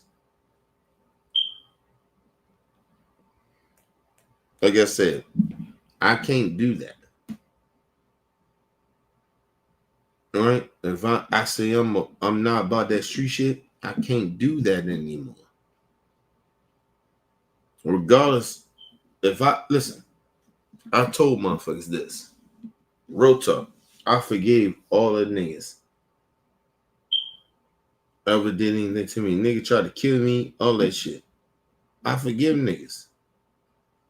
I get over that shit, bro. Nigga set me up, whatever. Nigga, that's street shit. I can't use that shit against them now and I see him. Nigga, we good. I'm okay. Now, for however they think, that's on them. But for me, nah, I'm good. I don't care about that shit like that no more. I'm done with that shit. Like, nigga, I was a street nigga. I was like that, yo. But that's not me. I can't do that shit to them. And I'm about my people. You get what I mean? Regardless if I beef with you or not. I can't hate the same niggas that I probably hated back in the day. Because I'm not a hateful dude. I don't hate people. So I can't do that, nigga. I stand on principles. Y'all understand what I'm saying? Like, I can't do that. I cannot hate a nigga that did something to me that almost killed me or did something to my niggas or killed the nigga that I knew when I forgave them. I can't do that. That's what I'm saying. I can't do that. And understand that, man. These motherfuckers don't understand that. My people is what it is, man. I know my lifestyle. I know how I got down, bro. But I can't do that. I gotta set a better example, bro. I can't be on that bullshit.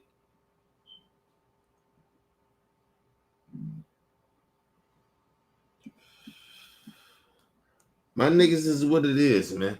My lifestyle is what it was. And like I told you, a lot of my family members hate me because of that. They don't trust me, they scared of me or whatever, however it may be. But they don't fuck me like that, bro. Because who I used to be. And I had to respect that too. I gotta respect it. Even if they don't see me the same. But they got the respect too. I don't fuck with them no more. You feel that way about me? We good. Let's move on. You got your life. Let's move the fuck on. I'm not mad at you or no shit like that, but nigga, I can't fuck with these niggas like that. Because I don't get down like that.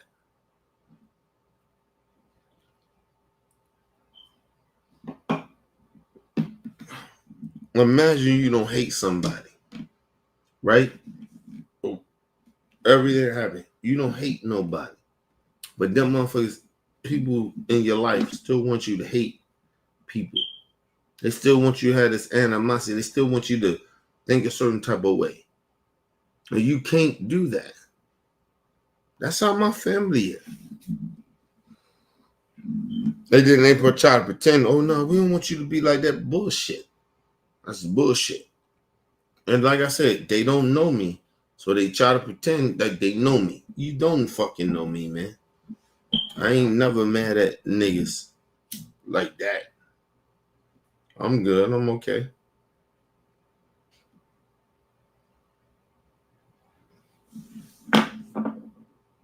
Shout out to all of them.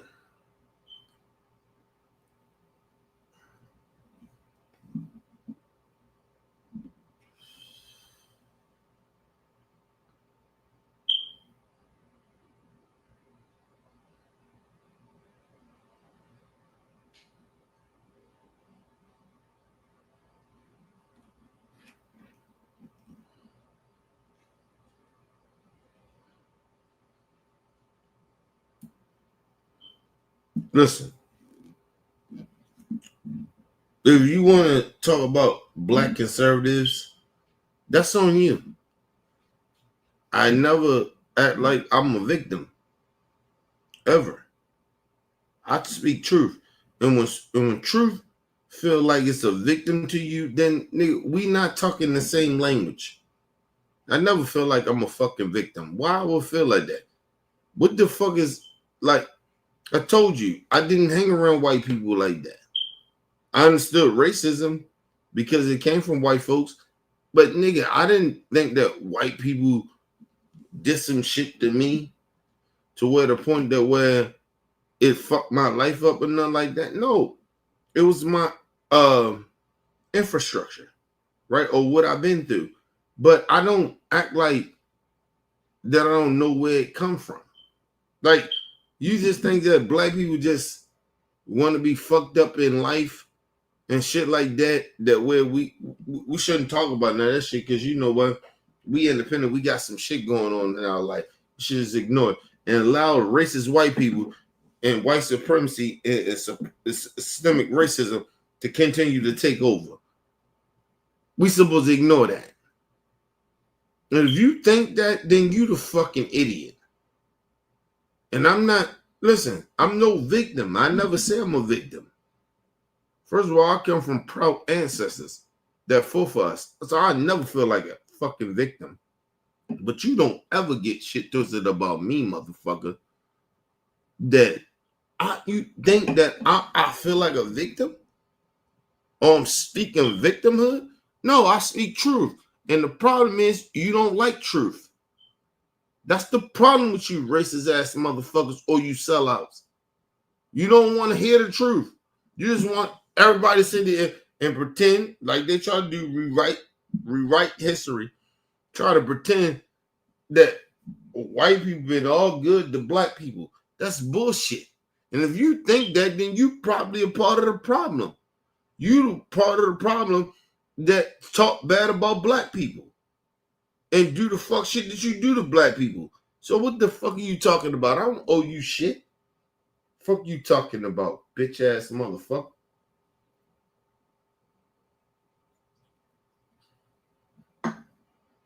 Anyway, man, we out, people.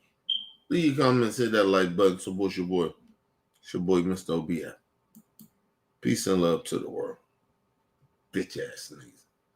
Try to sit down like, oh, I'm so hurt, I'm so emotional, I'm playing victim.